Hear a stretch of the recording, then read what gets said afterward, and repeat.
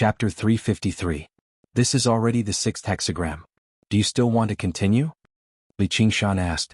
Although Han Qiongji did not mention it, this concerned the life and death of a legalist disciple. She had most likely asked Ma Bai to divine for her. If he could determine that she was still alive, then it would not be a search mission but a rescue mission. Searching for the living was also a search, and searching for the dead was also a search. Little and gradually became more familiar with the cloud bookcase of the 7 lots, but the 6 consecutive hexagram were all the worst. She could not find any chance of survival at all. However, she refused to give up because it was very strange. If Qian Rongji was dead, she should be able to divine the approximate location of her corpse. However, the hexagram showed that she seemed to be trapped in hell. This was the most unbelievable thing. Hell was the home of all souls, but even with Ma Bai's divination, it was impossible for him to reach another world. I want to divine one last time. All right. Li Qingshan nodded. Although the spirit turtle had the ability to divine, he was only a 2/9 spirit turtle at most. At most, he could sense the danger of death. When he was in ancient Wind City, he had not sensed any danger even when he was trapped in Altar Master Black Lotus formation. He had relied on his demon instincts to sense that something was wrong at the last moment, but he did not manage to escape. Of course, he felt that his senses were not sharp enough. In the end, it was more daunting than dangerous. Little and clenched her hands. The 7 types of yin and yang, the 5 elements, and the 7 types of true qi combined and condensed in a wondrous way. It was as if they were evolving the changes of all things in the world, matching with the thread of fate in the unseen world. In the end, it condensed into a cylinder. Thousands of colors mixed and revolved in a special pattern. It was like a kaleidoscope, forming various images, scenes, and words. However, Li Qingshan only took a glance at it and he felt dizzy. A thin bamboo skewer. It slowly rose up from within. The cylinder disintegrated. Little and suddenly grasped the stick in her hand, as if she had grasped fate in the unseen world. The cloud bookcase of the 7 lots originated from the most ancient divination of the 7 stars. One stick represented one's fate. Could tell good or bad luck, life or death, and know the past and future. Li Qingshan could not see through it. He thought to himself that if he used a tortoise shell for divination, then Little and would be asking for a divination stick. Of course, he didn't know that his dream lover, Gu Yenying, used the 6 lines divination technique, which was guided by copper coins. Of course, this was not a real lot. There was no difference between the best lot and the worst lot. Instead, it was a piece of information that appeared in the ever-changing fate. For fate itself. Fortune and misfortune, life and death, there was no difference. The only thing that mattered was the human heart. Little and closed his eyes. He furrowed his brows and tried his best to free his imagination. To decipher the message in the lot. Fate would never tell you clearly, "Hey Zhang-san, you're out of luck today." Even this simple message contained 10 times more information than an encyclopedia. It was 100 times more difficult to understand than a drunken painting by an impressionist. The main job of the fortune teller was to decipher the message and tell the fortune teller, "Hey Zhang-san, you're out of luck today. You better not go out." And this was a question with a time limit. The shiny bamboo stick flickered and twisted constantly. Soon, it dissipated in Little Anne's hand. Li Qingshan asked, "How is it?" Little Anne opened his eyes and frowned. The cloud bookcase of the 7 lots was based on the previous 6 lots. The 7th lot was the most accurate one. She finally found a chance of survival in the hellish divination. It was so weak that it was not even a narrow escape. It was like a lonely lamp in a storm that would go out at any time. After listening to Little Anne's explanation, Li Qingshan thought for a moment and said, "Do you want to find her?" The fly confirmed the source of the smell and cautiously flew around a few times. It was a little uneasy when it didn't find its own kind. But it couldn't resist the temptation of the smell. Driven by instinct, it flew to the round eyes of the corpse. For a moment, something seemed to swim through the eyes of the corpse. The eyes of the corpse suddenly moved. It fell to the ground silently, ending its short life. It lay on the ground with many of its kind. After a short period of sobriety, the eyes moved slightly and observed the surrounding scene. Based on this, she knew how long she had been here. Her thoughts were completely broken. She felt like the biggest liar, making her think that she had been here for hundreds of years. Reason could only play a small role. It was like picking up garbage from the ruins and trying to rebuild a city. It was ridiculous and futile. However, she found the long-lost sense of time. Her memory returned to about 3 months ago. The noon sun barely managed to penetrate the green canopy and shine into the forest, floating on a wide but shallow stream. She stepped into the stream and disturbed the silence. She concentrated on searching for the whereabouts of the man-eating monster. She wanted to forget her original purpose, but she couldn't. Spring was in full swing, but her heart was still stuck in that cold winter. She couldn't forget that upheaval. In the past few months she had gained nothing. Every day she would feel relieved, but there was another force that kept pulling her into the quagmire. She almost wanted to give up, go thousands of miles away, find a place where no one knew her and start over again. But there was divination in the world. That person might not be able to do anything to Gu Yenying, but if he wanted to find her and kill her, it couldn't be more easy. She stopped in the middle of the stream. After crossing this stream, she would enter the depths of the forest, which was full of all kinds of dangers. At this point, the task could be declared over. Are you looking for someone? Just as she was about to turn around, a gentle voice called out to her. The voice came from a man with a face as gentle as the voice. There was a faint smile at the corner of his mouth. His black Taoist robe was as dark as the night, and the tattered hem of his robe swayed slowly with the stream. She exhaled gently as if a great burden had been lifted from her shoulders. The true danger she had been waiting for all this time had already arrived. Only afterwards did she turn around slowly and bow. Subordinate Chen Rongji greets Altar Lord Black Lotus. Finally, she saw the greatest person in the White Lotus sect below the Holy Mother again. Chen Rongji, you're still bold enough to come? Before Altar Lord Black Lotus could even say anything, a little girl in white clothes walked out from behind him. She only seemed to be 5 or 6 years old. She spoke with a childish voice, but the coldness in her eyes seemed to freeze all of her blood. She could not say anything at all. That's right, this was the White Lotus Mother, the source of her fear. You seem to have been looking for us the entire time? Altar Lord Black Lotus asked curiously. They did not know about Chen Rongji's appearance. They were just worried it was a trap. He had gone to great lengths to prevent White Lotus from stepping into the possible trap. There was no need for him to expose their whereabouts for the sake of a measly Chen Rongji. Today he was no longer able to contain her anger, which was why he had appeared. Mgu was not a patient person. She could not even be bothered to hunt them down, which also meant she no longer took her great enemies of the past seriously. Yes, the game had already ended. Chen Rongji immediately dropped to her knees and knocked her head into the water. Yes, Chen Rongji has fallen under Gu Yenying's control and committed a grave mistake. I can die 10,000 times over. I've specially come to apologize to the Holy Mother and Altar Lord. Don't mention that name. The little girl screamed. I'm no longer an Altar Lord. You can call me Black Lotus. I'm still the White Lotus Mother. The little girl screamed again. All right. You're still the White Lotus Mother. Black Lotus bent down and spoke like he was coaxing a child. Afterwards, he straightened up and rubbed his temples in distress. I really want to spare you, but can't you come up with a better reason? The White Lotus Mother really is difficult to coax now that she's angry. Chen Rongji wanted to say something, but Black Lotus raised his hand. I don't want to listen to your lies. Please treat me with sincerity, all right? In order to make you understand the severity of the situation, if you say another lie, I'll kill you. I don't want to listen to her. Black Lotus, kill her. Kill her. The White Lotus Mother constantly stamped her foot, making the water in the stream splash everywhere. Black Lotus grabbed the White Lotus Mother's tiny hand. Just tell me. The White Lotus Mother is running out of patience. She stands up and looks into my eyes. Tell me, why have you come? Chen Rongji stood up and gazed into Black Lotus' clear, dark eyes. She could not utter a single word of what she had prepared, as every single word was a lie. I want to beg for a way out. Don't even think about it. The White Lotus Mother kicked the water viciously. Black Lotus smiled. Very good. We have something in common now. There's no doubt that killing for the sake of hatred is pointless. Of course, not everyone believes that. For example, the tiny White Lotus Mother beside him was tempted to skin the great traitor, Chen Rongji, alive. I'm very curious. Why aren't you affected by the heart-cleansing technique of clear ripple? Chen Rongji said, it's probably because I've practiced arts of charm. The heart-cleansing technique of clear ripple is not an art of charm. Do you know its origins? Chen Rongji shook her head. She did not even feel like the technique had any effect on her at all. Black Lotus said, there had once been an eminent monk who had gone through the vicissitudes of life. He saw how the masses were all people who refused to come to their senses, so he created a technique out of great pity. He channeled his own comprehension into the minds of others, allowing them to attain enlightenment in the blink of an eye.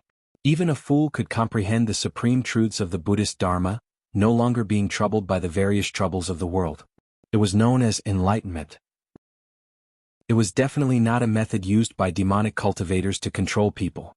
The heart-cleansing technique of clear ripple came from this. It was impossible to resist as the technique itself was beneficial. After receiving the technique, it was like awakening their innate wisdom, allowing them to comprehend the past. From then onwards, there would be no bottlenecks in the mind on the path of cultivation, all the way until they reached the limits of the user's cultivation. If Hua Sengzan had received this technique, he would have reached foundation establishment a few years ago. Only now did Chen Rongji understand why all the people of the White Lotus sect who had received this technique would smile so brightly. Even when they suffered heavy setbacks in the White Lotus sect, they would not become dejected, as if they were filled with endless satisfaction. Black Lotus said, "Can you tell me why?" Chen Rongji lowered her head. "Actually, I really want to be like them." Since young, had she ever experienced such a peaceful moment? She could not even remember. She furrowed her brows and shook her head helplessly. "But I just can't feel happy." Chapter 354. I just can't be happy. I see. Black Lotus sighed gently and looked at her in pity. Originally, he thought Gu Yanning had a deeper plan, using some sort of artifact to block the heart-cleansing technique of clear ripple. However, the answer was unexpectedly simple. Even the heart-cleansing technique of clear ripple was unable to wash away the pitch-black pain in her heart. A situation like this had actually occurred before. However, those who failed would usually kill themselves very quickly. Even if they survived, they would be tormented to a state of agony, like a walking corpse, muddle-headed. Since there was no escape, death became the best salvation. Then why are you still alive? What? Chen Rongji lowered her head and murmured. Suddenly, she smiled and tidied her hair. Perhaps I just don't want to accept this. In this situation, everything she did was useless. Her life was in her hands, but she was instead fearless. Just like what Black Lotus had said, death was not a very bad choice for her. Black Lotus said sincerely, "Rongji, I really want you to live." "You can't. Don't even think about it." The White Lotus mother screamed. "Then the problem right now is, how can I let you live? I might not be an altar lord anymore, but I still can't disobey the White Lotus mother's orders." Black Lotus, where are you standing? The White Lotus mother stressed each word as she kicked Black Lotus's leg. Black Lotus laid out his hands helplessly. Chen Rongji just raised her head. Sunlight flickered like starlight between the cracks of the green leaves. Her figure was reflected in the quiet stream, aloof from the world. It was as if everything here no longer had anything to do with her anymore. She had already done all that was humanly possible. Black Lotus considered it for a while before suddenly smiling. He raised a finger. "They all say that it's impossible to have everything right, but as long as you look carefully you'll always find a way." Afterwards he crouched down. He said to the White Lotus mother, "Mother, will you be satisfied if you kill her like this? This will instead be a form of release for her." The White Lotus mother said, "Do you think I'll let her die so easily? I'll make her taste all the torture in the world. Only when she cries and begs for mercy and breaks down mentally will I kill her." The corner of Chen Rongji's lips curled into a sneer. "Crying, begging for mercy, having a nervous breakdown, do you want me to act it out for you right now?" Black Lotus seemed to have grasped the crux of the matter. He smiled and said, "Yes, torture. Do you still remember that?" The White Lotus mother was taken aback. She smiled viciously. "Yeah, that's it. You sure are clever." He took out an item and handed it to Black Lotus. Black Lotus opened his hand towards Chen Rongji. He was holding a sparkling amber. Sealed in the amber was a tiny snake as thin as a strand of hair. However, its gorgeous colors were mesmerizing. Chen Rongji asked, This item comes from the Mist Province." "Snake goo?" Chen Rongji frowned. The Mist Province was known as the Myriad Mountains. Although it had been under Great Xia's rule for many years, it was still a land of wilderness. The path of cultivation of the barbarians was very different from that of the Central Plains. It was directly inherited from the ancient times. The art of witchcraft was one of the most mysterious killing methods, and it was famous throughout the world. "That's right. You want to use this to kill me?" A friend of mine once said that true goo is not used to kill, but to make people wish they were dead. Chen Rongji's eyes lit up. Since it was worse than death, that meant she could live. However, this goo is called the pestering goo. In the first 300 years, it was always believed to be a dead goo, as no one has ever survived. They all died from agonizing torture. Even the most cold-blooded, tough man will become as fragile as a child after being afflicted with this goo. The White Lotus Mother's smile widened. She was innocent and cruel. Qian Rongji also shivered. Black Lotus continued, only afterwards did people discover that this goo is not fatal. It doesn't even cause any harm. All those who die to this goo commit suicide. If they can endure the pain, it will instead bring them great benefits, which even gave birth to a sect that worships this snake as their sacred snake. Qian Rongji waded through the stream and walked over, reaching towards the snake-pestering goo without the slightest hesitation. Was it painful? She had always been very patient. However, Black Lotus brought his hands together, and his face became stern.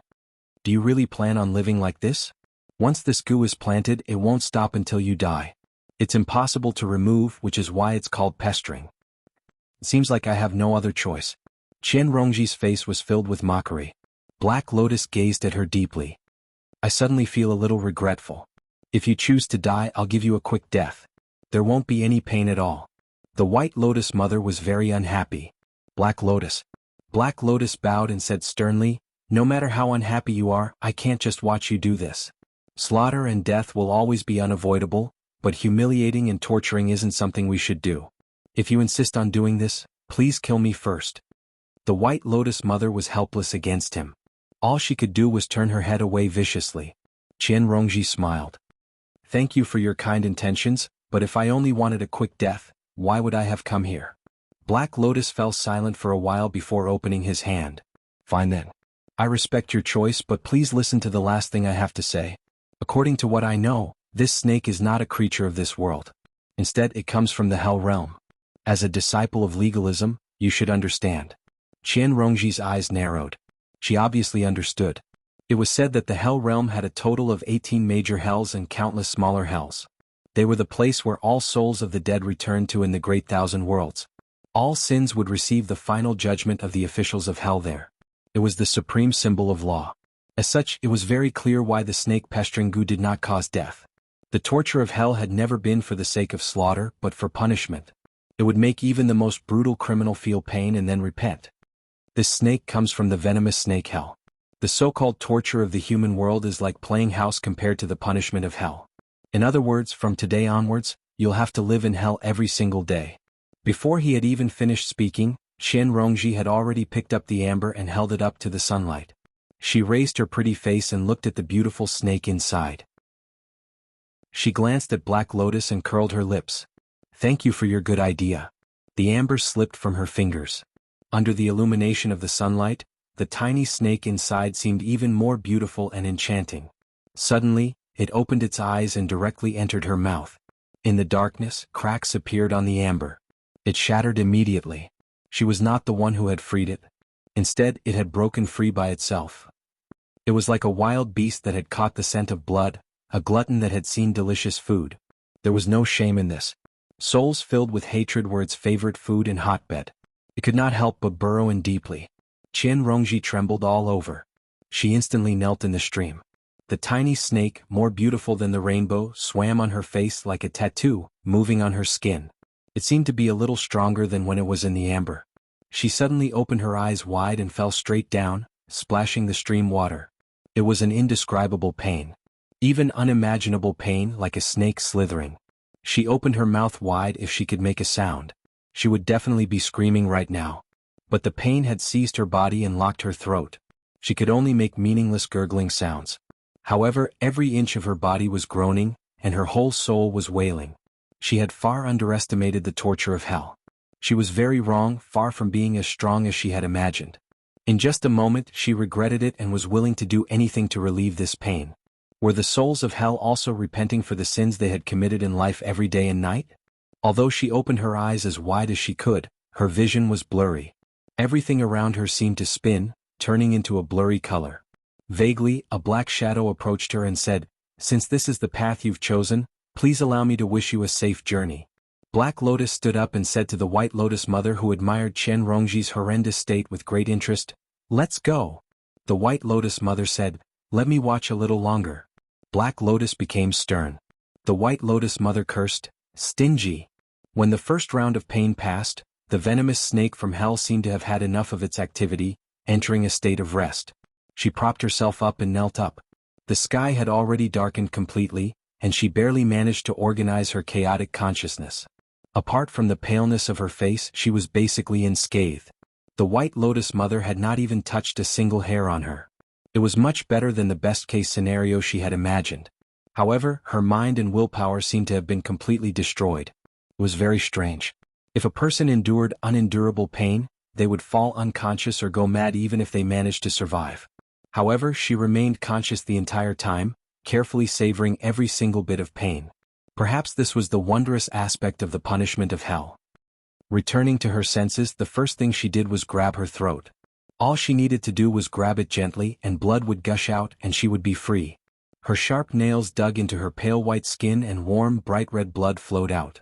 After hesitating for quite a while, she pulled back her hand and stood up unsteadily. She found a small cave and dove into it, falling unconscious. She dreamed of a huge snake that was even more beautiful than a rainbow, swallowing her in a single gulp. She woke up very soon and the second round of pain arrived. Time passed day by day. She took advantage of the time when she could move to replenish her food and water before waiting for the next round of pain in great fear. Yes, fear that she had never experienced before. She was so afraid that she trembled all over.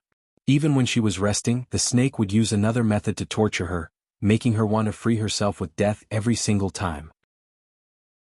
However, she refused to give up.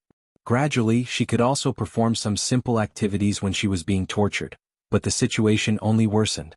Every single time she would lose her rationality, wanting to rip the snake out of her body and tear off every inch of her skin. Fortunately, cultivators possessed tough bodies, so the wounds would always heal very quickly. She even began to wonder whether she could break free from the snake if she peeled off her own skin. However, her remaining rationality stopped her. The snake had already fused with her, and if she did that, she would die very soon. She could not die like this. At this moment, a dangerous aura interrupted her thoughts. A demonic beast that resembled a leopard followed the smell of blood and arrived in the cave. Its glowing eyes constantly drifted about in the darkness. This was a demonic beast that had condensed its demonic core. Perhaps it was the man-eating demonic beast that she had been tracking, but that was not important. Even if she was in perfect condition, she did not dare to say that she would definitely win. Now that she was extremely weak, she could not even move a finger. P.S. Bow to thank the student from the namespace for the reward, and congratulate the new sect master. Chapter 355. Little and did not answer Li Qingshan immediately. Instead, he sank into his thoughts silently. Since you have an idea, then go look for it. It won't take up much time anyway.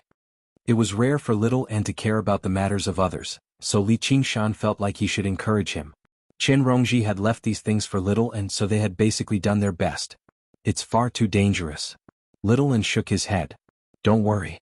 I might not be able to divine as well as you, but I can still sense true danger. Li Qingshan pointed at his head before rubbing her hair. I'll just treat it as going out with you. All right. He arrived at the Hawkwolf Guard and accepted the mission. He went upstairs to greet Han Qiongji.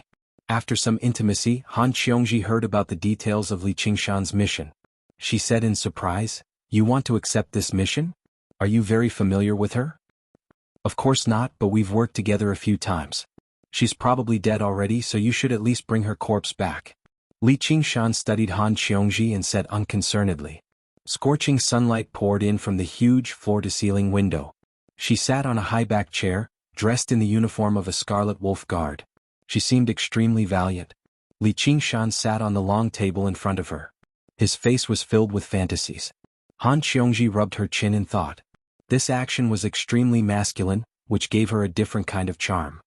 "All right, you can go." Li Qingshan smiled. "What, aren't you worried that your man will run into the White Lotus Mother and be taken as a bodyguard?" Han Qiongji leaned back in her chair and raised her legs, placing them on the table. She looked down. "If it's little Hua, there might be a chance, but with your beauty, he'll probably be killed. I received the news a few days ago. The White Lotus Mother and Altar Lord Black Lotus. They've already returned to the Mist Province to rebuild the White Lotus sect." Li Qingshan said, "Is the news accurate? Aren't you afraid of getting caught there?" The Mist Province isn't the Green Province. It's truly lawless. Basically all the people who could not withstand the pursuit of the Hawkwolf Guard in the Green Province had fled there. If you really can't find it, don't forget to bring back a corpse. Han Qiongji blinked her eyes. "I don't think that's a good idea. Li Qingshan said. The contribution from the mission to search for Qian Rongji was still quite impressive. After all, it was related to the life or death of a Scarlet Wolf guard. Who cares? Anyway, I'm in charge now. Little Flower isn't here and old Wang has gone to cultivate. I have to deal with so many errands. It's so annoying. Okay, wait for me to come back. Li Qingshan leaned over and gave her a hot kiss. He got up and left. Han Qiongji came to the French window and watched his cloud rise into the sky. She smiled and pursed her lips. The speed of the demonic beast was astonishing.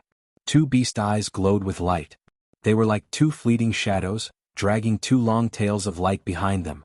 They circled around Qian Rongji in circles, rapidly approaching her. Qian Rongji's eyes were wide open. In the beginning she circled around the demonic beast a little, but afterwards she stopped moving as if she had become completely numb. The demonic beast confirmed that this was not a trap. The 2 streaks of green light that were circling around suddenly turned towards the center. The demonic beast lunged over and bit Qian Rongji's neck. That was the only place on her body with relatively few wounds. Even when she was in extreme pain, she could control herself at all times and not end her own life. Could it be that this was the result of 3 months of painful perseverance? At first, the 4 fangs pierced through her skin. Afterwards, all the fangs only needed to advance a little further, and she would not even have to suffocate before they could bite through her neck. Even now, her gaze and expression had not changed at all. The pain that made others clench their teeth was as pleasant as the spring breeze to her, while the impending death might just be a release to her. The demonic beast stiffened. Tremendous pain immediately filled its entire body like poison. Qian Rongji finally revealed a hint of a smile. On her horrifying face, she looked as ferocious as an evil spirit. Her arms were placed on both sides, supporting herself to get up bit by bit. Then she bit the demonic beast's neck. Looking carefully, one could see that the gorgeous little snake had unknowingly coiled around Qian Rongji's neck. A parasite would protect its host. Its way of protection was naturally to let the other party taste the same pain. Under the hellish torture, the demonic beast's demonic aura was completely dispersed. It could not even tighten its muscles. Its tough skin was slowly pierced by her teeth. The salty blood flowed into her mouth. Like a vampire, she swallowed it in big mouthfuls to replenish her blood. The food prepared in her 100 treasures pouch had long been finished. Fortunately, the smell of blood on her body had attracted many wild beasts. She used this method to eat all of them to replenish her energy. After drinking her fill of blood, she recovered a lot of strength. She tore open the demonic beast's stomach and took out a crystal-clear demonic core the size of a grain of rice. She immediately swallowed it and tried to meditate. The attribute of the demonic core was coincidentally compatible with her. It could be considered a blessing from the heavens. True Qi, which had been absent for a long time, finally reappeared in her aura sea. Under the urging of the true Qi, the wounds on her body closed bit by bit. Qian Rongji suddenly felt dizzy. She touched her forehead, which was boiling hot. In the forest environment, she had lost her true Qi for a long time. This was the 3rd time she had contracted a disease. She understood that she had to leave this place. She needed a better environment to recuperate, or else she might die here. If she attracted an even stronger demonic beast, it would bite her neck off before it was seized by pain. She saw the demonic beast's corpse with its stomach cut open. Before leaving, she had to eat it first to store enough strength. The sun rose and set, but in this dark cave, there seemed to be no concept of the passage of time at all. It only took Li Qingshan and Little and a few hours to reach the small village at the edge of the forest. As expected, some villagers had seen her tracks. Her footwork extended into this forest. She had exposed her tracks with such great fanfare. Obviously she had done it on purpose. At this moment, Li Qingshan and Little were standing in front of this forest. It was as deep and serene as if it was another world. It was indeed not an easy task to find someone in this forest that stretched for thousands of miles. But for Li Qingshan it was not too difficult. He was very familiar with that woman's breath. When he moved quickly and carried out a dragnet-like search, the strong smell of blood also attracted his attention. He lifted the curtain woven by the vines. He saw a monster lying on the beast's stomach. It was a monster that devoured internal organs. A trace of familiar breath came through the strong smell of blood. He still could not believe his eyes. Qian Rongji? The monster suddenly raised its head. When it saw Li Qingshan, it showed a surprised expression and smiled extremely ferociously. It said in an extremely weak voice, "You're here." It was as if it was sitting peacefully at home, and a long-lost friend came to visit, rather than seeing his savior in despair. Li Qingshan did not say anything. He just took out the elixir and walked forward. The scene in front of him, even he could not bear to look at it. He did not expect the White Lotus sect to be so cruel. When Qian Rongji saw Little and behind him, she suddenly felt ashamed and curled up. The poisonous snake entrenched in her body inexplicably calmed down a little. Li Qingshan wanted to open her mouth and put the elixir in. "Don't touch me." While she was stunned, Li Qingshan's hand had already touched her face. Suddenly, an indescribable pain. It spread all over her body. Where his fingertips touched, a colorful snake tattoo had appeared at some point. The parasite's instinct to protect its host would not change because of the host's will. From now on, no matter who it was, if they wanted to touch her, they would have to taste hellish pain. Spirit turtle suppresses the seas. Li Qingshan suddenly pulled his hand back and looked at it in shock. He saw that it was unscathed and there was nothing wrong with his body. Just now the pain was like a dream. At this moment, two tender little hands grabbed her hand. "Little Anne." Li Qingshan and Qian Rongji said at the same time. Little Anne's face did not show any painful expression. The hell snake could be extradited to this world to punish the living. It could also punish the dead in the hell of the poisonous snake. But Little Anne was neither alive nor dead. A warmth came from her hand. Qian Rongji saw a golden Buddhist light appear on Little Anne's body, then spread along her hands and spread to her entire body, enveloping her in the golden Buddhist light. The wounds on her body gradually healed. Soon afterwards, the uneven, hideous scars were wiped away bit by bit. This was no longer the effect of Buddhism, but the power of the path of white bone and great beauty. Her face seemed to be even more beautiful than before. Little Anne released her hand and returned to Li Qingshan's side. Qian Rongji said softly, "Thank you." She asked Li Qingshan, "Do you have water?" Li Qingshan snapped his fingers, and a tornado-like stream of water swirled around her body, washing away the filth and ragged clothes on her body. She turned into smoke and dissipated, revealing her fair skin and supple figure. She was completely naked. Li Qingshan had always been a very intense person, but when he stood before this woman, he always felt like his heart was as still as water. Even at a time like this, he could not be bothered to look away. Qian Rongji was the same. She picked up her 100 treasures pouch and took out a set of clothes, changing into them. She stretched out her arms and legs in a natural manner. She did not seduce him, nor did she avoid him. It was as if he did not treat her as a woman, and she did not treat him as a man. Li Qingshan said, "Looks like you've suffered quite a bit. Do you want to know?" Qian Rongji had already put on her clothes and was tidying her long hair in front of a mirror. "Tell me." Li Qingshan was indeed rather curious. Qian Rongji casually recounted her experiences, as if she was telling someone else's story. After listening to her, Li Qingshan also felt a chill inside. He asked, "How are you going to get rid of this goo?" Qian Rongji said, "There's no way to get rid of it and there's no need to.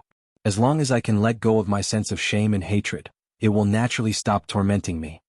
The venomous snake hell was originally used to punish those who committed atrocities because of their shamelessness, and those who committed boundless sins because of hatred. But punishment was not the goal. It was to let the sinners realize their sins in hell, and finally obtain self-redemption and liberation. Only then could it be considered Buddha's mercy. Li Qingshan mocked, "Can you do it?" Qian Rongji also laughed, "Of course I can't do it. I will not be ashamed of anything. I hate everyone in the world." The venomous snake happily slithered around. She suddenly knelt on the ground, and her 10 fingers dug deeply into the ground. The smile on her face was twisted because of the pain, but it became more and more brilliant. Even if she was trapped in the endless hell and suffered endless suffering, she would not repent. P.S. Shamelessly asking for monthly votes will cause you to be trapped in the venomous snake hell, but even if you are trapped in the venomous snake hell, you still want to be satisfied. Chapter 356. Seeing her like this, killing intent surged through Li Qingshan's heart for some reason. Although she had already recovered from her wounds and turned back into the beautiful Qian Rongji, she felt even more inhuman than the monster he had just seen. He said indifferently, "Does that include me?" Qian Rongji said, "Are you human?" Li Qingshan was slightly taken aback. He sneered in disdain. "As long as I can live happily, what does it matter if I'm human or not? Originally, I didn't want to stick my nose into your business, but Little and divined that you still had a chance at survival, which was why I came." Qian Rongji glanced at Little and deeply. Little and remained the same as usual the entire time, showing no emotion at all. Qian Rongji smiled. Just treat the things I left with you as my repayment. Li Qingshan took off on a cloud and returned to Clear River City with the mission items. When Qian Rongji stood before Han Qiongji unscathed, Han Qiongji was surprised too. She knew that Qian Rongji had encountered the White Lotus Mother and had been heavily injured the entire time, resting in the forest the entire time. She smiled. You sure have a good life, little girl. So much for worrying for you.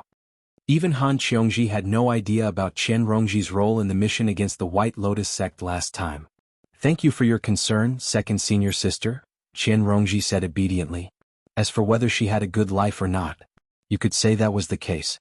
After receiving little Anne's treatment, the benefits of the hell snake gradually manifested. After the pain, her mind would always be especially clear. Her body and soul seemed to have changed slightly. Qian Rongji's return caused a disturbance in the Hawkwolf Guard. She changed her usual way of doing business and declined Han Qiongji's welcoming banquet. In the past 3 months, although she had developed a subtle connection with the snake that was entangling her and was able to control the torture time a little, she had to spend more time in harmony with it. The path of the future was once again in her hands. He returned to his residence alone. A familiar figure stood in front of the door. Qian Rongji was surprised. Little Tian, why are you here? Chu Tian's face was full of concern as he said, I heard that you came back. Where have you been these past few days? I was so worried about you that I wanted to look for you several times. Unfortunately, he didn't go even once. Qian Rongji was not surprised at all. It was not that he was not sincere to her. She was very confident in her own means. It was just that for some people, nothing was more precious than their own lives. Facing Chu Tian's outstretched hand, her eyes lit up. If she held this hand now, any genius would have to kneel and beg for mercy. No matter what kind of trump card they had, she could force them to reveal it. However, she hesitated. It was better for her to pull her hand back. Chu Tian was a genius that everyone paid attention to right now. If he died mysteriously, it would definitely shake up the academy. At a time like this, it was best if she did not cause any trouble. He was already hers anyway. She suddenly felt a sense of joy. Although she was still a 6th-layer Qi practitioner, she now possessed fatal fangs that could harm these so-called geniuses. Chu Tian was disappointed, but he felt guilty inside, so he dared not say anything. When he heard that it was Li Qingshan who had brought her back, he felt even more gloomy inside. Why was this guy everywhere? When Qian Rongji accidentally mentioned that she had lost her 100 treasures pouch during a mission and was worried about her future cultivation, Chu Tian immediately took out many pills and spiritual stones generously. Qian Rongji turned him down before accepting it. Thank you, little Tian. I'll return them to you. Chu Tian gazed at her face in fascination. He felt that she was even more charming and enchanting than before. With a gentle cough, Wu Zhen emerged from the darkness. He had thought about looking for her in the past, but as a descendant of a clan, he obviously could not treat his life as a joke and go to the forest where the White Lotus Mother might appear. Afterwards, he felt like she was dead for sure, so he stopped thinking about it. When he heard that he had returned, he hurried over to see him and greeted him with an unnatural expression. Qian Rongji glanced at Chu Tian and smiled. Brother Wu, you've come? Seeing how she did not blame him at all, Wu Zhen felt even more ashamed. When he heard that she had lost her 100 treasures pouch, he also gave her some spiritual stones and pills in a hurry. As a descendant of a clan, he was still very well off in this aspect. He was even wealthier than Han Qiongji. Chu Tian said a few words of jealousy to her, and the two of them parted on bad terms. Qian Rongji let out a heavy sigh. She could not swallow the food that was right by her mouth, which was quite a pity. If only the world could be a little more chaotic, so chaotic that no one would care even if someone died. Qian Rongji was not a prominent figure, but she was extremely popular in the 100 schools of thought. In the next few days, people would come to visit her, not just from the school of legalism. There were quite a few disciples from other schools too, and none of them came empty-handed. Her 100 treasures pouch began to swell again. Everyone said that ever since junior sister Qian had returned, her bearing had changed drastically. She had become even more beautiful and enchanting.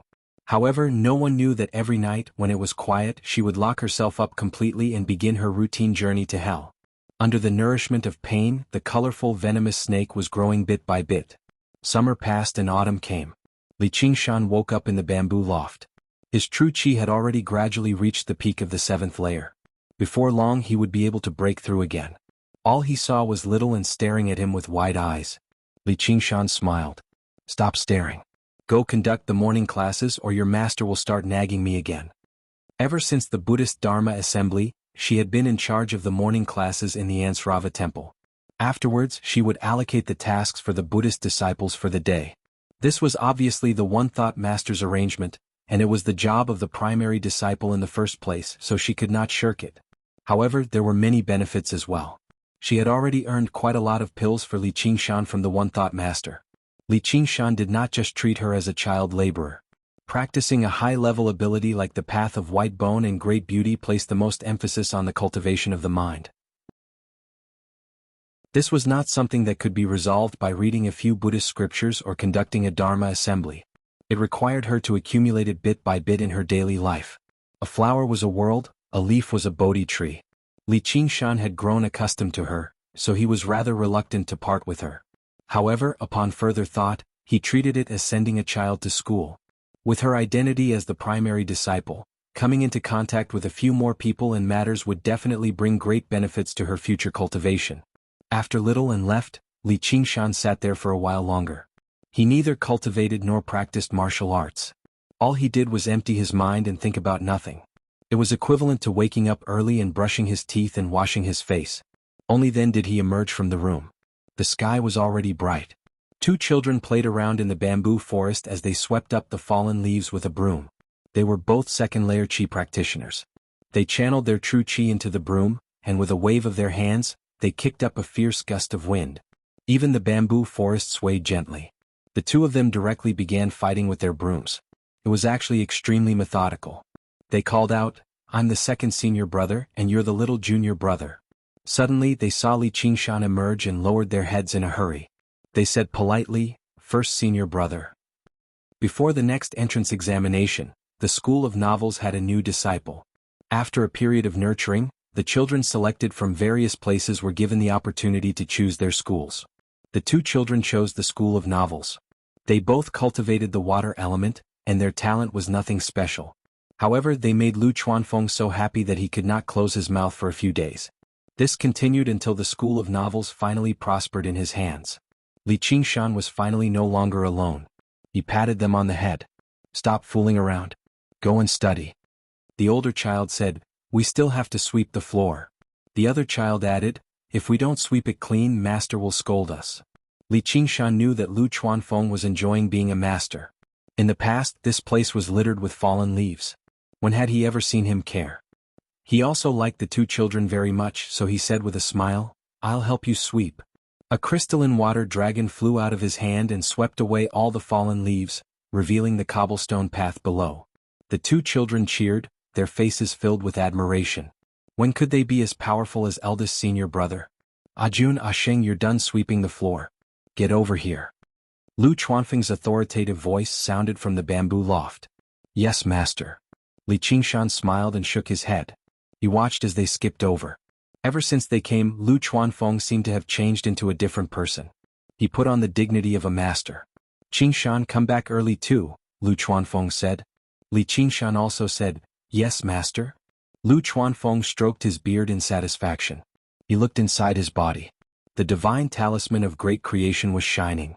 The amount of wish power he had accumulated was unprecedented. He had been stuck at the 10th layer of Qi refinement for many years. Now he finally had some confidence to touch the door to foundation establishment. What was the most important thing for a school? It had to be a foundation establishment cultivator. Otherwise, no matter how famous they were, they would be looked down upon. The School of Novels still had to rely on him, the head of the school. In order to save wish power in preparation for foundation establishment, he could no longer bear to transform into a woman. With 2 young disciples around, he could not afford to lose face. When Li Qingshan arrived outside the island, he saw Li Long working there. Thanks to the various crops he had planted, Li Qingshan was able to pacify Millipede in the insect sack. He greeted him with a smile and soared into the sky. Li Qingshan turned into a small dot and landed on Great War Island. Only then did Li Long lower his head and continue tending to the herb garden. Among the many crops, spiritual herbs were the most difficult to grow. They had extremely high requirements for various environments. However, the process of growing them was also the most beneficial for the disciples of the School of Agriculture. Li Long had cleared out a small piece of land on Cloud Wisp Island, which was rich in spiritual qi. He tried to grow a few medicinal herbs that were easy to grow. Although he did not know the results, his horticultural skills and qi refinement cultivation had clearly improved. He would soon be able to advance further. As long as he did not lack wealth, companions, methods, and land, the first few layers of qi refinement were relatively easy to break through. On the practice field, Li Qingshan's fist whistled through the air, smashing towards Han Tie's face. Han Tie's body spun like a spinning top, the spear in his hand turning into a rolling black dragon that swept towards Li Qingshan's legs. Li Qingshan snickered. He did not care about his lower body at all. His fists changed, transforming into layers of afterimages. To the surrounding military disciples, it looked like several dozen fists had struck out at once, covering the sky and covering the earth as they headed towards Han Tie's face. "Who said I can't touch your face?" he shouted. "Pay up." Legends of the Great Sage. Readers are welcome to log in. Read the full text. Chapter 357. Han Tie abandoned his spear without hesitation and accurately caught Li Qingshan's fists amidst the afterimages of the fists. Both of their feet sank deep into the ground, causing it to crack. After a few rounds of fighting, the two separated, both panting slightly. Li Qingshan had to admit that the school of the military was worthy of being called the school of combat, and Han Tie was worthy of being the top student of the school of the military. Li Qingshan had already used ocean brawling to the extreme, but he still couldn't touch Han Tie's face. He could always rely on exquisite moves to turn danger into victory. Moreover, in his human form, his body refining technique was still inferior to Han Tie, a 10th layer qi practitioner. His qi refining technique was even worse. When they fought, he was beaten up more often. His brother-in-law wasn't easy to deal with. Han Tie was even more surprised. Every single layer of qi practitioner was a tremendous difference. In particular, the 10th layer and the first 9 layers were worlds apart. The moves that should have been able to vanquish the enemy only left behind a small wound when they landed on Li Qingshan. Moreover, his endurance was startling. Although he had never been defeated, he would drag Han Tie into a bitter battle every single time. Li Qingshan rested for a while and caught his breath. Seeing the sun in the sky, he said, "Hey, it's time to eat." The military disciples all responded, "Eat." After freeloading lunch at the school of the military, Li Qingshan and Han Tie chatted at the side of the training field. Now, Li Qingshan would come to the school of the military every morning to train and familiarize himself with the use of battle techniques. The two of them admired each other, and with their relationship with Han Xiongji, they had become good friends. "It's getting late. I'm going to Benevolence Island." Li Qingshan looked at the sky and stood up. The afternoon was the time to learn how to refine pills. When he arrived at Benevolence Island, Ru Xian said that he had to focus on cultivation for the next few days and wanted him to refine a furnace of pills. With the jade coiling dragon carving furnace given to him by Han Xiongji, Li Qingshan's success rate in concocting pills had greatly increased. His skills in concocting pills were growing day by day. After all, it wasn't something that could be accomplished in a day. Li Qingshan wasn't in a hurry.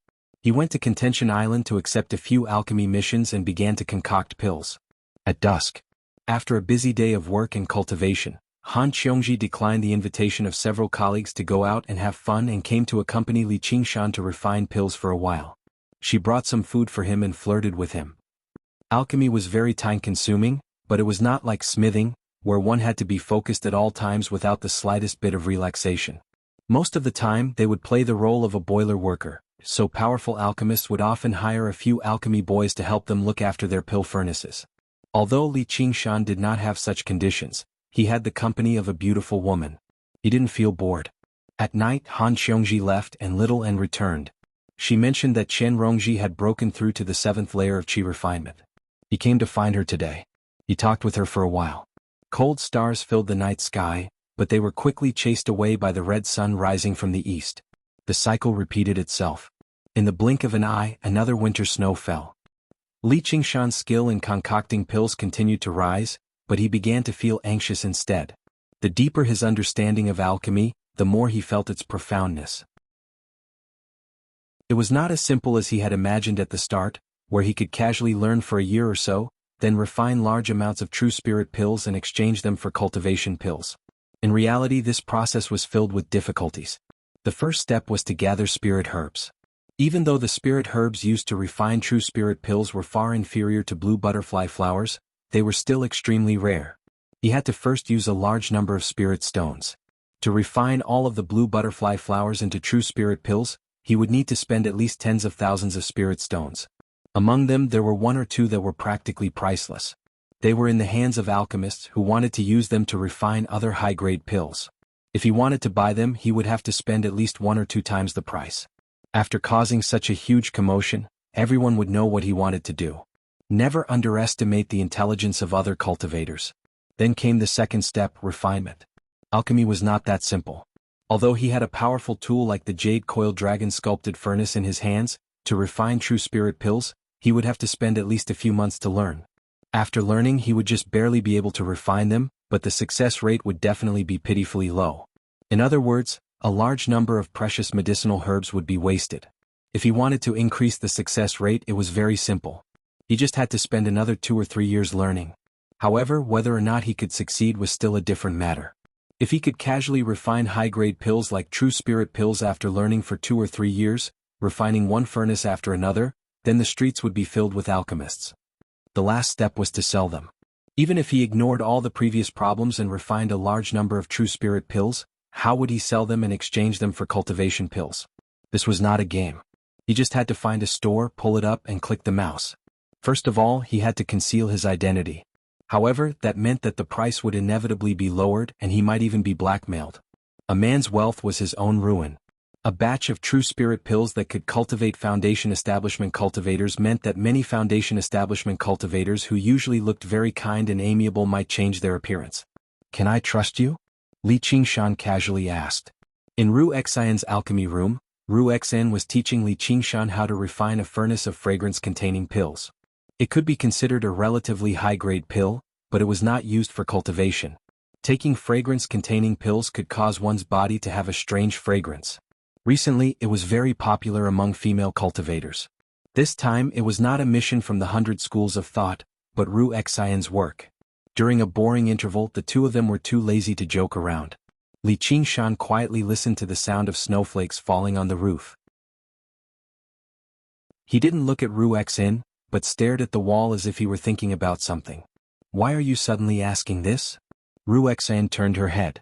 Li Qingshan looked into Ru Xian's eyes. "Answer me."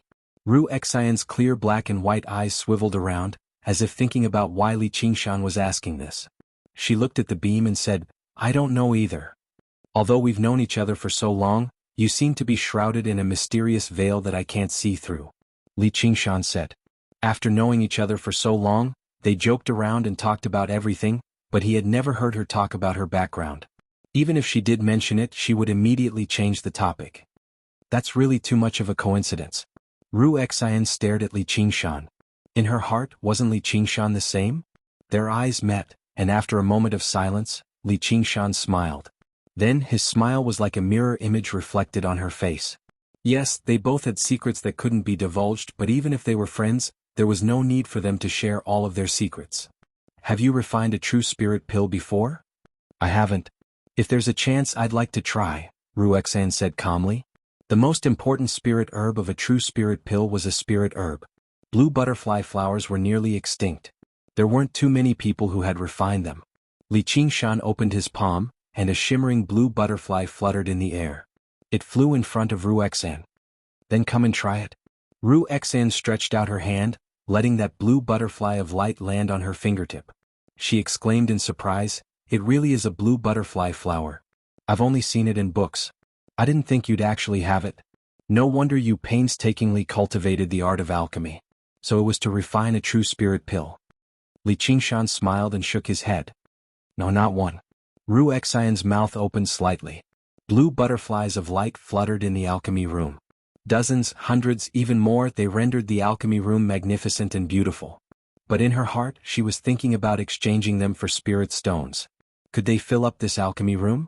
After a long time, Ru Xian finally came back to her senses.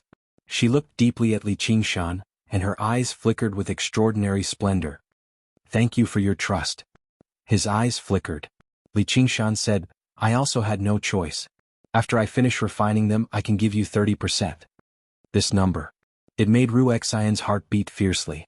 Not to mention anything else, with this amount of true spirit pills, she could immediately start breaking through to the foundation building realm. It was Li Qingshan's next words that made Ru Xan calm down. You're in charge of collecting the other spiritual herbs. You're in charge of refining them. Finally, you're in charge of helping me exchange them for medicinal pills for cultivation. It'd be best if they're Dao accumulation pills. Most importantly, you're in charge of keeping it a secret. I believe you understand this even without me telling you. Of course I understand. Ru Xan smiled slightly. Once the news is leaked, I might even lose my life. Is that so? Li Qingshan's situation wasn't as serious as she imagined. After all, this was still an orderly and prosperous age of peace. He just didn't want people to think of the underground. Ru Xan said, the 100 schools of thought isn't as safe as you think. The patriarchs might not do anything to us, but what if there's pressure from above? Isn't the reason why you're afraid of working with the Han family because they're too powerful, while I'm all by myself? Li Qingshan could not help but admit this.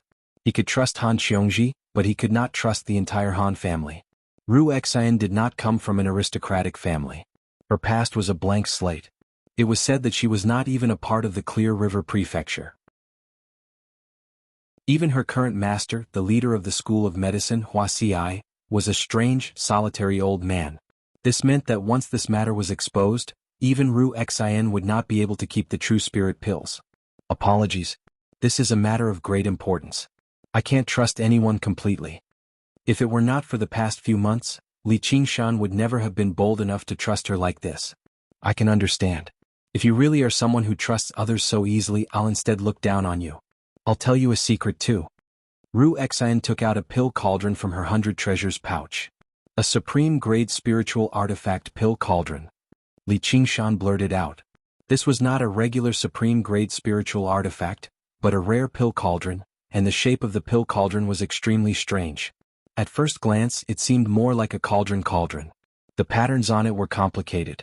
Through his recent days of studying alchemy, he could tell with a single glance that this was not a creation of the Green Province, but the Mist Province further south. However, Li Qingshan did not expose this. The people of the Mist Province had always been denounced as barbarians by the people of the Green Province. Although they were both under the rule of Great Xia, the conflict between the two vassal states had never stopped over the past millennia.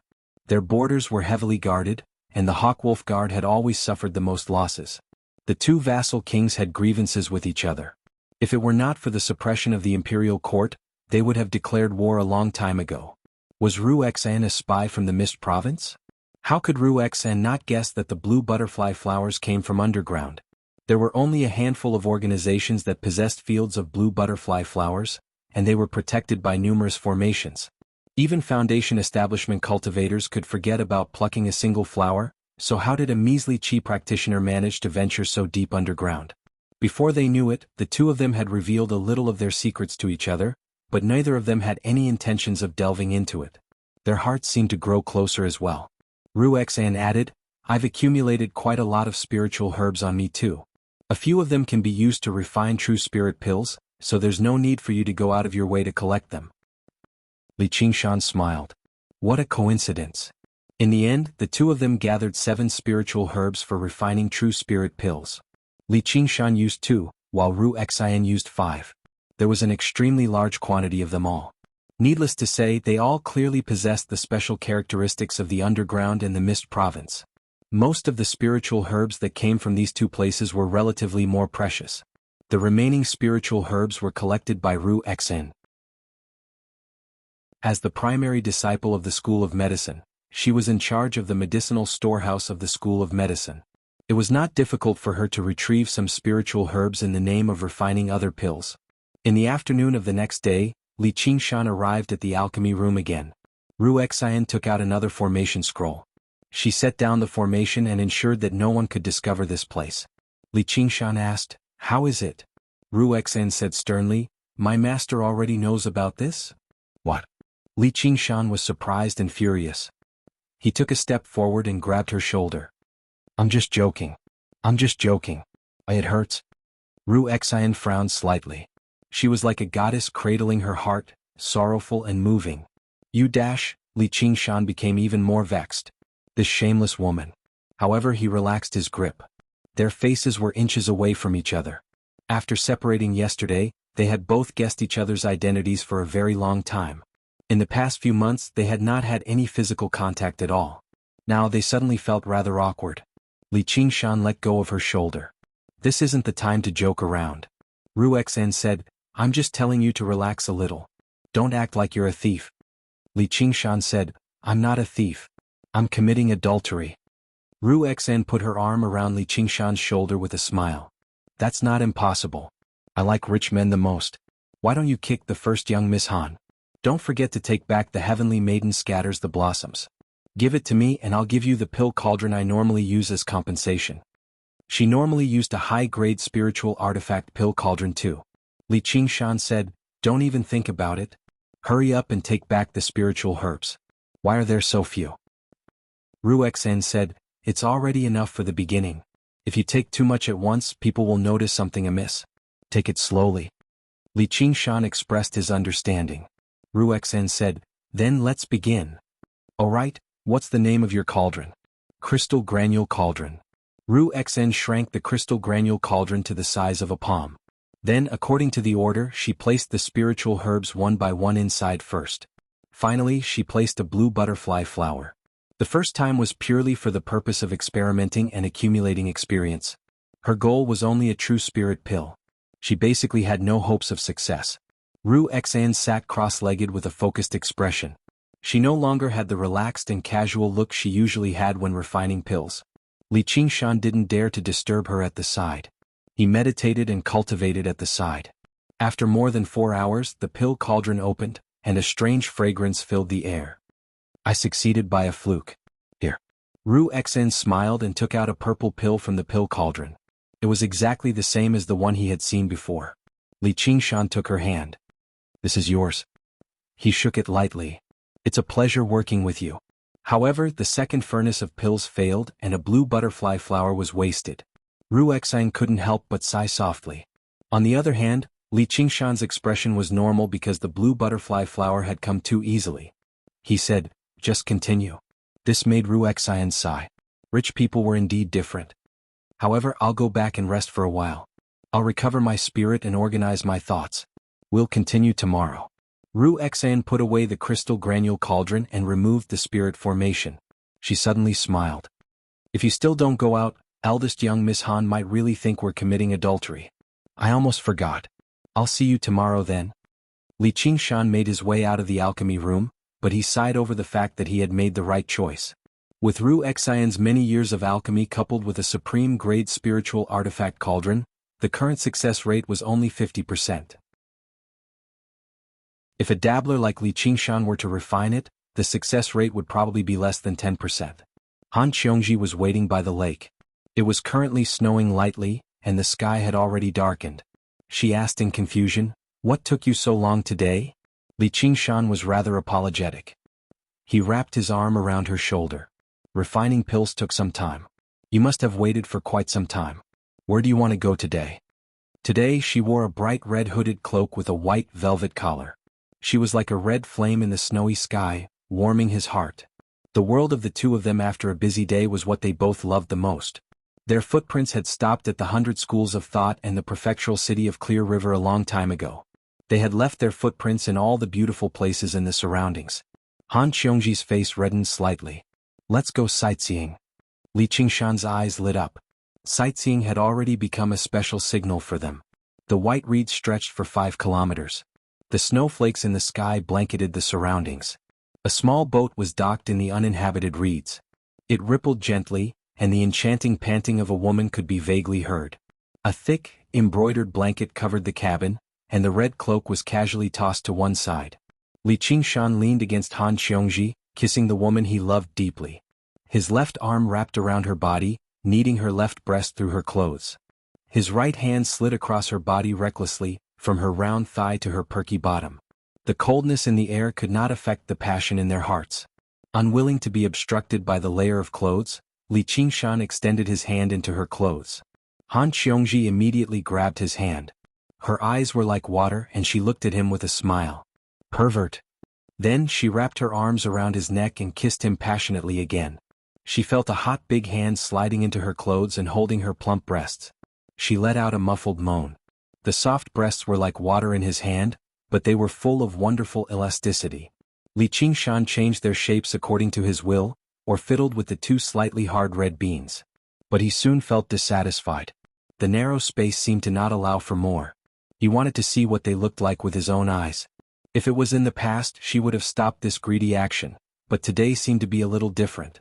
Under Li Qingshan's surprised gaze, Han Qiongji propped herself up and took off her clothes one by one. Only when there was only a red undergarment left did she stop. She turned her head away with a red face. Do it yourself. A large area of snow-white skin appeared in front of Li Qingshan's eyes. That waist was as slender as he felt, and the deep ravine attracted his attention even more. What's wrong? Han Qiongji did not wait for the action she expected.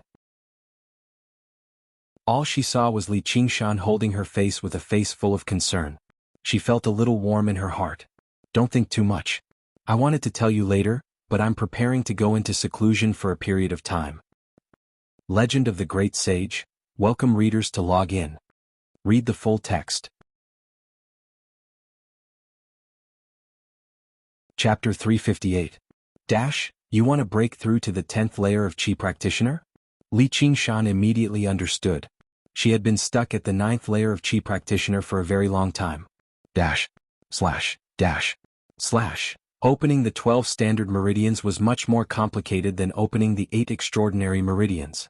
It required absolute focus, so Qi practitioners would usually choose to enter seclusion to break through. Yeah. You even said you wanted to catch up to me. Han Qiongji pouted, but her face was full of smiles. How long will it take? At least a few months. Han Qiongji pondered. That meant they wouldn't be able to see each other for a few months.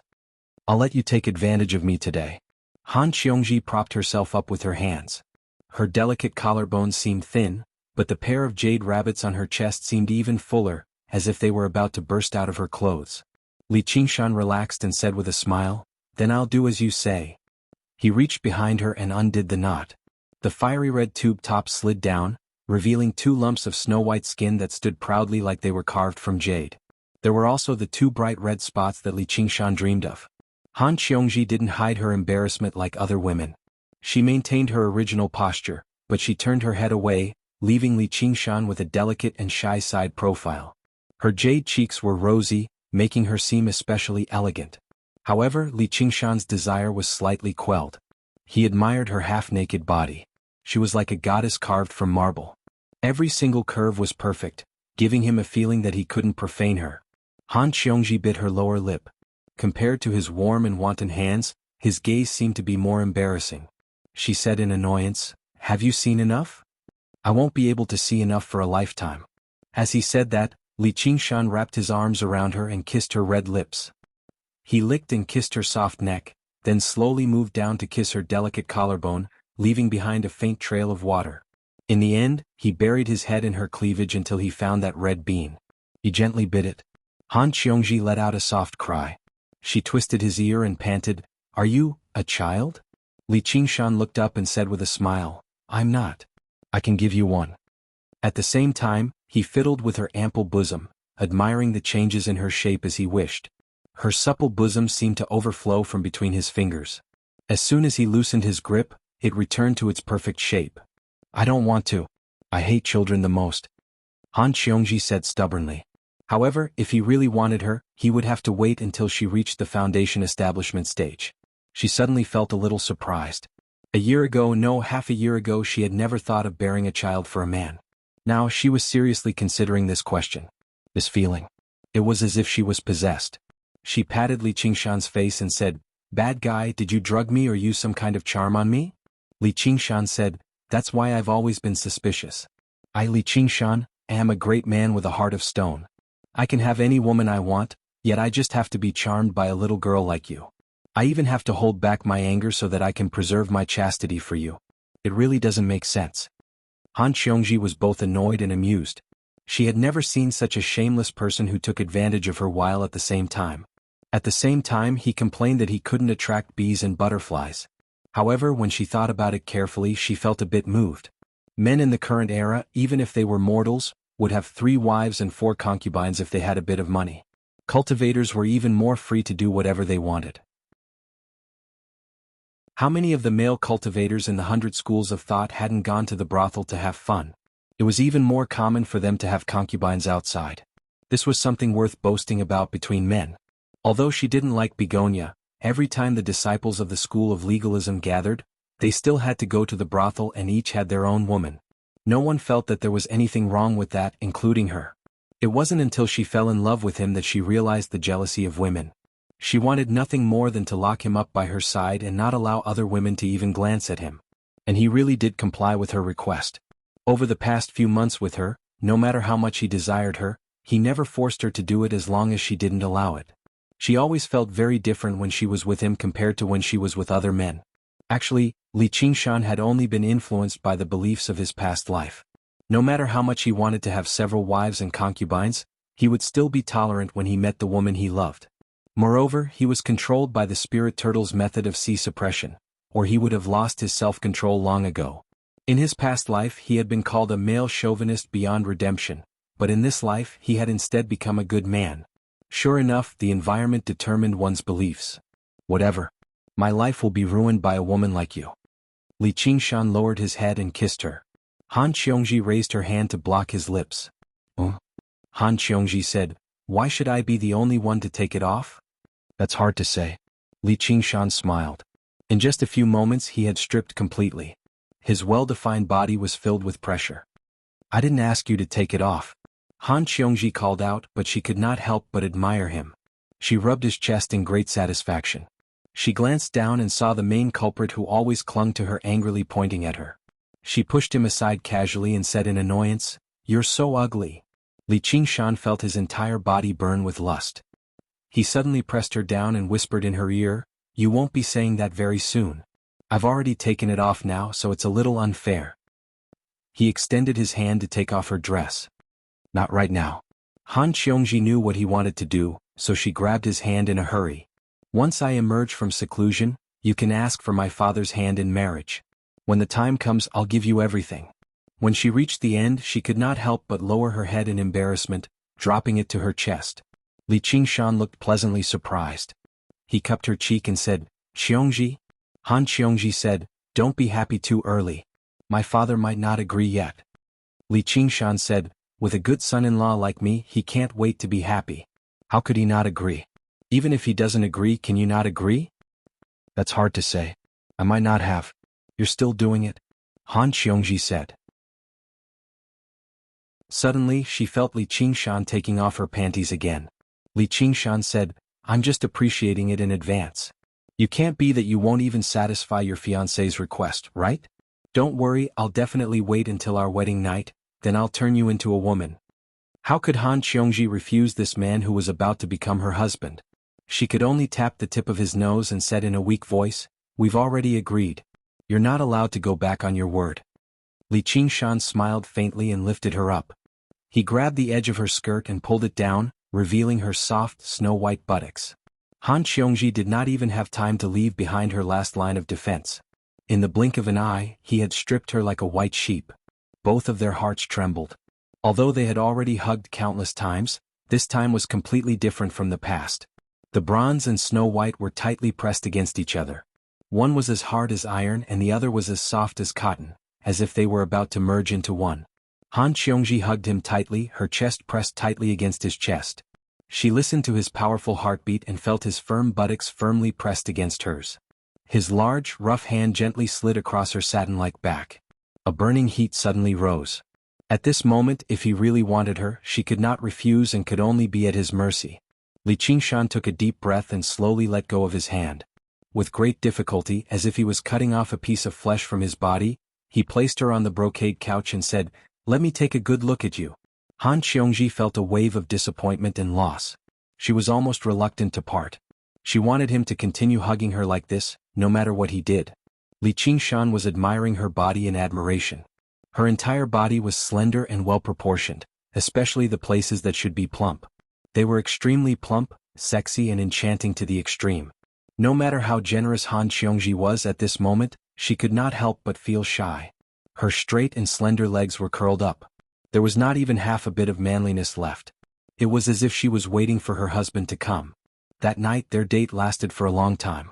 Once they thought about how they would soon be separated and not seeing each other again for several months, neither of them was willing to pay attention to the passage of time. It was not until early morning the next day that they reluctantly helped each other put on their clothes. Li Qingshan personally sent her to the cave where she would be in closed-door meditation. Looking at the cave's door closed, he almost could not resist the urge to go into closed-door meditation with her. But he shook his head and dispelled this thought. He was afraid that by the time they came out of closed-door meditation, they would already have a child. How could they still cultivate in peace? Last night, at the end of their passionate entanglement, she saw that he was holding back pitifully. She did not have time to be bashful and boldly used her hand to help him.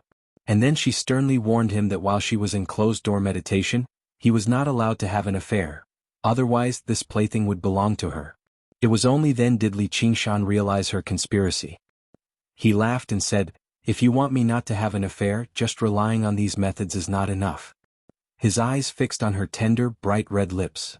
Han Xiongji immediately understood what he meant. How could she agree? She bluntly said that only brothel girls would do that. She scolded him for being insatiable, for being ungrateful and violating justice. In the end, Li Qingshan settled for the next best thing. He took pleasure in her soft breasts and in the end he even dirted her face so she complained for a long time. Li Qingshan could see that after confirming their relationship, she was actually very bold in this aspect. He thought that she used to often go to the brothel to play, so under the influence of what she saw and heard, she might know more things than he did. When the time came, he would coax her to try it out properly so that his transmigration would not be in vain. He was already looking forward to married life. As for Han Xiongji's warning, he did not take it to heart at all. At this very moment, how could there be room for other people in his heart? Even Gu Yenying had to step aside. After returning to Cloud Wisp Island to inform Little N, Li Qingshan went straight to Rinxin Island. In Ru Xian's pill room, Han Xiongji was not there, so he could concentrate on concocting medicinal pills.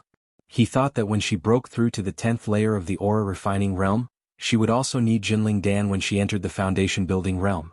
At a time like this, he had never considered that the first miss of the Han family would never need him to provide her with pills. He was only doing it for her own good. Ru Xian smiled as soon as she saw Li Qingshan. "You still look like you're in love. Looks like you had quite a good night last night. Don't tell me you've already ruined the young miss of the Han family?" "How could that be? But I'll probably be married in a few months." Li Qingshan smiled from ear to ear. He had held back this news time and time again, but in the end he could not help but reveal it to Ru Xian, who shared a great secret with him. Ru Xian's heart skipped a beat. She said sorrowfully, "Then I really do need to congratulate you. It's just a pity for me. I spend the entire night before the cauldron thinking about refining pills. Everyone close to me cares about me." Li Qingshan smiled. "Senior sister, if you want a man you can line up from here all the way to Clear River City." Ru Xian took a step forward and placed her hand on Li Qingshan's shoulder gently.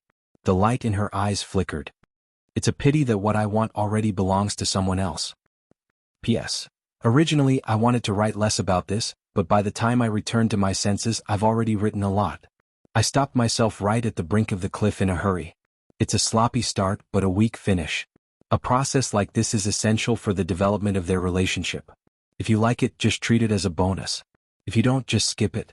Your support is my greatest motivation.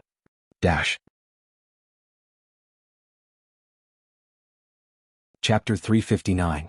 Li Qingshan gazed at her gentle face that completely differed from Han Xiongji's and was left speechless for a moment. He felt rather complacent but also rather awkward. If it were in the past, he could take advantage of this opportunity to tease her a little, but that was difficult to say now. He thought, Li Qingshan, Xiongji has only just entered secluded cultivation. You can't do anything that will let her down, so I have to say a few things to make Ru Xian give up. Don't tell me you think I'm talking about you." A mischievous smile that Li Qingshan was familiar with appeared on Ru Xian's face. "Of course not. I won't." Li Qingshan brushed her hand away in exasperation. He eased up inside, but he also felt a hint of disappointment for some reason. He was unable to tell whether she was telling the truth or not. Was that a joke earlier or a test? Or perhaps she really did have someone she loved a long time ago, which was why she had never accepted a single man's confession of love in the past few years. Was that man in the Mist Province? He immediately thought of a tattooed barbarian man with a blue cloth wrapped around his head, standing on a mountain with a child in his arms, gazing north at the mother of his child. He shivered all over. Why did he find it rather familiar, and he felt rather displeased too? As he thought of that, Ru Xian had already drifted away. She closed the door and set up the formation, making all preparations for adultery. She was as graceful as a white ghost. Looking at her graceful figure, she did not seem like she had ever had a child. Li Qingshan nodded. Ruexan said, "Oi, what are you standing there for? Did you eject your brains out last night? Take out the blue butterfly flower." Li Qingshan felt like he had been struck by lightning. He was tongue-tied. "Is that something you're supposed to say? Is that something you're supposed to say?" Ruexan said in disdain, "Isn't it just something between a man and a woman? I know more than you, little boy." Li Qingshan could not help but take a step back. He had heard that the barbarian women of the Mist Province were extremely liberal in this aspect. He thought of a group of tattooed men with white cloth wrapped around their heads. He stood at the top of the mountain and looked to the north. Ruexan blushed as if she could read his mind. "What nonsense are you thinking? I'm a doctor." Li Qingshan joked, "I didn't say anything." Ruexan's expression froze. Thinking about it, what he thought had nothing to do with her. She directly took out the crystal burner. "Stop talking nonsense. I'll let you see the results of my research last night." Li Qingshan took out a blue butterfly flower, but Ruexan raised 3 slender fingers. "3?" Li Qingshan asked doubtfully, "Are you confident?" "Of course." 10 hours later. A muffled sound came from the furnace. The concoction had failed. In the face of Li Qingshan's disdainful gaze, Ruexan straightened her hair without changing her expression. "It was an accident. Do you want to continue?" Li Qingshan asked. Now the success rate had dropped to 20%. Ruexan was roused too. "Of course. Give me another one." Li Qingshan passed another 3 blue butterfly flowers to her. "Since you're confident, let's continue." Ruexan's eyes flickered. "Aren't you afraid I'll ruin it again? Then let's continue." "It's not like I'm the only one losing anyway," said Li Qingshan.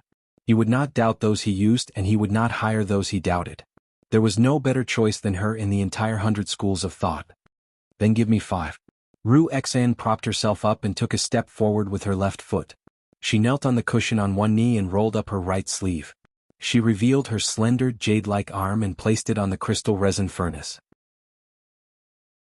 She was like a female dealer in a casino, holding the dice cup boldly and shouting, "Place your bets."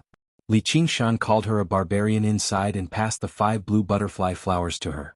Afterwards, he stared straight at the crystal resin cauldron like a gambler who had placed a huge bet.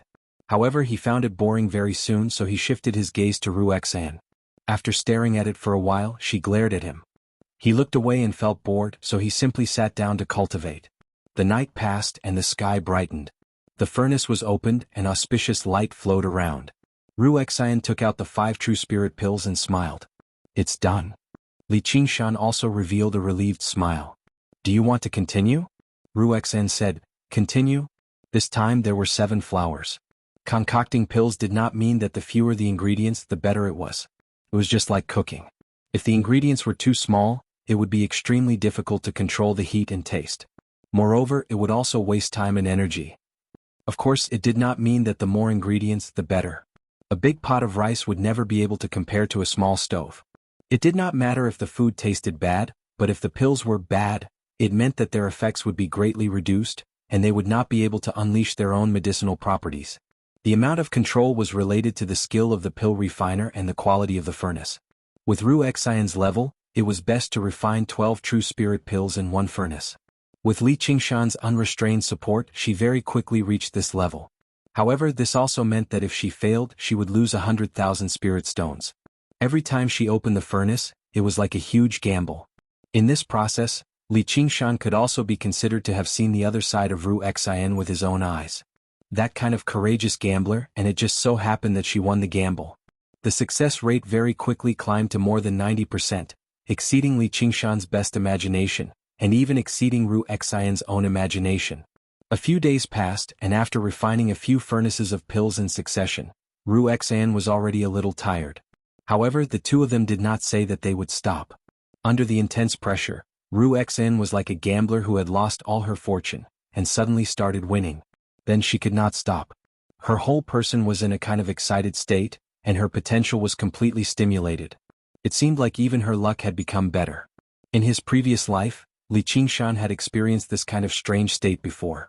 It was like Jordan's decisive shot on the basketball court, which never missed.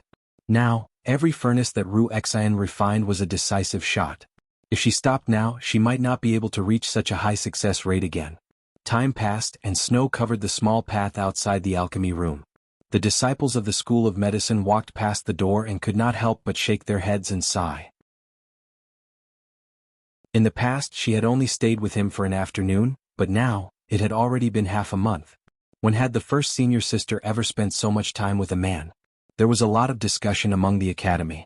Li Qingshan had just sent the second senior sister of the School of Legalism into secluded cultivation, and then he had entered the first senior sister's alchemy room without coming out.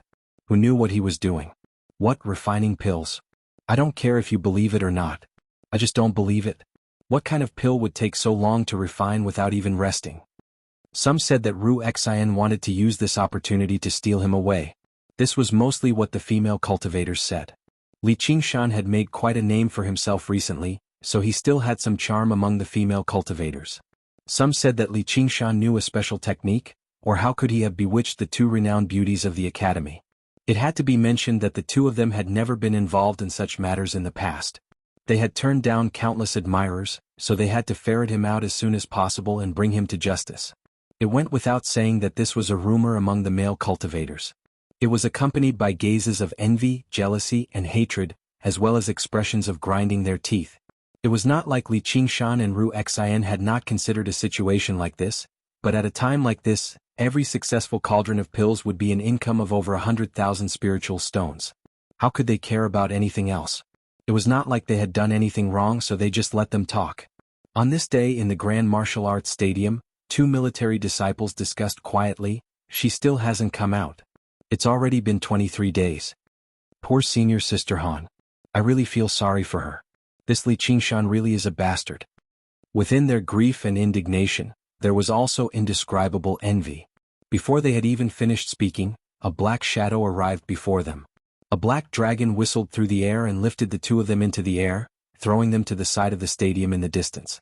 Han Tie stowed his spear behind him and said coldly, "Didn't I tell you? When you're training, you're not allowed to whisper to each other. Swim 50 laps around the island." The two military disciples groaned inside. They had swum 50 laps and they had lost half their lives. They knew that their first senior brother had been in a bad mood recently, so how could they dare to object? They clasped their fists and said, "As you wish." Han Tie's face was as cold as ice. After a moment of silence, he suddenly strode away from the stadium. "Tie, where are you going?" Han Anjuan looked down from the platform and frowned slightly. "I'm going to find Li Qingshan." Han Tie clasped his fist with his head lowered. Before Han Qiongji entered secluded cultivation, she had told him to keep an eye on Li Qingshan. He did not take it to heart originally, but he was forced to take action now. The military disciples who were training all slowed down and turned their heads. Li Qingshan was probably in trouble this time. "Do you think he's that kind of person? Is Ru Xian that kind of person?" Han Anjuan said. "No," Han Tie said.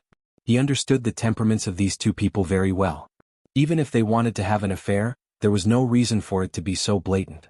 However, he could not bear to hear others talking about Han Qiongji like that, as if they were treating her like a fool, even though her brain was sometimes not sharp enough. "Return to the team," Han Anjuan said. "As you wish." Han Tie could only return to the stadium and ruthlessly drill the military disciples. "Li Qingshan, get out here." On Benevolence Island outside the alchemy room, Chu Tian was like an enraged bull, shouting loudly. Seeing that there was no response from inside, he went forward to push open the alchemy room's door. Immediately, a group of medical disciples rushed out to stop him. "The alchemy room is a restricted area, do not trespass. Senior Ru Xian is refining pills, fellow Chu, please go back. You don't have to stop me." Chu Tian stepped forward, five-colored true chi appeared on his body, and forcefully barged in, slamming his palm on the alchemy room's door. The medical disciples did not really want to stop him.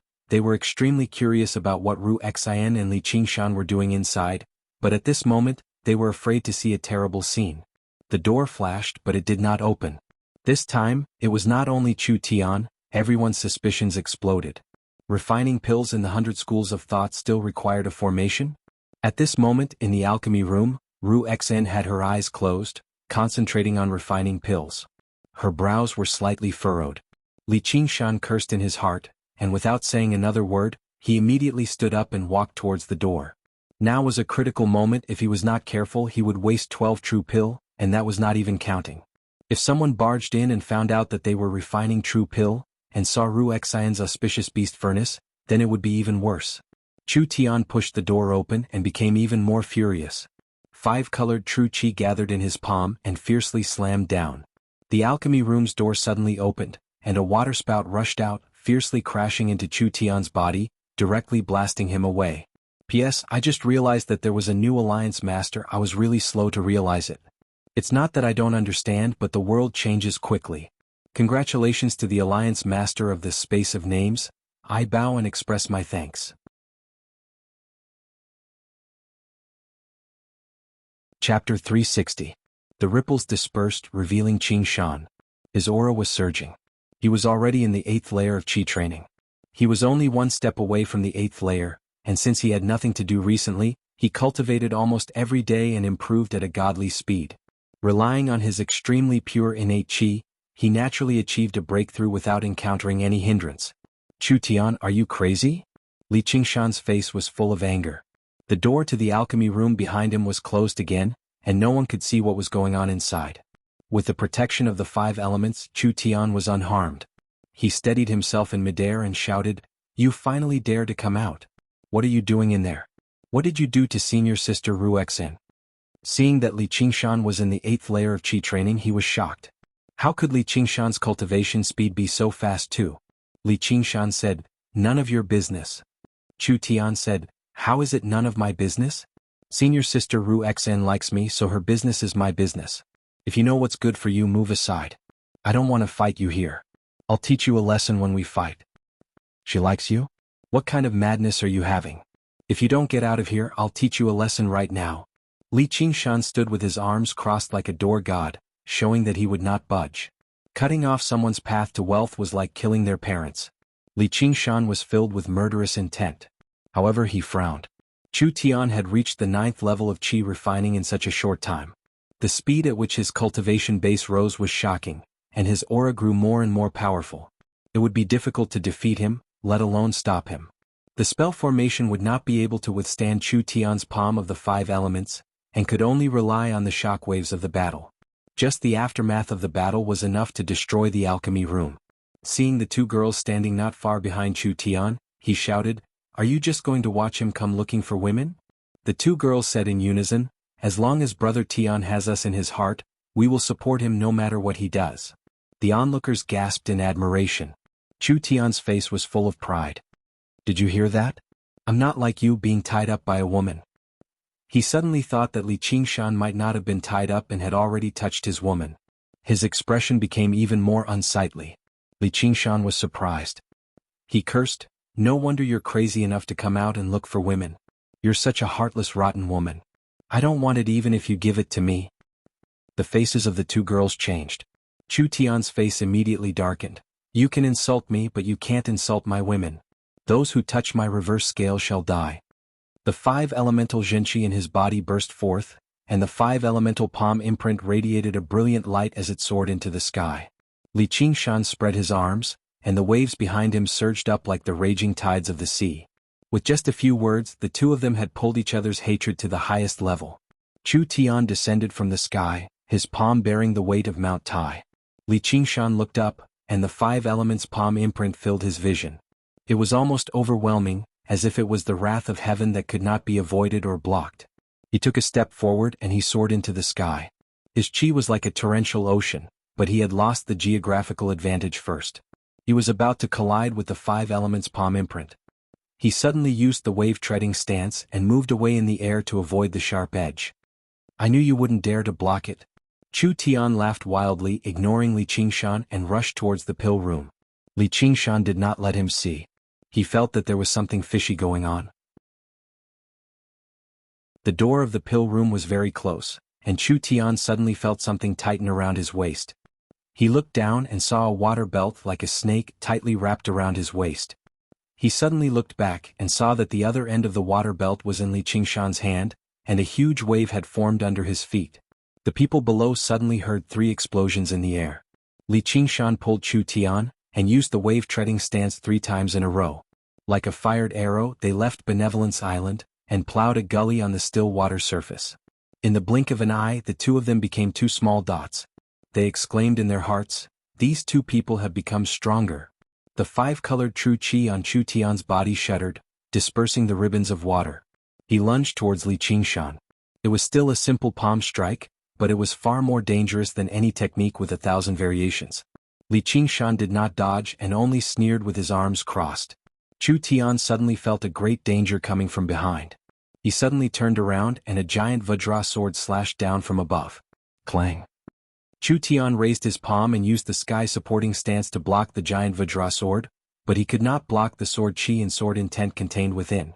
Boom! The lake water below was split into two by the sword, and the surging waves left a sword mark that was dozens of feet long. It turned out that Li Qingshan had brought Chu Tian to the vicinity of Ansrava Island. Little and was now in the 10th layer of chi refining. If there was anyone in the 100 schools of thought who could beat Chu Tian in terms of true chi, it would be her. A trickle of blood flowed from the corner of Chu Tian's mouth. He did not even have time to scold her for being despicable. Li Qingshan's fist came whistling from behind him. The fist was not a fist but a drill. Layers of water spun at high speed, blurring the appearance of the water and turning it into the most terrifying killing weapon. Vortex stance. The blood that flowed from the corner of Chu Tian's mouth turned into a spurt, and he was immediately sent flying. He wanted to stabilize his body, but his eyes were filled with a golden light. The Vajra warrior was waiting for him on the path he was flying over. Holding the sword with both hands, it raised it high again and slashed down fiercely. This time it was even more powerful and ferocious than before. The two's tacit understanding was perfect, and Chu Tian had no chance to catch his breath. He could only watch helplessly as he was forced into a desperate situation step by step. Finally he felt the threat of death, and his hand hurriedly reached for his 100 treasures pouch. He wanted to use that, but how could he make it in time? The blade turned in midair, changing from slash to slap. The Vajra warrior's angry eyes returned to normal. With a bang, Chu Tian fell into the lake of dragons and snakes like a kite with its string cut, and he gave rise to an enormous splash with a bang. Li Qingshan nodded at Little Anne and Little Anne expressed, "I'll be here so you can go about your business." Li Qingshan glanced down. An injured Chu Tian posed no threat at all, so he swung his sleeve. "You don't know what's good for you." He left on the waves. If he faced any difficulties he could find Little Anne.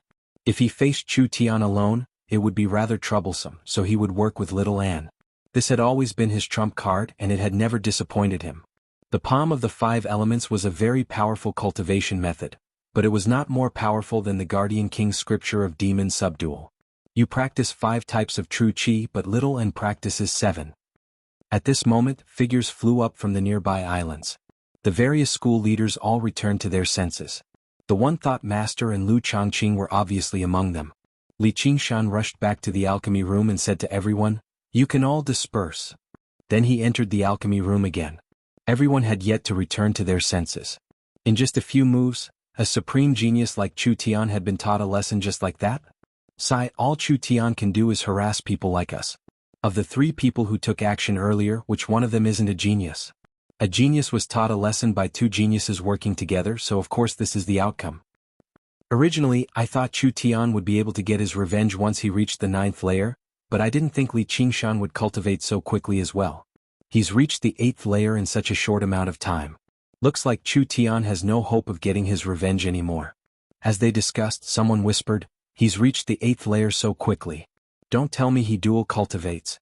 If Li Qingshan were outside he would be tempted to choke him to death.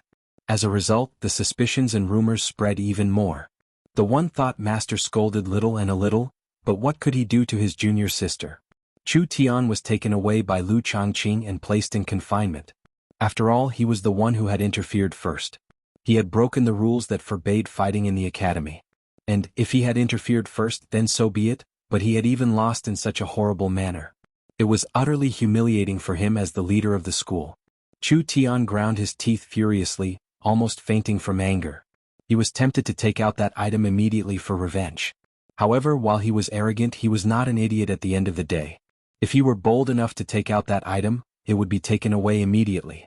His caution was exactly the same as Li Qingshan's thoughts. Li Qingshan returned to the alchemy room and sat down beside Ru Xen silently. He waited for another hour and the cauldron was opened.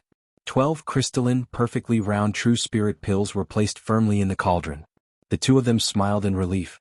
Just when Li Qingshan wanted to hand over some more blue butterfly flowers, Ru Xen waved her hand. Let's stop here this time. Do you really want to use me as a slave? As she said that, she felt like her entire body was drained of energy.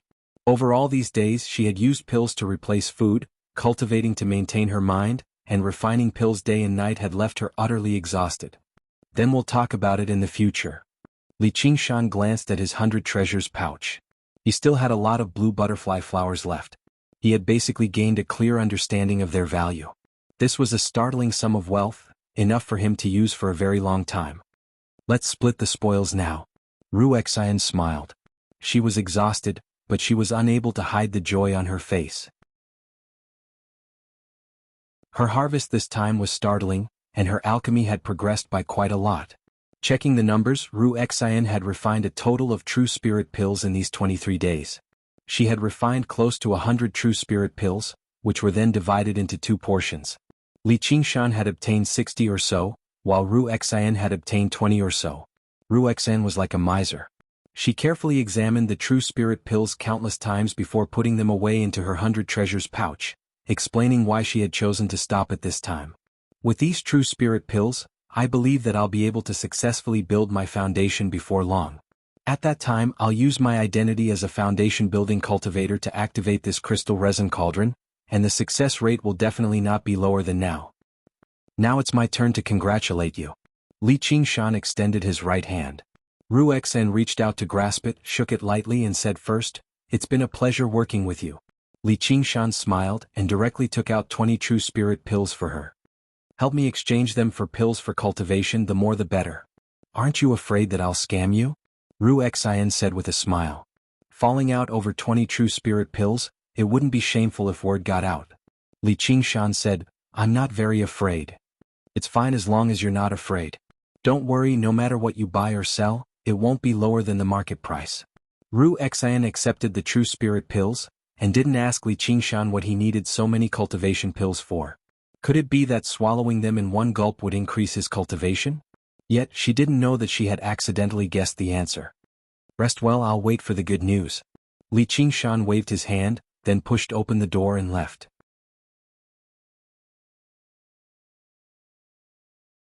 Chapter 361. Ru Xian exhaled deeply. What a nice man. Li Qingshan returned to Cloud Wisp Island and saw Little and sitting on the porch. He smiled. What's wrong? You're not grounded?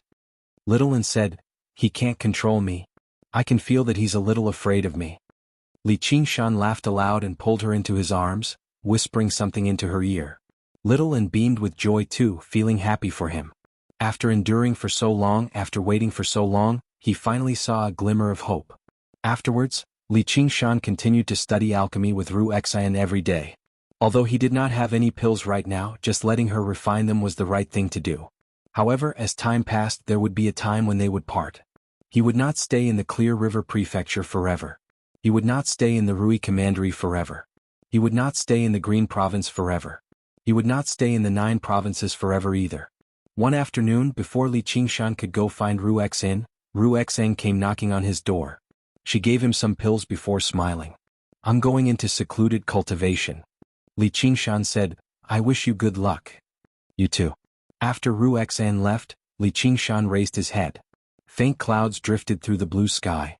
His heart brimmed with faint joy. It was also time for him to set off.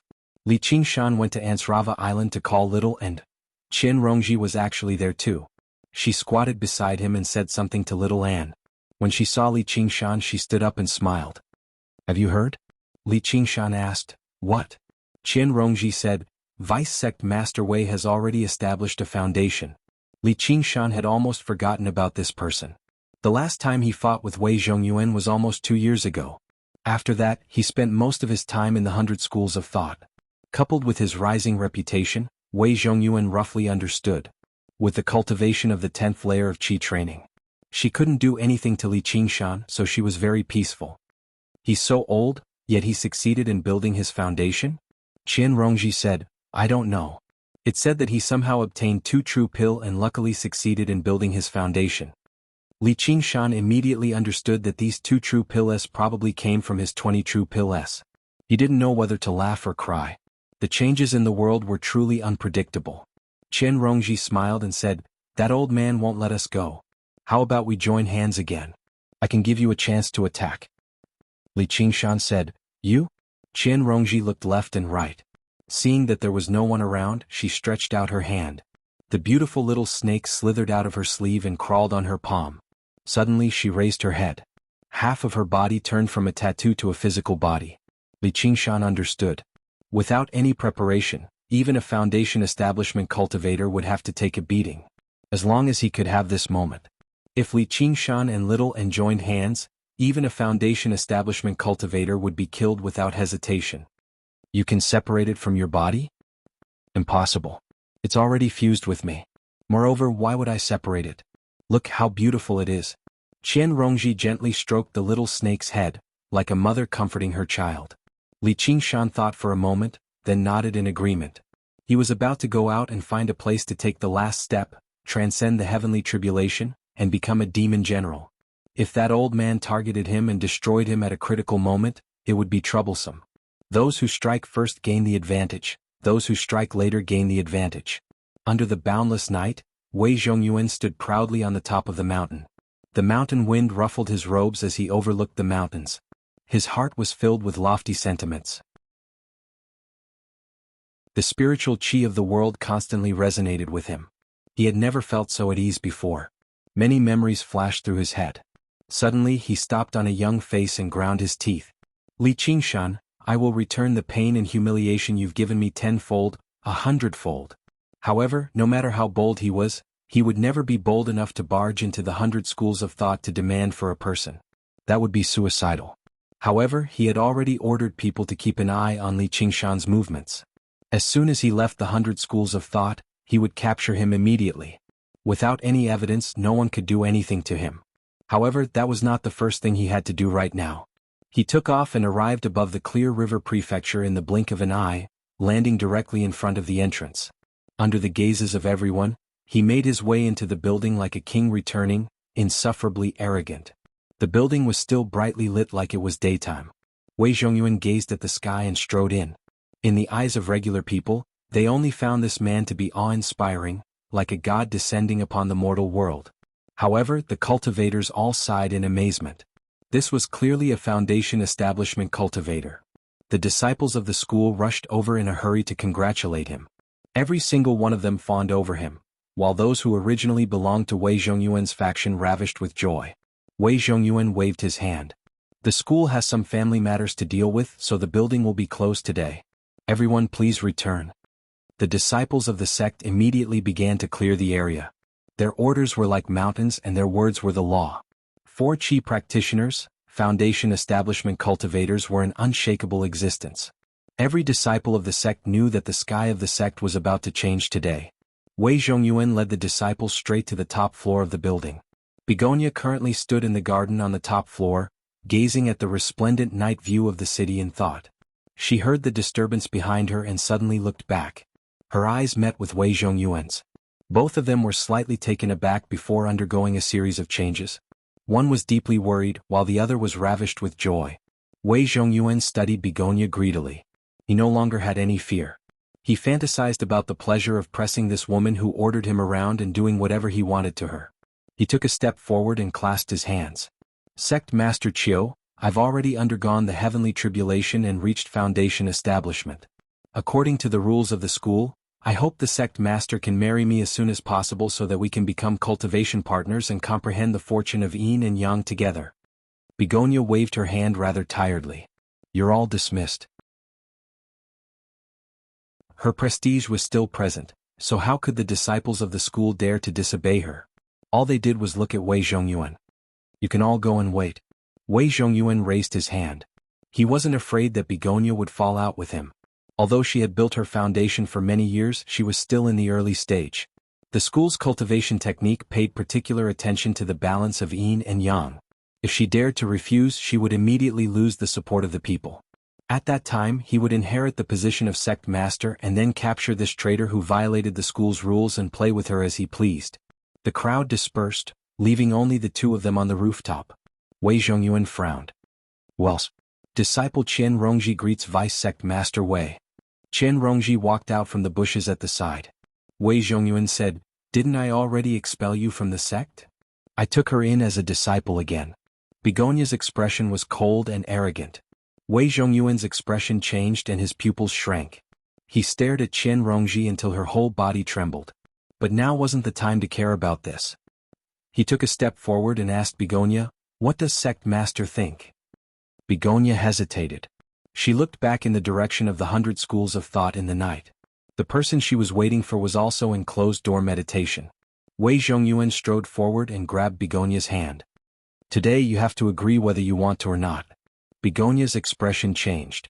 Wei Zhongyuan's face was filled with a hideous smile. Black and white spiritual energy collided fiercely, but there was no force released. Instead they melted each other. Using Yang to subdue Yin, Wei Zhongyuan had a slight upper hand. Just as he was about to grab Begonia's wrist, Qian Rongji, who was loyal to her master, stood in front of Begonia and shouted, "Vice Sect Master Wei, please don't do this." Wei Zhongyuan directly threw a slap, landing it on Qian Rongji's face. Suddenly, all of his strength vanished without a single sound. The hell snake crawled up Qian Rongji's face and bit Wei Zhongyuan's hand. Wei Zhongyuan opened his mouth wide and his eyes bulged. It was an intense pain that came from the depths of his soul. In an instant, Li Qingshan's figure appeared behind Wei Zhongyuan. He pressed his hand on Wei Zhongyuan's back and hundreds of sword chi surged in. Little and wielded a Vajra long sword and slashed down on Wei Zhongyuan's head. Begonia's hand stretched out 2 fingers and pierced towards Wei Zhongyuan's eyes. Wei Zhongyuan forcefully suppressed the pain and circulated his spiritual energy. He wanted to launch a desperate counterattack, but it was already too late. The sword chi collided horizontally. Without the protection of spiritual energy, Wei Zhongyuan's internal organs were torn into pieces. The Vajra sword slashed open the top of his skull. The sword chi and sword intent penetrated his feet. 2 slender fingers not only pierced through his eyes, but also pierced into his brain and stirred violently. In the end he heard Qian Rongji say, "Vice Sect Master Wei, why did you touch my face?" Then he lost all consciousness amidst pain and unwillingness. Wei Zhongyuan's body fell to the ground with a loud bang. A dignified foundation-building cultivator had become a corpse in an instant. Li Qingshan immediately collected his corpse. To little Anne, the corpse of a foundation-building cultivator was equivalent to an extra-large medicinal pill. The benefits were not something a mortal's corpse could compare to. Wei Zhongyuan's 100 treasures pouch naturally fell into his hands. Begonia was still a little dazed. She didn't dare to believe that Wei Zhongyuan had died just like that. He had died so easily. That day when Qian Rongji came to her and said that she could help her kill Wei Zhongyuan, who was in the foundation-building realm, silently, she still didn't believe it. Even if 3 foundation-building cultivators worked together to kill 1 foundation-building cultivator, it wouldn't be that easy, let alone a small chi practitioner. But the truth was right before her eyes. Even if she didn't make a move, the 3 of them could still have killed Wei Zhongyuan. 3 chi practitioners had killed a foundation establishment cultivator. "Master, I did it." Qian Rongji bowed to Begonia, but there was no loyalty in her eyes. It had to be said that the incident with the White Lotus sect had disrupted many of her plans. It was not like Begonia was an idiot. How could she not realize that Qian Rongji was not under her control at all, with Qian Rongji acting as a double agent? Her submissiveness in the past was all an act. So much for teaching her the various cultivation methods of the sect without worry, treating her as an obedient puppet. However, back then Qian Rongji had already established a relationship with Gu Yenying. She wanted to help Gu Yenying complete her plan. Even if Begonia was furious, she was afraid of revenge, or she would be treated as part of the White Lotus sect, which would lead to the destruction of her entire sect. She could not even mention the matter of her attempt to use charm to control the Hawkwolf Guard. Afterwards, the 2 of them never saw each other again. This continued until a few days ago when Qian Rongji suddenly visited, saying she could help her eliminate a great problem. P.S. It's almost the end of the month. It'll be a waste if you don't vote. Oi, I'm not telling you to leak it to someone else. Look here, look here.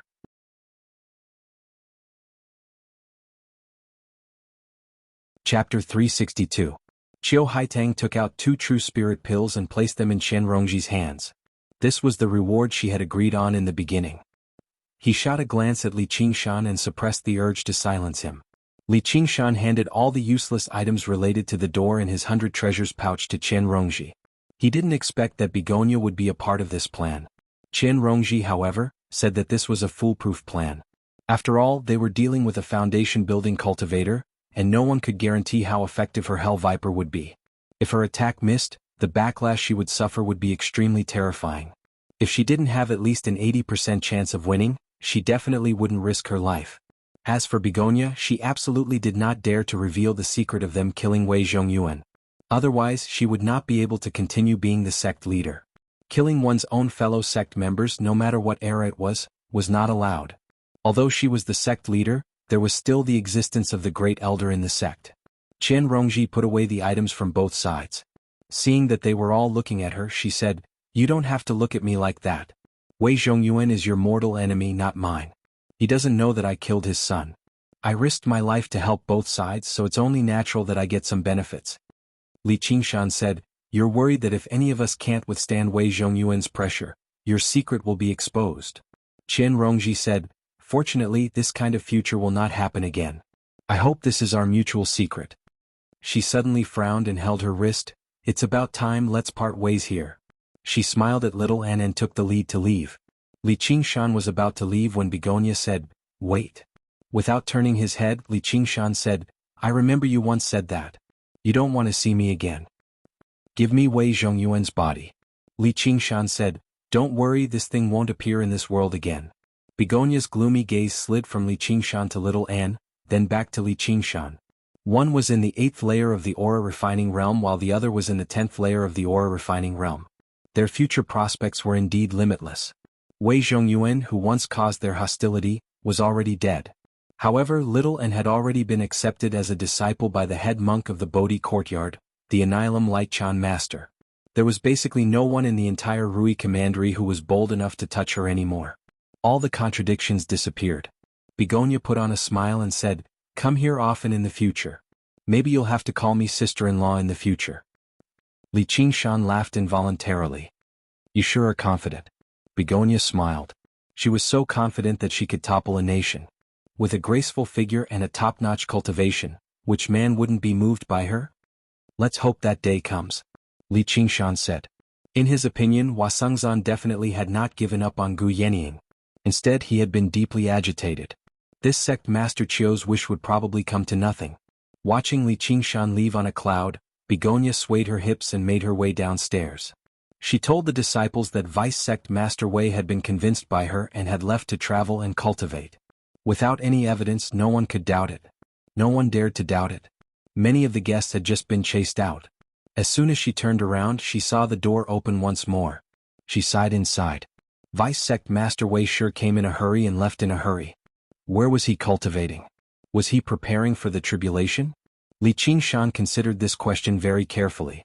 In the end, he chose to revisit this place. On a cliff that was several dozen meters tall, a jade dragon rushed down, plunging into the deep pool. Although it was winter and the water was dry, its roar was thunderous and water splashed everywhere. That's right. This was where Oxen had brought Li Qingshan to cultivate. It was where Little Anne had first learned the path of white bone and great beauty. It was also where he had met Shenyue by chance. The various memories floated through his mind like smoke. Li Qingshan laughed aloud and dove headfirst into the pool. Because this place was part of the boundless mountains, it was uninhabited. Also, because it was close to the human world, there were no demonic beasts. At the same time, it was very secluded, making it the best place to cultivate. Together with Little Anne, they arrived at the cave behind the waterfall. When they saw that everything was the same, they both felt a sense of familiarity. "It looks like we'll have to stay here for a while," Li Qingshan said. Before coming out this time, he had accepted many random missions to avoid arousing suspicion if he did not return for a long time. Little Anne nodded and said, "All right." However, she made up her mind that she would work hard to catch up to his footsteps. Li Qingshan sat down cross-legged and took out the pills that Ru Xian had given him. As he had requested, they were all high-grade pills. There were even 2 virtue accumulation pills among them. Li Qingshan directly took out a virtue accumulation pill and consumed it. Then he closed his eyes and digested and absorbed it. Meanwhile, Little Anne sat down near the entrance of the cave and watched over him. Days passed one after another. The water from the waterfall grew stronger and stronger. That was a sign that the winter snow was melting. Li Qingshan continuously consumed pills. He had already consumed 3 virtue accumulation pills, but he was still a distance away from the final step. Although it was only a step, it sometimes felt like it was so far away that he could not reach it. However, he was not impatient. He patiently allowed time to pass by. The winter snow melted and the trees sprouted. On a certain day, at a certain moment, he suddenly opened his eyes. There was a gleam of joy in his eyes. The ray of light that he had been looking forward to for a long time had finally descended from the sky. He felt as if he had crossed a certain boundary and stepped into another world. At the same time, he felt a great danger approaching. He only had time to say to little Anne, "Go away," before the blazing white lightning engulfed him. An electric arc as thick as a water snake bounced little Anne away. The cave had already turned into a sea of lightning. Streaks of lightning intertwined and crawled like living creatures, letting out violent roars that sounded like the roars of tigers and dragons. Boom, boom, boom, boom, boom. The lightning tribulation did not descend from the sky like he had imagined. Instead, it surged over from all directions, passing through the thick rock and underground and completely surrounding Li Qingshan in a single moment. It was so fast that he had no time to react at all. In that moment, Li Qingshan even felt like he was the one who had released the lightning, and the source of the lightning was the spirit turtle's demon core in his body. The lightning pierced the spirit turtle's profound shell. The ox demon forges its hide, his flesh, blood, and bones. It even pierced his soul. Li Qingshan had made a huge mistake. Regular demons would spit out their demon core and keep it away from their bodies when they underwent their tribulations. It was exactly because the cultivation of the demon core had crossed the invisible boundary of the world that it would summon the lightning. Why would anyone undergo their tribulation while holding their demon core in their body? However, Li Qingshan did not know about this. There were no human books that recorded how demons underwent their tribulations, nor had a demon general ever told him about this. He did have one by his side, but Millipede had always been a simpleton. Why would he think of telling him about this? The rocks in the cavern were all crystallized by the scorching energy before shattering and condensing again from the heat. They constantly shattered and condensed again. Intense pain. Tearing pain. It was as if he was being torn apart inch by inch. The spirit turtle suppresses the seas. Li Qingshan bellowed out. The demon core shone with rings of blue light, stabilizing his mind, soul, and body. Li Qingshan stood up and his body rapidly swelled. When he rushed out of the cavern, he was already 20 or 30 meters tall. He had completely turned into a demon and he was still growing larger. His roar drowned out the lightning as he swung his arms, like he was fighting against an invisible enemy. The pool water and waterfall turned into mist in an instant, rolling and churning like a thick cloud. It landed on the ground, and an imposing figure could be seen in the midst of the constantly flashing lightning. It seemed like the passage of time, but in reality, it was only a short moment. The disappearance of the lightning was as fast and mysterious as its arrival, without any warning. Qingshan. Little An's face was full of worry. He took a step forward and called out his name. He was almost unconscious when he heard this call and woke up. The white mist that shrouded the surroundings was like a white towel that was full of water that had been twisted by someone. The torrential rain poured down, soaking his crimson hair. The water level in the dried-up pool continued to rise. He looked down and saw a blurry figure on the surface of the water. When he saw himself in the water, he revealed a surprised expression. "Is this me?" Xiaoan rushed into the mist and saw where he was with a single glance. She stopped and was taken aback. "So noisy." He casually grabbed at the sky, and the mist that filled the sky turned into water and returned to the deep pool. He was not submerged by the water, but floated up and stood up from the water. He waved his hand and the water surface was flattened. Like a mirror, it clearly reflected the blue sky and white clouds as well as his appearance. His fiery red hair was draped over his back, and his body was like the work of a sculptor. Every line seemed to have been carefully polished, presenting the most perfect golden ratio, a balance between strength and beauty. If this was not enough to surprise Li Qingshan, when he saw his face reflected in the water, he was immediately stunned. He had seen many handsome men in the past such as Hua Qingzan and Han Tie, but the handsomeness of his face was no less than theirs. As a matter of fact, it might even surpass them. If he could ignore the 2 curved ox horns protruding from his head, he could become the man of every woman's dreams. Li Qingshan suddenly understood that this was what he looked like after assuming a human form. He touched his face and smiled. So heavenly tribulations have cosmetic effects too. He thought about how all the animals and birds had become rather presentable after undergoing the heavenly tribulations. He was already 70 to 80% human in the first place, but he had been directly struck into a handsome man. Little An smiled as well. He asked, "How do you feel?" "Of course it's fantastic," Li Qingshan roared out, startling a large flock of birds. He laughed aloud, revealing his sharp canines. He actually seemed rather sinister. Power surged through his body endlessly, making him tempted to find a powerful opponent and fight it out right now. The three elders, Fu Qingjin, these opponents that were originally out of his reach had suddenly been pulled closer to him.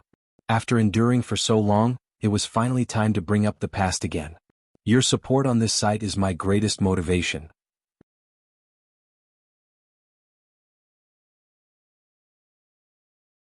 Chapter 363.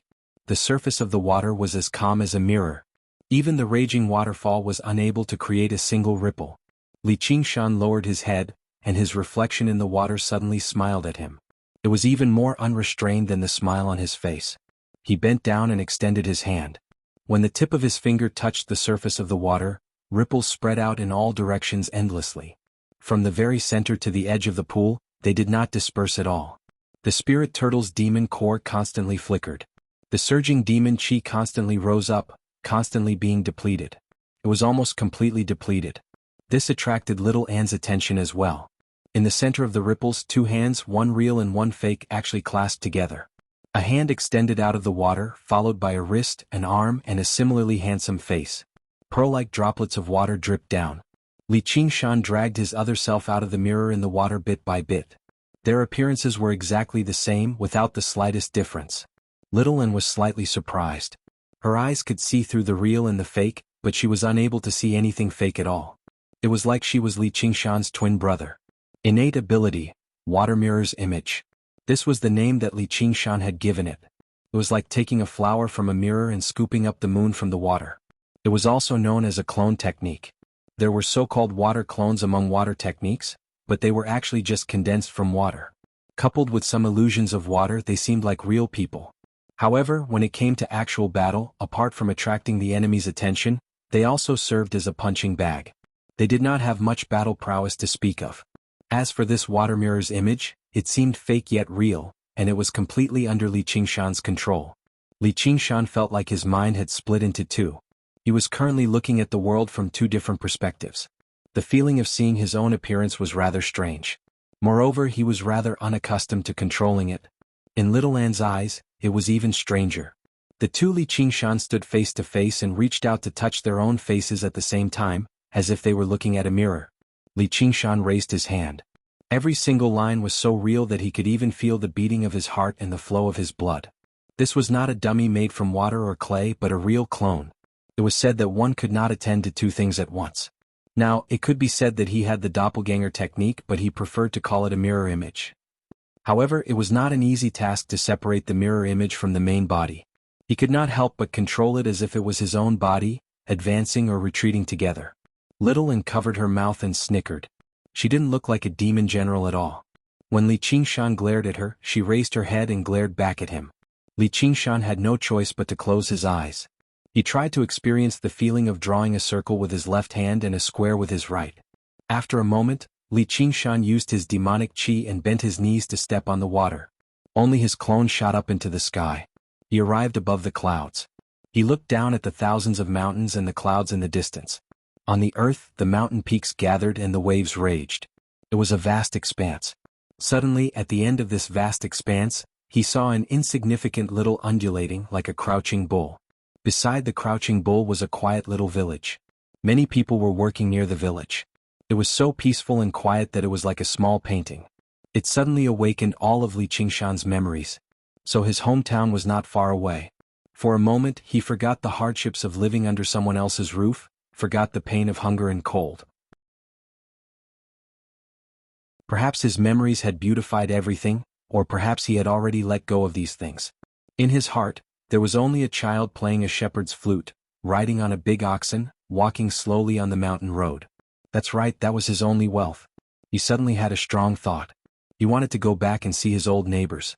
However, he immediately dispelled this thought. There was no need to bury one's bones in mulberry fields. This was the promise he had made to himself. There was nothing he was reluctant to part with there. If there was something he could not give up, one was on the ground, one was in the Bai clan, one was in the sky. He looked up at the sky and smiled. A feeling of incomparable freedom was deeply reflected in the heart on the ground. On the ground, Li Qingshan walked out of the deep pool and came before little Anne. He half knelt and hugged the only one who shared his happiness, the eternal supporter, tightly in his arms. Little Anne, do you see? I have become so powerful. From now on, no one can casually bully us anymore. Laozi will definitely make them all pay the price. Little Anne felt that the current Li Qingshan was somewhat different. This was not a change in his appearance but in his temperament. Compared to his human form, he always had a kind of unbridled arrogance in his demon form. She liked him like this. Because at this time he always looked a bit happier. But no matter which he was still her Li Qingshan. One Li Qingshan stepped on the ground and hugged the most important person to him in his arms. The other Li Qingshan flew into the blue sky and opened his arms towards the sky. I want freedom. I want freedom to do whatever I want. I want unlimited freedom. 9 provinces, I am coming. 9 heavens, wait for me. Can you wait for me for a moment? Little Anne tilted her head and smiled. Li Qingshan fiercely kissed her on the cheek.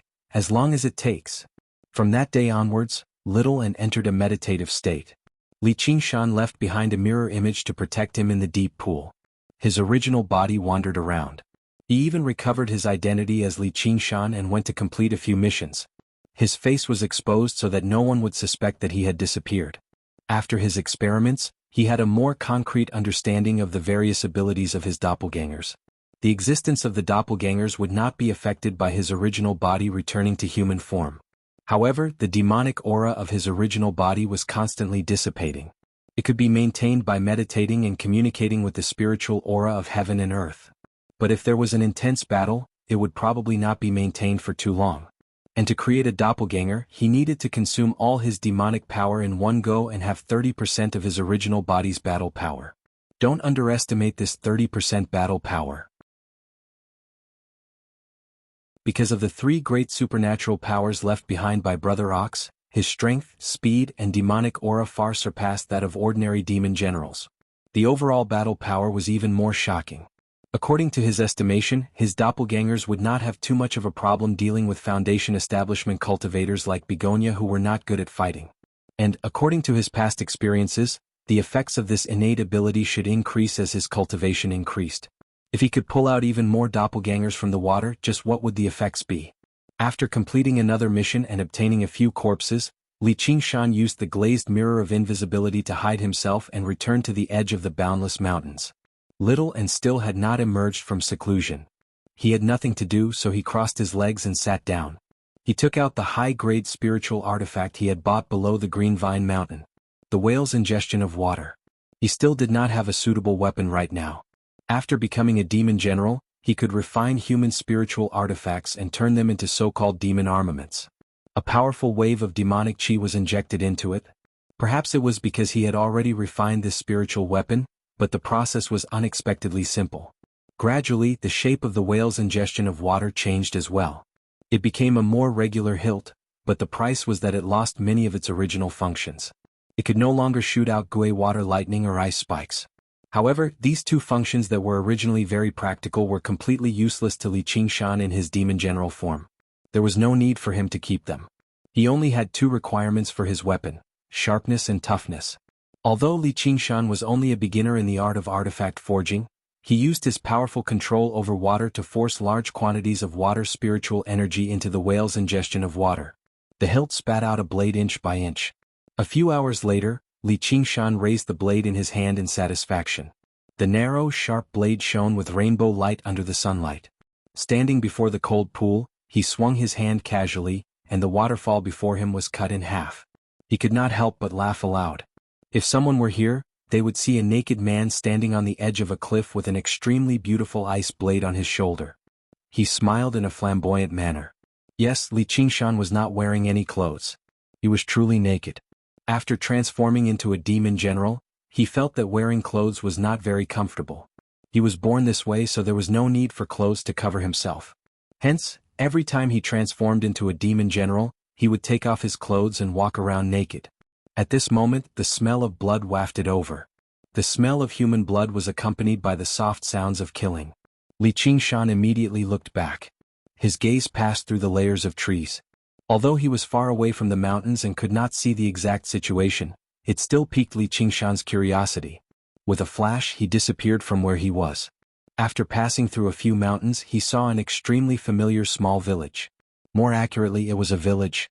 This was also an old place, the place where hunters lived, the Drawn Rains village. Only then did Li Qingshan remember that the place where he cultivated was actually closer to the Drawn Rains village, which was deep within the vast mountain range. However, at that time there were huge mountains in the way and the mountain paths were rugged and difficult to traverse. That was why it felt so far away. At this moment, the Drawn Rains village was being surrounded and attacked by a large group of soldiers. There were quite a few experts among them. If not for the protection of the high walls and the advantage of bows and arrows, the village would have already been breached. Huang Binggu stood on top of the sentry tower, holding a large bow in his hand. The bow was like a full moon, and the arrows were like shooting stars. Every arrow would kill a person, greatly damaging the enemy's morale. However, he was also almost exhausted. His brows were tightly furrowed. Was my Drawn Rains village going to fall here? At this moment, a voice came from the sky. It was as relaxed as if someone was taking a stroll after dinner, greeting a neighbor. Hunter Huang, long time no see. Huang Binggu was currently extremely nervous. Upon hearing this, he shot an arrow without saying anything. Only then did he realize that the voice was somewhat familiar. At this moment, the battlefield quieted down. The people inside and outside the village all raised their heads in a daze. All they saw was a white cloud descending from the sky. Li Qingshan returned to his human form. Of course, he had also put on his clothes. He easily brushed aside the incoming arrow and lowered the cloud until it was parallel to the sentry tower. He smiled at the dumbfounded Huang Binggu. Is this how you welcome an old friend? This was a remote place. It was not like the Clear River Prefecture, where they had seen many cultivators. In the eyes of the people, cultivators were no different from immortals. Li Qingshan's current behavior only confirmed their suspicions. Why, you're Qingshan. Your support on this site is my greatest motivation.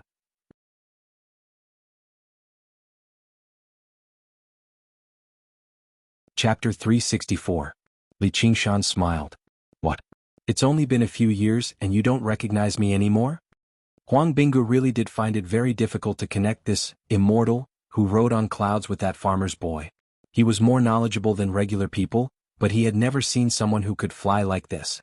It had only been 2 or 3 years since they last met, but his originally tall frame had already completely unfolded. His shoulders were broad and his arms long, and his body was imposing. Just sitting on the cloud gave off an invisible pressure. Although the outline of his face had not changed much, his entire bearing was like a completely different person. Outside the village, many soldiers threw down their weapons and bowed to him. Although most of the hunters in the village could recognize Li Qingshan, they still struggled to believe their eyes. Li Qingshan glanced at the stunned masters outside the village and asked, "What's going on?" Huang Binggu smiled bitterly and put down his bow. He told him the whole story. As it turned out, a new district magistrate had been sent over soon after Yi Dachuan had left. This time he was not someone with connections like Yi Dachuan, but a scholar from the academy. In just a short year or two he managed the Qingyang district into a solid block, becoming the local tyrant.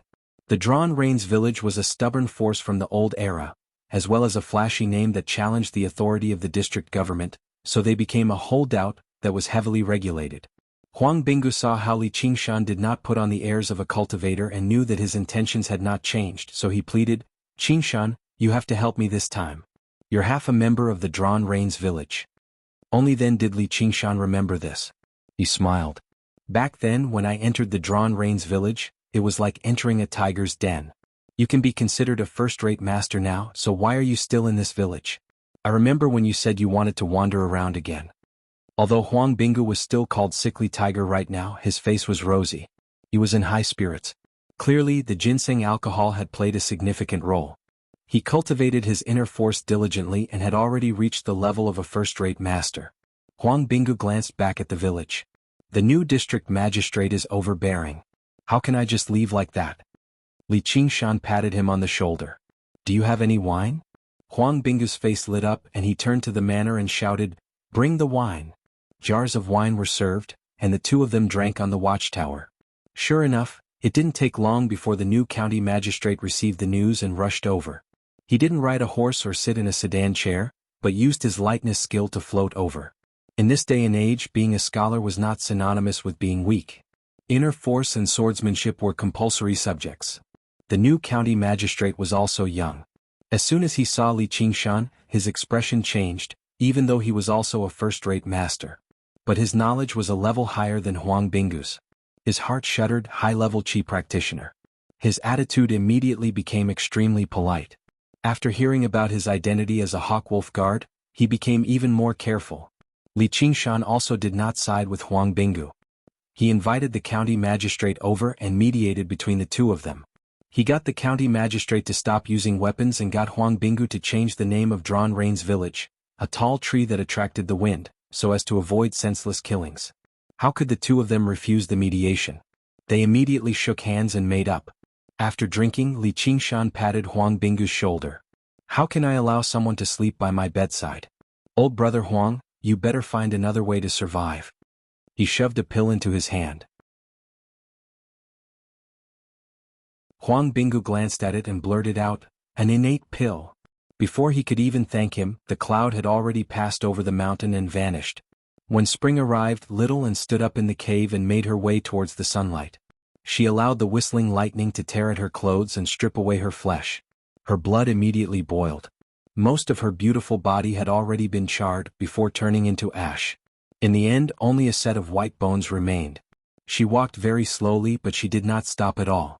Even the terrifying heavenly tribulation was unable to make her waver. That was because he was waiting for her outside. She could not be left behind by him. She wanted to be with him forever. With this stubbornness, she finally made her way out of the cave. Li Qingshan currently stood on the surface of the water, raising his head to observe the shape of a cloud. He turned around and smiled. He placed a wild flower he had plucked from somewhere into her hand that had already withered to bones. He smiled. Let's go. The flower withered and the smile blossomed. After over 2 years of development, the Green Vine Mountain had finally recovered some of its former glory. In the particularly gloomy hall at the top of the Green Vine Mountain, the 3 elders sat before one another. The Green Vine elder's eyebrows and beard became even more disheveled, tangled together like a mess. His wise eyes were filled with worry. The Lone Grave elder's pale white face was slightly green. The Golden Pheasant elder was still dressed in luxurious robes, but he no longer possessed the high-spirited bearing of a rooster. It was rare for the 3 of them to gather together, as they had all felt uneasy recently. Although they did not know divination, all Foundation establishment cultivators could communicate with the spiritual Qi of the world. And, with their age, who knew how many storms they had experienced? They believed this uneasiness was definitely not a coincidence. After quite a while of silence, the Green Vine elder said, I'm just afraid it's revenge from underground? I've already contacted the Demon Slayer. The Golden Pheasant elder said, What? The 3 of us are already so old, yet we have to ask the Demon Slayer for reinforcements just because we don't feel right. If this gets out, we'll probably become a laughing stock. For once, the Lone Grave elder said, Fair enough. With that, even the Golden Pheasant elder shut up. A while later he asked, Did you really sense something? The Lone Grave elder said, Death. The hall became even more terrifyingly quiet. The Green Vine elder said, Don't worry. I've already cast down numerous formations throughout the Green Vine Mountain. Even a fly can't fly in. His expression suddenly changed. What's wrong? Someone touched the formations and was stopped. After a moment of silence, the Green Vine elder let out a sigh of relief. They seemed to have retreated. Before he had even finished speaking, the Golden Pheasant elder listened closely. Is there a sound? The Green Vine elder focused and sure enough, he heard a gentle sound. It was not the cry of a bird, nor was it the cry of an insect. The 3 of them sensed the surroundings, but they were unable to find the origin of the sound. However, the sound was clearly growing louder and louder. The dust on the ground leapt up in joy, and the dark green tea in the teacups rippled gently. Just below. The 3 of them leapt up and looked down. The Green Vine elder said, That's impossible. There are formations below as well, and the rock is as tough as metal. It's impossible for someone to pass through. Under the doubtful and worried gazes of the other 2 elders, he added, Not even demons. The tremors grew louder and louder, growing closer and closer. A hole suddenly appeared in a certain part of the ground. The earth twisted in the surroundings as if an invisible force had pushed it away. A huge, pink millipede crawled out of the hole, making crackling sounds as it circled around the hole. It seemed like it was waiting but also like it was urging them on. Sensing the auras of the three elders, it directly curled up into a ball. The nightmare of the past seemed to come back to life all of a sudden. The golden pheasant elder cried out, "It's still alive." The green vine elder's expression was ugly as well. That's right. It was much smaller, but it was definitely the demon general they had set up a trap against in the past.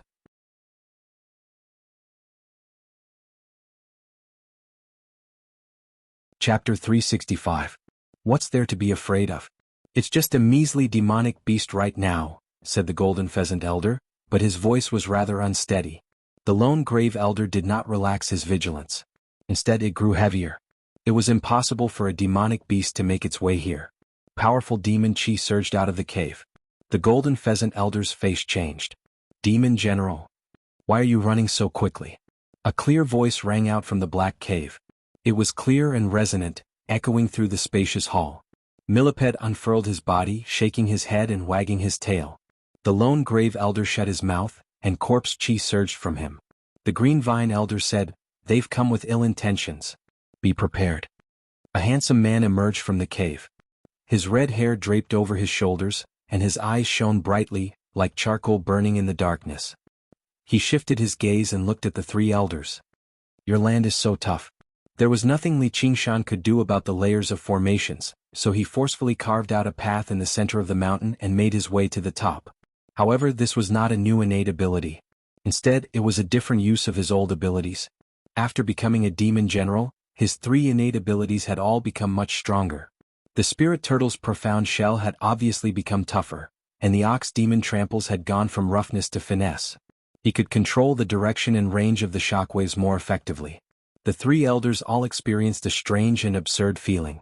In the middle of the night, a naked man had made his way to the main hall of the Green Vine Mountain from the most unlikely of places.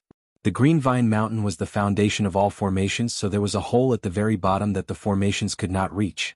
However, the earth there was even tougher than steel. Li Qingshan said loudly, "I've come for revenge today. Prepare to die, you three old coots." The Green Vine Elder asked, "Just you? Are you blind? Doesn't this count? Do you still remember this guy?" Li Qingshan kicked Millipede under his feet. Millipede climbed onto Li Qingshan's body happily, draping it around his shoulders like a great pink scarf. Li Qingshan rubbed his forehead. "Sai, let's go. You act like you don't matter at all. You've made me lose all interest in revenge." Millipede crawled back into the hole with a series of clattering sounds. The three elders exchanged glances. Then they laughed together. So this was the uneasiness they felt? Although the demonic chi he emitted was very powerful, it was only relative to ordinary demons. One look was enough to tell that he had not been a demon general for long. What they feared the most was the demon commander underground taking action, or a large-scale attack in revenge. Was a mere demon general bold enough to make trouble for them on the Green Vine Mountain? A monster core that was delivered to his doorstep. How could he not accept it? "Do you know who I am?" Li Qingshan asked boldly. He was not a person who liked to talk nonsense. Villains who talked nonsense did not have a good ending. But when it came to revenge, he had to clearly tell the other party who he was. "Why did I come here? Otherwise, even if I killed my enemy, it would be as tasteless as wearing silk clothes at night." What answered him was the green vines that rapidly extended beneath his feet, bursting out eagerly from the ground one by one. Li Qingshan leapt up, but he heard the cry of a golden pheasant from above. The golden pheasant elder flapped his wings and slapped him to the ground. The vines immediately wrapped around him. "What a wretched name. It'll only stain my ears." Li Qingshan used the spirit turtle's profound shell to block the vines. In the blink of an eye, he was wrapped up into a ball of vines, immobilized. The three elders immediately recalled what had happened during the herb gathering ceremony. The humanoid, black demon had left an extremely deep impression on them. Today was basically a repeat of what had happened back then. "So it's you." The Green Vine Elder smiled. Originally he was still rather worried. He felt like he had won a little too easily, but now the final sliver of doubt had vanished. This demon had become arrogant right after undergoing the heavenly tribulation. He felt like he was omnipotent and wanted revenge, but he did not understand the difference between them. Even the weakest among the three of them was mid-foundation establishment. It was impossible for them to lose in a one-on-one battle. At this moment, the lone grave elder had not even done anything. He just watched on coldly from one side. Li Qingshan cried out, "That's impossible. How can I lose to you humans? I'm going to blow up my demon core and drag you down with me." The three elders immediately became nervous. The power of Millipede blowing up his demon core was still fresh in their minds. The golden pheasant elder could not help but back away, but the lone grave elder summoned the ancient bronze corpse general to block him. Li Qingshan seemed like a bomb that could explode at any time. "Hold on. If you hand over your demon core, we'll spare your life," the green vine elder said in a hurry. "That's impossible. Humans are all crafty liars. I'll never believe you." Li Qingshan released powerful demon chi as if he was about to blow up his demon core at any time. The green vine elder could tell that he was wavering slightly. He said patiently, "We won't lie to you. How about this? I'll disperse the vines first to show my sincerity and let you return to the cave." At the same time, he exchanged glances with the lone grave elder and the golden pheasant elder. As long as this stupid demon gave off the slightest opening, they would strike together and kill him. If they reported this to the demon slayer, they would probably be rewarded separately. The densely packed vines receded from the spirit turtle's profound shell. To the three elders' surprise, Li Qingshan turned around and charged out of the hall. "Stop him." The green vine elder took out a cane made of green vines and pointed it at Li Qingshan. Vines burst out of the ground, swaying and twisting like a demon. Li Qingshan came to a halt and leapt over gently, brushing past a vine that had almost wrapped around his ankle.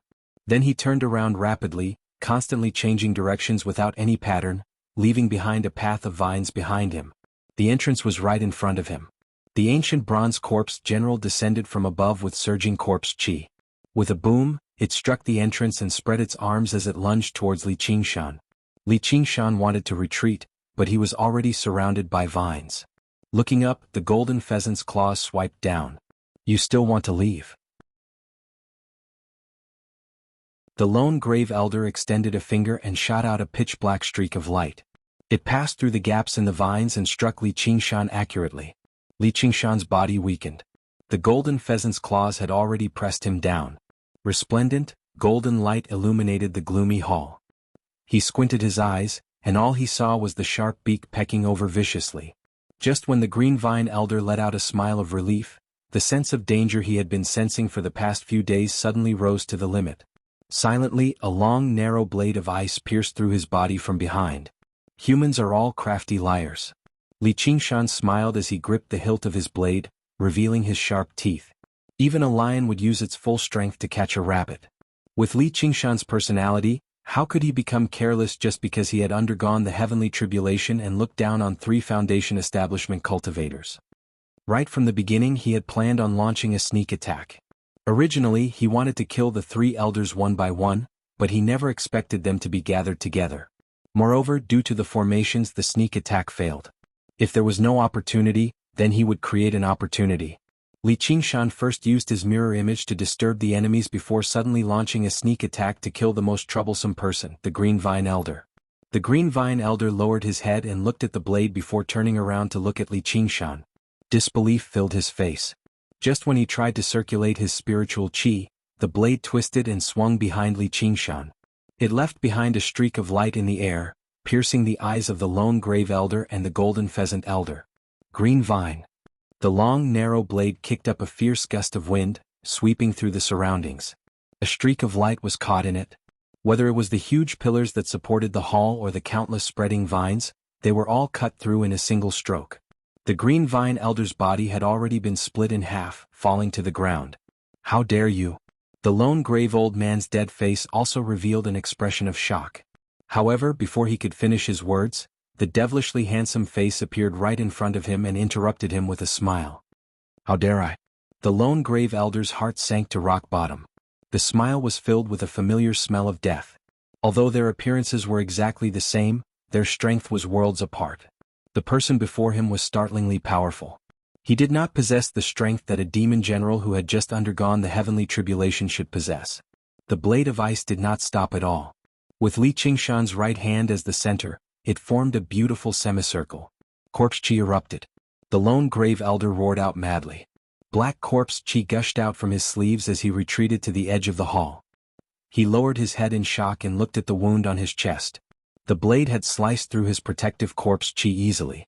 If it were not for the force from the eruption of corpse chi, he would have followed in the green vine elder's footsteps already. A clump of corpse chi that was as black as swamp did not disperse. When it came in contact with one of the pillars, it was like an invisible beast had taken a bite out of it. A gap immediately appeared. With a great rumble, the upper half of the pillar fell down with a piece of the roof. Before it had even reached the ground, it had been melted away by the corpse chi. Even inanimate objects were like that. If living beings came in contact with it, they would probably be reduced to a puddle in the blink of an eye. With a cry, the golden pheasant unfurled its wings and shot out several hundred feathers, which turned into several hundred streaks of golden light that stabbed into the corpse chi. There was a flash of snow-white light, and the corpse chi was split into two. Li Qingshan emerged with his ice blade and smiled at the lone grave elder. Nice reaction. A streak of moonlight poured down on him, gilding him with a silvery blue sheen. His handsome face and perfect body seemed even less like a living being, more like the statue of a legendary god. From beginning to end he did not give off any demon chi at all. Lanterns lit up the green vine mountain. Many disciples emerged from their residences and gazed at the hall at the top of the mountain. What's happened? Let's go take a look. Yu Shuquang yawned. It's already so late. What's the matter now? Several hundred streaks of golden light shot out from the ground, stabbing towards Li Qingshan. The golden pheasant swooped down. Lone Grave, why don't you work with me and kill this demon? With a series of rapid, sharp sounds, Li Qingshan swung his ice blade, creating a wheel of blades that landed on every single feather with great precision. The feathers flew out even faster than when they had come. The accompanying wind was like countless huge blades and axes, swinging through the hall viciously, destroying everything in the way. Li Qingshan raised his head and looked at the claws of the chicken. He did not dodge nor did he block. He only threw a punch. The disciples of the Green Vine Mountain saw several hundred streaks of golden light shoot out of the hall in a straight line. A golden pheasant smashed through the roof and was sent flying. Its golden light had dimmed, and it was in a horrible shape. The Legends of the Great Sage. Welcome all readers. Read the full text.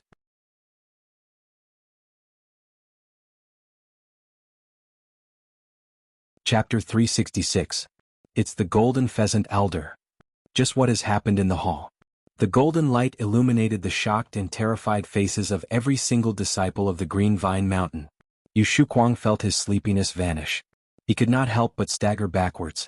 An enemy that could send the Golden Pheasant Elder flying was not someone a measly chi practitioner like him could deal with. Looking around, the other disciples of the Green Vine Mountain reacted the same way. The Green Vine Mountain was not as important as their lives. A while ago, moonlight seeped through every crevice of the damaged hall like water. Silver blue light crisscrossed, turning the dignified hall into a strange world. However, it was immediately purged by the golden light. The golden pheasant that descended from above was like a golden sun, dazzling and resplendent. Compared to it, Li Qingshan's tall figure seemed so insignificant. Within the scorching light, he seemed like a silhouette, let alone the fact that his swinging arm was like a slender piece of firewood that could be set alight at any time. In that moment, the fist collided with the sun. The two powers collided. Streaks of light and waves of air flickered and surged. Not a single intact pillar remained in the majestic hall. It tottered about in the intense wind, but in that moment, it was forcefully propped up by the air currents, which suddenly swelled outwards. Li Qingshan's feet sank into the ground, but an endless power surged out from the lofty Green Vine Mountain from the vast earth. It surged into his body, into his fist, and was released endlessly towards the golden pheasant. The confident smile on the golden pheasant elder's face vanished. In the next moment, the fist sent the sun flying. Li Qingshan pulled back his fist and smiled. When I'm standing on the ground, it's best if you don't compete with me in strength. The strength of the earth. This was a brand new innate ability that originated from the ox demon.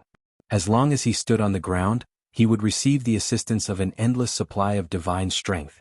Originally, Li Qingshan found it to be rather useless. Looking at it now, the effects were quite impressive. His scarlet eyes swiveled and landed on the lone grave elder. A clear expression of shock appeared on his pale white dead face, but it was not just because Li Qingshan had sent the golden pheasant elder flying. Just as the golden pheasant elder called out for them to work together. He summoned the ancient Bronze Corpse General to attack Li Qingshan from below. However, no matter how hard he tried to activate the bronze bracelet on his wrist, the ancient Bronze Corpse General remained motionless. Suddenly, the connection with him was severed. He was scared out of his wits and rushed towards the ancient Bronze Corpse General without caring about anything else. The motionless ancient Bronze Corpse General suddenly raised its head. In that instant, the lone grave elder had the illusion that it was not an eyeball. Instead, they were two burning flames. It wasn't until he realized that it wasn't an illusion that the ancient Bronze Corpse General was pouncing towards its former master. It revealed a small skeleton holding a white bone sword in its hand. Since Li Qingshan said that he would use his full strength, then he would really use his full strength.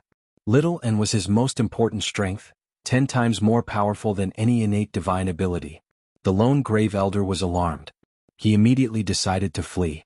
If he continued fighting, he would definitely lose his life here. Black corpse chi surged and gathered beneath his feet, lifting him into the air.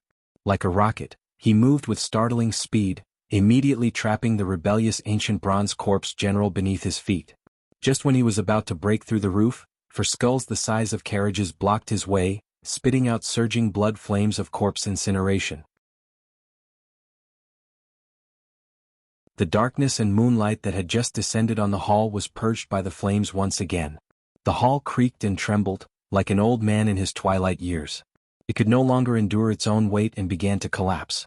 At this moment, time seemed to slow down. The movements of every single speck of dust was extremely clear in Li Qingshan's eyes. He did not assist little Anne. After undergoing the heavenly tribulation, her strength was no less than his. An ability like the Path of White Bone and Great Beauty allowed her to become more powerful than her peers with every step she took. He looked at the sky again. The Golden Pheasant Elder had been completely frightened by Li Qingshan's punch. He did not even dare to circle around. He unfurled his wings and took off into the clouds. Li Qingshan casually let go of the hilt and swung his hand. He exhaled gently and leaned his shoulder backwards. He extended his hand as hard as he could, like he was throwing a shot into the sky. His feet showed no intentions of leaving the ground. Instead, they sank even deeper. Compared to his movements, everything around him was so slow that it looked like a still picture. Surging demon chi surged into his arm. Something was released, and his slender arm suddenly turned the color of black metal. It rapidly expanded and extended. 3 meters, 15 meters, 30 meters. He extended his 5 fingers that were as thick as pillars and grabbed the fleeing golden pheasant in the sky. "Where do you think you're going?" The Golden Pheasant Elder's face was filled with fright. He felt a terrifying power tighten around him, almost suffocating him. He fell towards the hall once again. At that moment, the ratio between the two seemed to return to normal. The arrogant rooster had been grabbed by a human's hand and sent into the kitchen. All that was left was panic. All the disciples of the Green Vine Mountain widened their eyes. All of this was a sight that would only appear in nightmares. The huge, demonic claw was unimaginable. Just what kind of monster was hidden in the hall. The hall was large, but it was probably extremely restrictive to the monster. The golden pheasant was crushed by the huge claw in the air. Li Qingshan's hand returned to normal as well. He grabbed the Golden Pheasant Elder by the neck and smashed him into the ground heavily. Golden feathers drifted through the surroundings. Boom. The shockwave radiated out in all directions, speeding up the collapse of the hall. Rubble and beams fell down with a rumble. The Golden Pheasant Elder called out, "You can't kill me. That goes against the Treaty of Kings. It'll lead to war. You'll die a horrible death. Let me go. We don't have any grievances of life or death." Li Qingshan leaned over and whispered into his ear with a smile, "I have another name. I'm Wuxia." The Golden Pheasant Elder's eyes suddenly widened. He opened his mouth in an attempt to say something, but he would forever lose the ability to do so. Li Qingshan had snapped his neck. Not only had his neck bone been broken, but his head had also been separated from his body. Blood flowed out. At the same time, little Anne's bone sword had already pierced through the lone grave elder's forehead. The pale white face of a corpse was filled with fear, exactly the same as the faces of many corpses he had seen in the past. Having lost the ancient Bronze Corpse General, the lone grave elder was instead the weakest among the three of them. He could not even block a single strike from little Anne. Flames surged out, burning him to a crisp in a single moment. Rumble. The hall completely collapsed. The disciples of the Green Vine Mountain raised their heads. A blade-wielding man stood in the ruins, standing at the very top. His scarlet hair ruffled wildly in the mountain wind. The full moon hung behind him, blurring his appearance and casting a black silhouette. However, he seemed even more lofty and aloof than the green vine mountain beneath him. The only thing clear was a pair of scorching, cold, scarlet eyes. He raised the ice blade high into the air.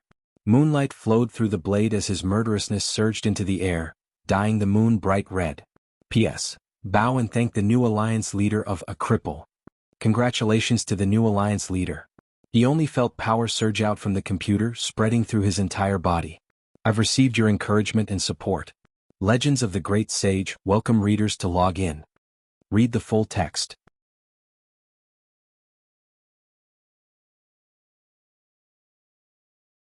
Chapter 367. The disciples of the Green Vine Mountain retreated in a panic.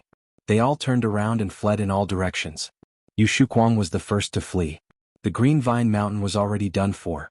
He did not want to stay behind and die with them. However, he was filled with despair. Even the three elders could not stop him, so how long could they possibly flee for? Li Qingshan gazed down from above.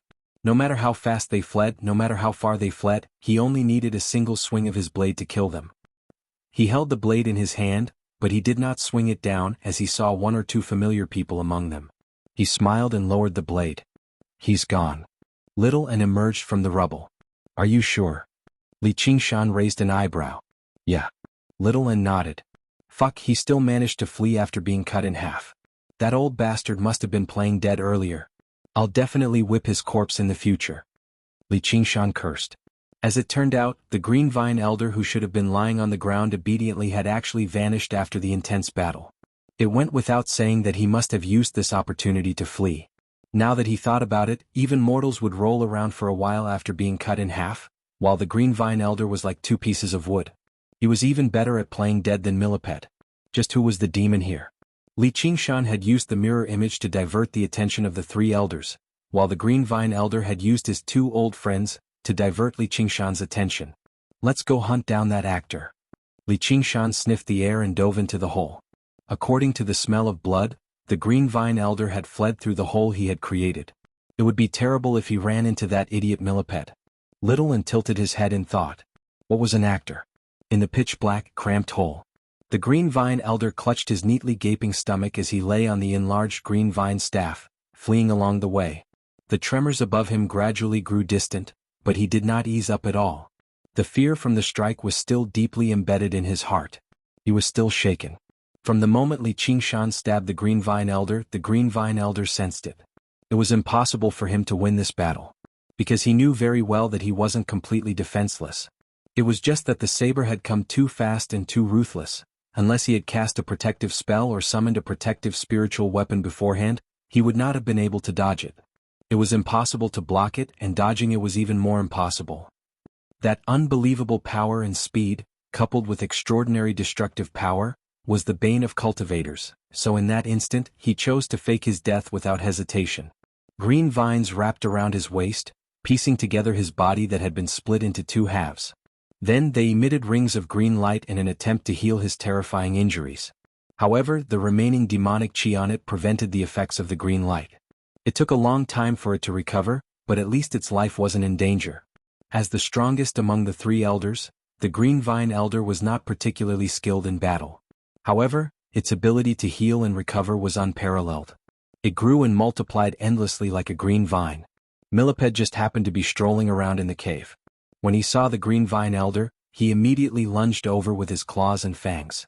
It spat out a pink poisonous mist. The Green Vine Elder's eyes turned cold. He swung his cane. I can't deal with demon generals and I can't kill a measly demonic beast like you? At this moment, his heart shuddered. The Golden Pheasant Elder and the Lone Grave Elder's presences had vanished. How could they be so fast? He believed that even if he could not defeat two mid-foundation establishment cultivators, they could still flee. At the very least they could last for a while. The situation was even worse than he had anticipated. The red-haired demon general gave off no demon chi at all, and his movements were unpredictable. He was like an assassin hidden in the darkness, as if he could appear at any time and cut him down. The Green Vine Elder was overcome with fear. He raised his hand and sent Millipede flying before rushing past. Actually, Li Qingshan had yet to discover that he had vanished. Li Qingshan followed the scent and followed it all the way. He saw the curled-up millipede and smiled. You sure are lucky. Arriving at the entrance to the cave at the foot of the mountain, he saw the beautiful scenery of the mountains and the moon. The intoxicating fragrance of flowers filled the air. Spring was the time when the flowers bloomed. Li Qingshan wrinkled his nose. The scent had become very faint. It was not just because of the fragrance of the flowers. The green vine elder must have kept his wounds under control and used some other method to hide his scent. However, Li Qingshan still managed to find a special scent, the scent of humans. It was like a thin, clear trail that extended into the depths of the boundless mountains. Li Qingshan leapt up and arrived on a small mountain on the other side, but the scent stopped there. He could not help but frown. If he could see through things, he would be able to see a nervous old man hiding in an ancient cypress 100 paces away. The green vine elder had used a technique of wood evasion and melded into the tree trunk. Although he had temporarily evaded Li Qingshan's detection, his nervousness and fear did not decrease at all. Instead, it spread even more. There was also an indescribable sense of pity. He was the mighty sect master of the Green Vine Mountain, yet he had actually been hunted down by a demon to such a state. Li Qingshan circled around in the gloomy forest a few times. Suddenly he snorted coldly, "I can see you." He had learned this from Han Xiongji, and sure enough, it scared the Green Vine elder witless. He resisted the urge to run away. Li Qingshan casually swung his ice blade, kicking up a wild, sharp gust of wind. The towering trees were cut in half, rolling down the mountain with a rumble. Looking down from above, a large swathe of the forest had been obliterated in the blink of an eye. However, there was still no sign of the Green Vine elder. Li Qingshan called out, "Green Vine, no matter where you run off to, there will be a day when I kill you. Kill you, kill you, kill you." The sound of metal clanging echoed through the mountains again and again. It made the Green Vine elder's heart tighten. He was currently curled up, rolling down the mountain with the severed tree. In the end, he collided with a boulder. Just now he had stopped. He felt like his waist was about to snap again. The forest fell silent once more, but he dared not move at all. Who knew whether Li Qingshan was currently hiding in the darkness, waiting for him to reveal himself so that he could kill him? Even when the sun had risen, he still did not move at all. It was said that people were more afraid of death as they grew older. He had basically used his actions to prove this truth. As long as there was even the slightest possibility of danger, he would continue to hide. Only 3 days later did he slowly emerge from the tree. Only after confirming that Li Qingshan was indeed gone did he let out a sigh of relief. Gazing at the smoke-shrouded Green Vine Mountain in the distance, he suddenly burst into tears. If it were not for the fact that his wood escape technique had almost killed him, he obviously would not be bold enough to return to the Green Vine Mountain. Only by seeking the Demon Slayer's assistance could he have a chance at revenge. Actually, after Li Qingshan had said that, he had directly left. If he could not kill him today, he could just kill him in the future. Why would he have the patience and obsession to squat in the forest and waste time? After this battle, he felt like he was showing signs of breaking through to the third layer of the tiger demon. He was just about to go make trouble for a few more fellows and fight them again. Li Qingshan, Little N, and Millipede. The three demons moved through the darkness underground. The familiar environment made Millipede extremely excited. He moved his 1,000 feet eagerly, rushing towards his bed. Li Qingshan sat on the huge skull transformed from the skull prayer beads. He wore a scarlet robe and a scarlet belt around his waist, casually covering his vital parts. The ice blade hung from his waist. He seemed to be in high spirits and in high spirits. He had conjured the robe from his hair. To demon generals, this was a small trick. He did not feel any discomfort wearing it. He had finally escaped from the state of running around naked. The 100 treasures pouches of the Lone Grave Elder and the Golden Pheasant Elder were stuffed into his clothes. He did not have the time to check them. If he wanted to see the spoils of war, he obviously had to take them out and admire them one by one in peace. Only then would he feel especially happy. After walking for a few hours, they had already penetrated deep underground. Home was no longer far away. Little Anne sat in Li Qingshan's lap as she refined the corpses of the Lone Grave Elder and the Golden Pheasant Elder. The bodies of Foundation Establishment cultivators were only around 50 kilograms in weight, but the life force they contained was not comparable to even 10,000 people. It was like the difference between chi-gathering pills and virtue accumulation pills. This was a difference in quality. The reason why Little Anne was able to undergo the heavenly tribulation so quickly was closely related to Wei Zhongyuan's corpse. She refined it very quickly and felt that her cultivation had improved once again. Li Qingshan rubbed her head. "You don't have to do anything this time. Just as the cave was right in front of them, there was a sudden tremor. A huge object burst out of the earth and opened its mouth, biting towards Millipede. Its 4 fangs were even longer than swords. Li Qingshan was not surprised at all. How could such an obvious demon chi escape his notice even if it was hidden in the earth? He flew up and pressed his hand against the demon's head. What he touched was tough rock. Li Qingshan smiled. I was wondering why this demon chi was so familiar. So it was this. The huge object turned out to be a huge snake head, but it was the color of lime. It seemed like a stone statue at first glance. The Boulder Viper was one of the most powerful demon soldiers under Li Qingshan's command in the past. He had only managed to subdue it after using Millipede as his shield. However, it had never been completely convinced by Li Qingshan as the leader of the demon soldiers. But now the thing that Li Qingshan was least afraid of was rocks. He casually sent out a shockwave. The Boulder Viper felt a shockwave travel from its head to the tip of its tail. Cracks immediately appeared on its indestructible rock armor. The world spun around it and its entire body went numb. It was pulled out of the earth without any resistance. It was greatly shocked. Li Qingshan said, "Boulder Viper, do you still recognize me?" The Boulder Viper shook its head and recovered from its dizziness. It raised its head and saw a pair of familiar scarlet eyes. It then looked at the horns and the scarlet hair. "You're the leader." Li Qingshan smiled and patted its head. "Demons have good taste after all. Vice leader." The Boulder Viper then looked at Little Anne and finally at Millipede. King Millipede. It had been attracted by this demon chi, which was why it had broken out of the earth and launched a sneak attack. It had not sensed the presence of Li Qingshan and Little Anne at all. "You're back." After 2 years they had once again returned to the underground world to take back everything that belonged to them. Li Qingshan asked curiously, "Why did you attack us?" P.S. New book, new atmosphere, all kinds of tickets requested. Your support is my greatest motivation.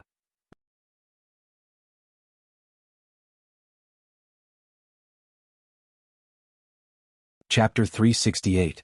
The Boulder Viper looked at Li Qingshan in awe. Although it was the strongest among the demons, the difference between it and a demon general was not small. What Li Qingshan had done earlier had made it lose all interest in resisting. It answered obediently. It answered honestly, "I am responsible for guarding the cave for King Yiliosu. I will not let anyone disturb the king's rest. Otherwise I will be punished." The Boulder Viper helplessly curled its huge body. It missed the era when Millipede was the leader. Back then he was unrestrained and did not need to listen to anyone's orders. "King Yiliosu? This demon has good taste in naming things." Li Qingshan muttered to himself. "Then do you know what kind of demon he is? What magical powers does he have? Know yourself and know your enemy and you will never be defeated." Li Qingshan would never underestimate his enemies. "I don't know either. Also, King Yiliosu is not a demon." "Not demons?" Li Qingshan raised his voice. "Don't tell me humans can carve out territory underground too?" No, he's not a human either." "If he's not a human or a demon, then what is he?" The Boulder Viper described it, but unfortunately as a powerful demon that lived underground, it was very lacking when it came to adjectives, which confused Li Qingshan even more. All he knew was that King Yiliosu did not come from the other demon generals in the surroundings. Instead she came from underground. If he couldn't figure it out, then he would go and see for himself. Although Li Qingshan was cautious, he was not afraid. He had the Boulder Viper move to the side and strode into the depths of the cave. "Leader, King Yiliosu comes and goes without a trace. He's very powerful." The Boulder Viper reminded Li Qingshan from behind. Li Qingshan had clearly become a demon general not long ago. He might not be a match for King Yiliosu. He hurriedly burrowed into the soil. If King Yiliosu discovered him, he would be the one who let them in. That would be terrible. In the darkness there was suddenly a bit of light. Suddenly a spot of light appeared. A blue butterfly flower was emitting a faint blue light in the darkness. Its 2 butterfly wings were fluttering lightly. However, it was clear that it had not yet matured and was unable to break free from the restraints of the branches and fly into the sky. Millipede swam over with a clattering sound. Li Qingshan grabbed its leg and told it to find a place to hide, so that it wouldn't be noticed by King Yiliosu. Li Qingshan told Little Anne to wait at the cave entrance as he walked forward alone. Finally, he saw the sea of blue butterfly flowers again. Blue butterfly flowers were quietly blooming, but there were only 1 or 2 of them dancing in the air. Before every blue butterfly flower bloomed, it was like a flower. This time, Li Qingshan had taken away who knew how many years of accumulation from this place. Apart from the sea of flowers, Li Qingshan couldn't find the slightest bit of familiarity. A crude rock cave. It had undergone meticulous carvings, totems, and patterns. They covered the rock walls. Specks of light flickered on the domed ceiling. Countless pearls and gems of various sizes were embedded into the ceiling, making it look like a starry sky. It was beautiful, like a black palace filled with dreamy colors and exotic charm. At the center of the palace, Milliped's large spirit stone bed had been replaced by an exquisite wooden couch. Layers of curtains hung down, making it impossible to see what was inside. Just from this decoration alone, Li Qingshan was certain that King Yi Liusu was not a monster. No monster would waste time on something like this. The aura coming from behind the curtains seemed to prove this point. It wasn't demonic aura, but it didn't seem like spiritual aura either. It was something in between, something that seemed right but wasn't. He could vaguely guess what it was. But when he walked forward and lifted the heavy curtains, he couldn't help but reveal an expression of shock. The two pointy ears indicated that it wasn't human. Its smooth skin seemed to be shrouded in a layer of night. It was the color of the midsummer sky. The mixture of black and blue further proved this point. It was not human, nor was it a demon, but other folk. Li Qingshan could even tell its race with a single glance: night roamers. This was all thanks to the countless dates he had with Han Xiongji. When the two of them chatted about everything, Li Qingshan was the one listening most of the time. Han Xiongji had mentioned the existence of this race in the past. Their ink-blue skin was their most prominent characteristic. They were the complete opposite of humans who moved around during the day and rested at night. They were nocturnal. They could see through the deepest darkness, but they were blind during the day. After the human race prospered, they were exiled to remote, savage lands just like other folk, becoming a legend. He never thought he would actually meet them underground. If this was not enough to leave Li Qingshan so surprised, then the fact that King Yi Liusu, who sat with her legs crossed in the heavy curtains, was actually a woman was enough. Strands of her ink-blue hair draped over her perfect oval face. Her eyes were tightly shut, and her eyelashes were long. Her nose was tall, and her facial features were exquisite. She only wore simple black armor, which only wrapped around the most important parts. Beautiful patterns that resembled flowering branches extended across her exposed skin. They were of the same style as the surrounding murals, but they seemed more like natural tattoos than tattoos. They were also the only adornment on her body. If he could ignore the color of her skin, she was without a doubt a supreme beauty. Or in other words, it was her skin that was like the night sky that filled her with a mysterious, exotic charm. Li Qingshan saw her frown slightly. Clearly, she had sensed his existence, but she remained motionless. She had probably reached a critical juncture in her cultivation.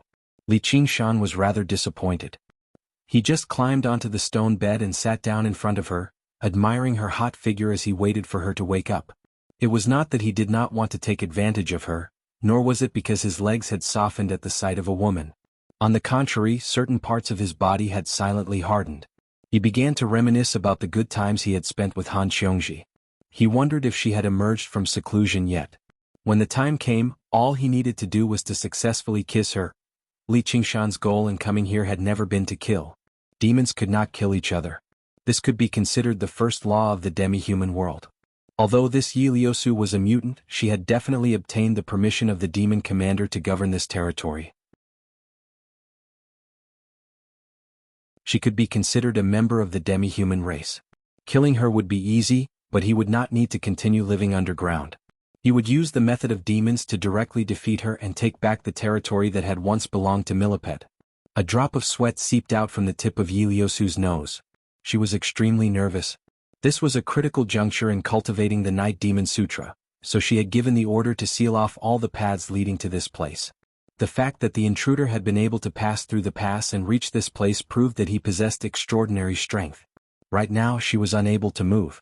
Otherwise, not only would she fail at the last step, she would also suffer a backlash and be heavily injured. At this moment, she suddenly felt his hand reach out towards her. Her body immediately tensed up, but that hand only waved in front of her. Li Qingshan was bored from waiting. He yawned and changed to lying on his side. Suddenly, he saw a sheathed dagger hanging behind her waist. It was curved like a crescent moon, so he reached out to take it. Yi Liusu suddenly opened her eyes, which were as brilliant as the stars in the night sky. P.S. Please guarantee your monthly ticket, my dears. Legends of the Great Sage, welcome readers to log in. Read the full text.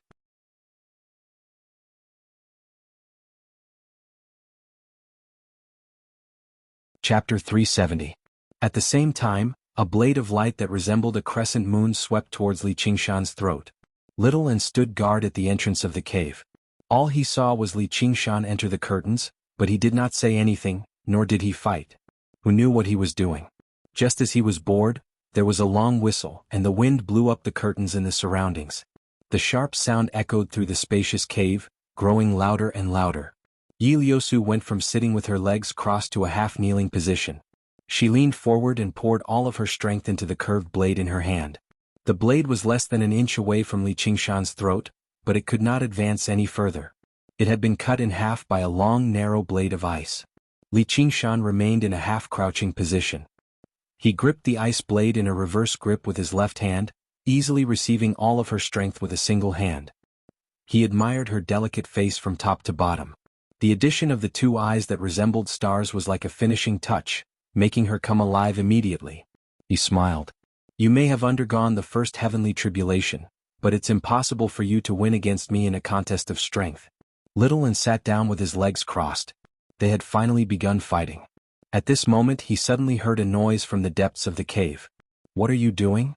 Iliosu said coldly. Her voice was as clear as the flash of a blade. The intruder's appearance left her slightly amazed. What a handsome man, no, a demon. Although night roamers were known for their good looks, where both men and women were extremely beautiful, there was not a single face that could surpass the one before her. His smile was even more enchanting, but there was no gentleness in it at all. Instead, it seemed more like a brazen provocation. Coupled with the movement of his right hand, the killing intent in her heart became even colder. I want to see your blade. Only when Li Qingshan said that did he discover that her blade was already in her hand, while his hand was on her bottom. It's not like it's my fault. Who told you to change positions? He withdrew his hand with such a matter-of-fact thought. Do you see it? Iliosu said coldly. I see it. Li Qingshan glanced down. The short curved blade flashed with the brightest white light. It flashed with the brightest white light and it really looked like a crescent moon. He suddenly understood why. It was like a human assassin painting his weapon black. In the underground world, only light could blind people. Then his gaze uncontrollably landed on the cleavage of her chest. In this world, it was rare to see a woman who dressed so boldly. Then die. Iliosu reprimanded. She turned the blade in her hand and slashed it down. The blade light cut through the darkness. It was faster and more ruthless than the one she had used just now. As a strength-type monster general, his reaction and speed must be a bit slower. How dare he get so close to me? This is the biggest miscalculation you've made today. However, he had never heard of Spider Queen having such a demon general under her command. He was probably sent by another demon commander. If he killed him and was found out, that would be troublesome. The other party didn't seem to have any killing intent, so it was better to hold back. Iliosu soon discovered that. Her worries were unnecessary. Li Qingshan flew into the air. His posture didn't change at all, as if he was still lying on the stone platform. He spun and brushed past the blade light with surprising dexterity. Iliosu's eyes flashed. The curved blade was like a swallow gliding over the water. With an unbelievably beautiful posture, it changed from a downward slash to an upward slash. In the narrow space above, it turned into a series of broken shadows, covering every vital part of Li Qingshan's body. Li Qingshan smiled and reached out his hand. He accurately caught her right hand that was holding the blade. Iliosu immediately let go. She grabbed his arm and pulled it down. At the same time, she caught the curved blade with her left hand and slit his throat. She was like an antelope hanging its horn, untraceable. Her killing intent was hidden in it. Li Qingshan also felt a hint of danger. He tilted his head slightly. A chill passed through his throat, leaving a thin trace of blood. The smile on his face didn't change. Taking advantage of the weakness of his attack, he grabbed her left hand again and pressed her heavily on the stone platform. Iliosu struggled for a while. Naturally, it was useless under the suppression of Li Qingshan's strength. She raised her long leg in black boots and kicked at the back of his head. Li Qingshan leaned down and avoided the kick. He said, "Before you make a move, you'd better listen to what he's here for." Their eyes met. The tips of their noses almost touched. They could clearly feel each other's breath. It was ambiguous and charming. Yi Liusu stared at Li Qingshan's eyes without showing any weakness. The light in her eyes dimmed a little, showing the original dark blue color of her eyes, like ice in the night. Who are you? Li Qingshan was taken aback. For a moment he didn't know how to answer. He raised his eyebrows. Good question. He currently didn't have a proper name. Shenhua had once called him Big Black. This was clearly a terrible name. He had once called himself the Old Demon of Black Mountain, but this was even worse. Was he afraid that others wouldn't be able to contact Li Qingshan? Li Qingshan instantly fell into distress. He had never been good at coming up with names. He had almost forgotten that there was a peerless beauty pressing down on him. Yi Liusu used this chance to keenly observe her enemy. She suddenly noticed that there seemed to be something engraved on the two sharp and proud horns on his head. She murmured, "North Moon." Li Qingshan's eyes instantly lit up. Right, that's it. He retraced his memories to a few years ago. In the depths of the boundless mountains, the naughty and adorable cat demon had forcefully engraved this promise on his horns, leaving it in the depths of his memory. Even the heavenly tribulation could not erase it. On Ice Sword Cliff, he had roared at the sky as loudly as he could, swearing that he would obtain the power to send her to the Dragon Province. Now how was he now? Yi Liusu squinted her eyes and suddenly raised her head. She sneered inside, "Hasn't anyone ever told you not to be distracted when you're fighting?" With a thump, Yi Liusu lay back down on the stone bed. She gasped in pain. So hard. Li Qingshan returned to his senses and smiled. "Just call me North Moon. How's your head?" A huge bump had appeared on Yi Liusu's smooth forehead. Little and crouched at the entrance of the cave. His teeth chattered as he let out a chuckle. "I'm going to kill you." Yi Liusu squeezed out the words from between her teeth. Li Qingshan said, "I'll give you that chance later. Let me finish first. Where should I start?" "Oh right, you know the previous demon general of this territory, right? I think it was an idiot called Millipede. A human lured him out and killed him. Don't tell me that's you." Yi Liusu's face was filled with ridicule. "Of course not. He might be a little stupid, but I won't allow you to talk about my friend like that. Anyway, this territory originally belonged to him, and it also belonged to me. In other words, you're living in my home right now. Lie on my bed. I want you to piss off." Li Qingshan himself found this to be extremely interesting. It was like something someone would say to his ex-wife after a divorce. He tilted his head slightly. "Do you agree or not?" "So what if I agree? So what if I don't?" Only then did Yi Liusu understand that this guy was a demon soldier under Millipede's command. He wanted to take back his territory after going through the heavenly tribulation. An even greater question arose in her heart. How could a demon that had just gone through the heavenly tribulation be so strong? He could completely suppress her in terms of physical strength. "If you agree, then that's for the best. If you don't, I'll beat you until you agree." Li Qingshan's smile was very sincere. Beating up a beauty like this should be a different kind of flavor. "Then let's try it," Yi Liusu said coldly. The curved blade began to spin. She spun her scimitar and turned it into a circular wheel, slicing towards Li Qingshan. Li Qingshan leaned back and dodged it, cursing inwardly. A gust of wind came from the back of his head. He grabbed her round and powerful thigh with a backhand. Yi Liusu used the force to bounce up. She grabbed the hilt of her scimitar and stabbed towards Li Qingshan's right eye. Li Qingshan wanted to use the same trick again. He tried to grab her hand, but he only caught air. It was just a feint. On the narrow stone platform, Yi Liusu turned into a shadow, flying up and down around Li Qingshan. Li Qingshan did not move from his spot. He only danced the ice blade into a wheel, blocking her every stab. At such a close distance, the flash of the blade filled every gap between the two of them, but there was not a single sound of collision. Yi Liusu displayed her dexterous and mysterious blade technique to the extreme. Her blade never left Li Qingshan's vitals. Suddenly, the scimitar spat out an arc of light, bypassing the ice blade's obstruction. It drew a strange arc, circling behind him and hooked towards his back. Soul Hook. Just like its name, this technique had helped her take the lives of countless people. Even those with similar strength could not escape death. With a long clang, the ice blade was slanted behind Li Qingshan, blocking the tip of the scimitar. This proved that the two's strength was not similar. Yi Liusu slid to the edge of the large bed like a ghost. She panted slightly, staring at Li Qingshan. Too strong. Not only was his strength overwhelming, but his reaction was also faster than hers. Was this really a demon general who had just passed the heavenly tribulation? That was close. Li Qingshan saw a small crack on the ice blade. He wiped it with his hand, and the ice blade returned to its original state. This battle was not for killing or revenge, so he was not in a hurry to kill with one strike. Ieyasu's martial arts were extraordinary, and she could help him break through the third layer of the tiger demon in battle. The scimitar in Ieyasu's hand suddenly lit up and she swung it. Moonbreaker. Li Qingshan suddenly leaned back, and a cold crescent of light slid past his face by a hair's breadth. He saw a blue butterfly flower fluttering in the path of the crescent of light. It was easy to imagine its fate when it was cut in half. He immediately soared into the sky and caught up to the crescent arc of light, destroying it with his saber. This is my flower. You'd better be careful. Li Qingshan stood above the sea of flowers. The blue butterfly flower was completely unaware of the danger it was in just now and flew over his head. The flower was not a flower and the butterfly was not a butterfly. It was a true spirit pill that could fly. It's mine. Moonbreaker. Ieyasu swung out an even bigger crescent of light. Li Qingshan dodged to the side. With a boom, the crescent of light landed on the rock wall behind him, leaving behind a huge mark on the exquisite mural. Li Qingshan glanced backwards and said with ease, "Fortunately, the mural isn't mine." Ieyasu was furious, but she really did not dare to swing her blade carelessly anymore. Every single mural here was the result of her painstaking efforts.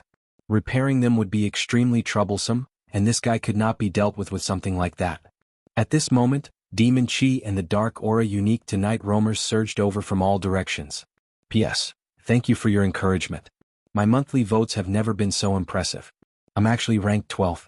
Of course, I know this is because the gods haven't done anything yet, waiting for the double at the end of the month. However, I'm still very happy inside. Temporary happiness is still happiness. I don't have a great writing speed. To be honest, I don't pursue this either. Coming up with new and interesting content and carving it out bit by bit is where my interest in writing novels lies. How do I put it? Although I'm the only one in the room right now, I was in the gloomy underground earlier, watching the battle between Li Qingshan and Ieyasu with great interest. It was too greedy to pursue joy all the time.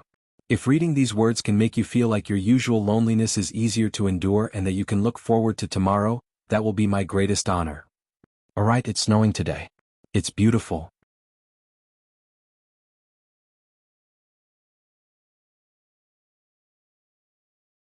Chapter 371. Li Qingshan began to admire Ieyasu a little. The sight of reinforcements coming from all directions proved that Ieyasu's control over this territory could not be compared to that idiot millipede.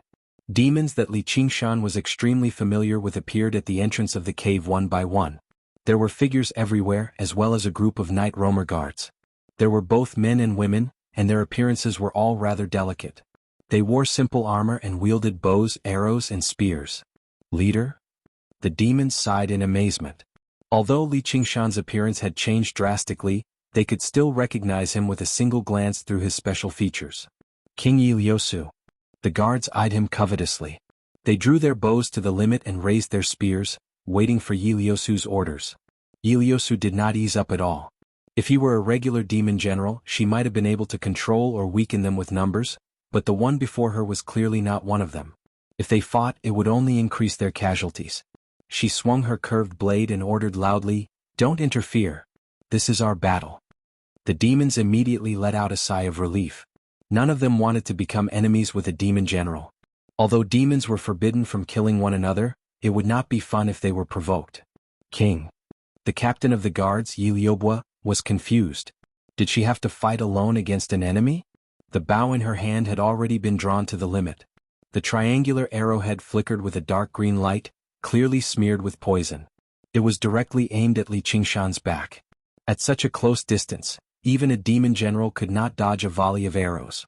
At this moment she saw the enemy turn around, ignoring her hostility. He smiled faintly at her. His handsome face and dazzling smile caused her heart to flutter. His hand remained firmly on the bowstring. In the past he would have been an excellent partner in bed. But now they were irreconcilable enemies. Li Qingshan studied the night roamers curiously. He felt slightly excited inside. This was not a sight that could be seen easily. Sure enough, it was just like the legends. Most night roamers were beautiful. Any single one of these night roamer guards could be described as a handsome man or a beautiful woman if they were placed on the surface. Especially the young girl at the front. She had a delicate face that was somewhat similar to Yi Liusu's, and her appearance was even more outstanding. She was only slightly inferior to Yi Liusu. Especially when she pulled the bow, the waves on her chest were even more turbulent. "Put down your weapons.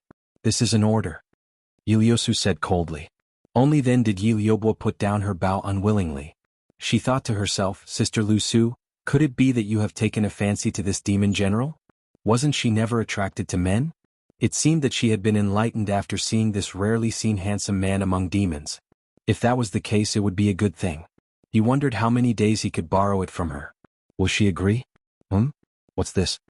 Yi Liubo suddenly saw Little and crouching in a corner. Because he gave off no aura at all, he seemed like an inanimate object at first glance. However, she clearly saw the skeleton move earlier. The skull turned towards her. Flames surged within its skull. Vice leader. The demons were surprised again. Yi Liubo waved her hand and pointed at Little Anne. "He's also an accomplice of the enemy. We'll deal with him and we'll leave the great king to deal with him. Once we're done, let's have some fun with our sisters." She glanced at Yi Liusu from the corner of her eye, testing her reaction. The red-haired demon general was truly tempting to her. Seeing how Yi Liusu had no intentions of objecting, she beamed inside. The night roamer guards answered loudly.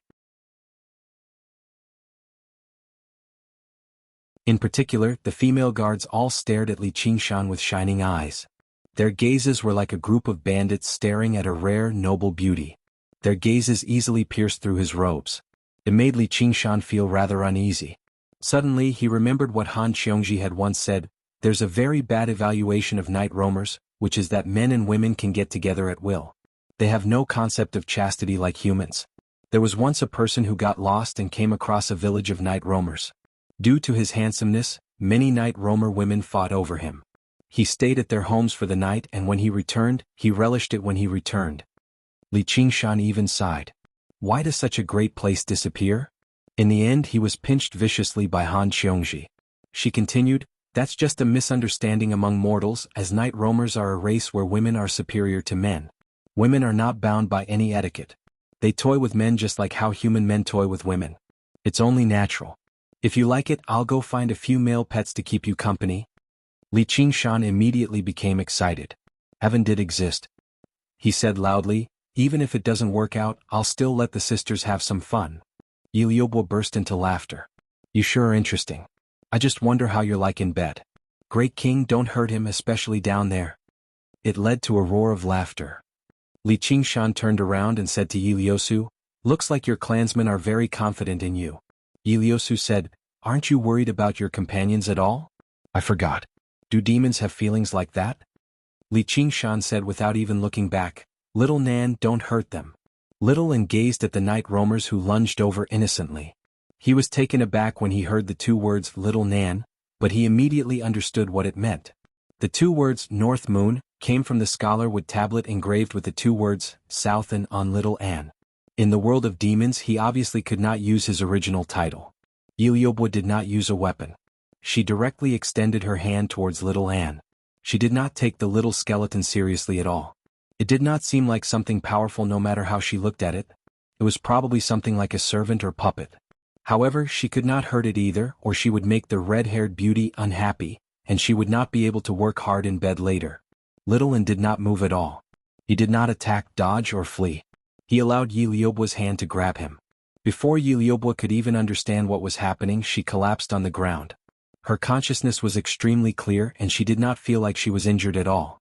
However, she just happened to be unable to move a single finger. Her body seemed to have become someone else's.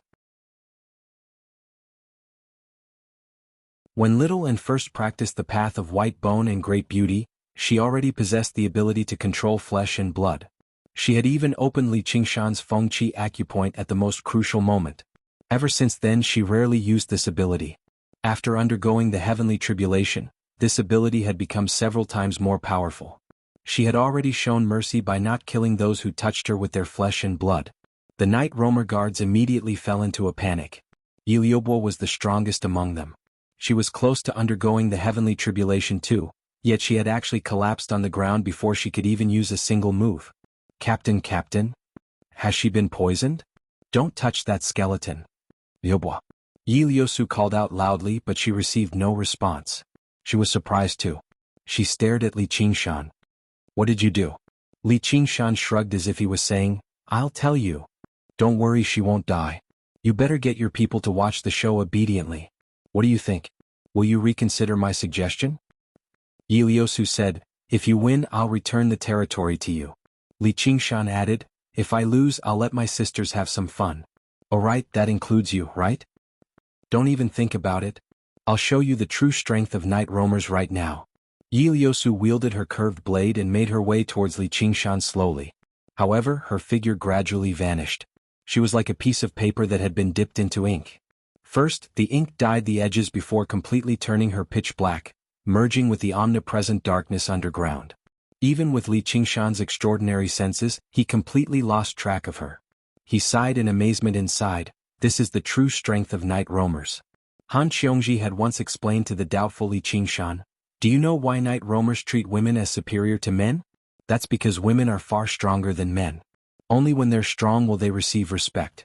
They're actually no different from us. This strength isn't your physical strength, but your special ability. It's just like how giant lumberfolk can plant their feet underground to absorb energy, allowing them to constantly grow like trees. Night roamers also have their own innate ability. They can absorb energy from the darkness and merge their bodies with the darkness. By other folk, they don't just refer to other folk. It also includes the meaning of people with extraordinary talent. It's said that a very, very long time ago the world was ruled by them. Regular people worshipped them like gods. Only Li Qingshan remained in the sea of flowers. He paid close attention to the movements of the wind and grass in the surroundings. He suddenly took a step back, but it was already too late. The gleaming blade swept past his cheek, leaving behind a thin, bloody mark before vanishing into the darkness again. A strand of red hair drifted down. He had no idea what the curved blade was. Even the ox demon forges its hide was unable to block it completely. Yi Liusu was even more surprised inside. Her hook blade of Wu was extremely sharp. Combined with the night demon blade technique of disaster from the night demon scripture, it was unstoppable and unstoppable. However, when it landed on this guy's face, it actually felt like it could not penetrate any deeper. The female guards all sighed as if they were watching a perfect creation being damaged, which made Yi Liusu furious. Just whose side were these people who could not move when they saw a man on? The main reason was because the guards completely trusted Yi Liusu's strength, but she just happened to lack the confidence. This demon general called North Moon was just too powerful. Even until now he seemed to only be playing around. He had yet to unleash his full strength. And the skeleton called Lil Nan managed to subdue Lu Bo without moving at all. He had probably undergone the heavenly tribulation already. This was the greatest danger she had ever faced since she became king, but she had to overcome this danger. Only then could she revive the night roamers. Another blade swept towards Li Qingshan's fragile throat. He raised his hand in an attempt to catch the blade, but all he caught was a patch of scattered light. It also left behind a bloody mark on his palm. In the blink of an eye, a few more wounds appeared on Li Qingshan's body. Yi Liubo was dragged out of Little Anne's range of control by her companions. She finally regained control over her body. Before she could even glare at Little Anne, she propped herself up with one hand and extended her other hand in Li Qingshan's direction, calling out loudly, "Great King, don't hurt him down there. Your support on this site is my greatest motivation."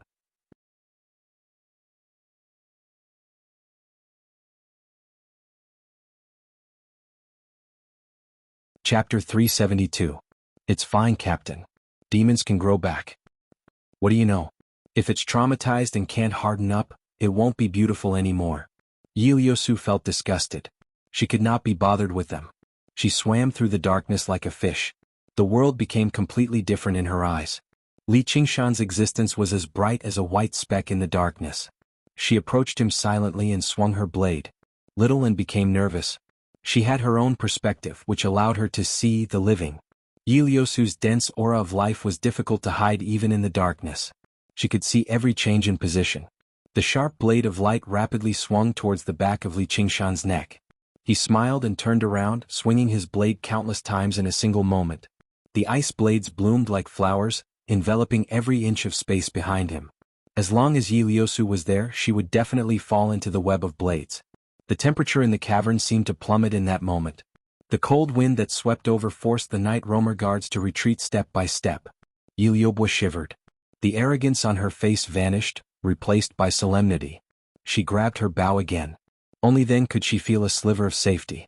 She could not even block a single blade. What a terrifying blade technique. He's definitely not a regular demon general. However, the Great King won't lose.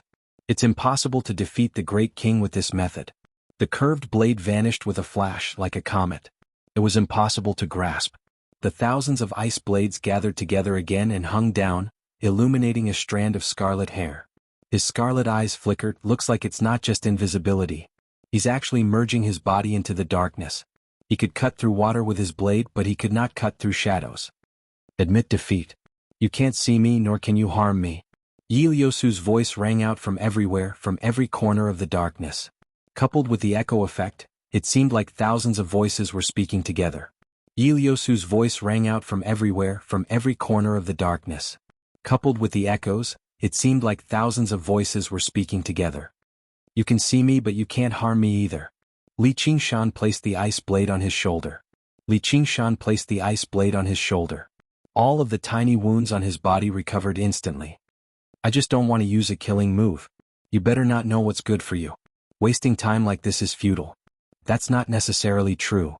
Li Qingshan suddenly raised his saber up high, and it glowed with a resplendent blue light. Just use light to slash.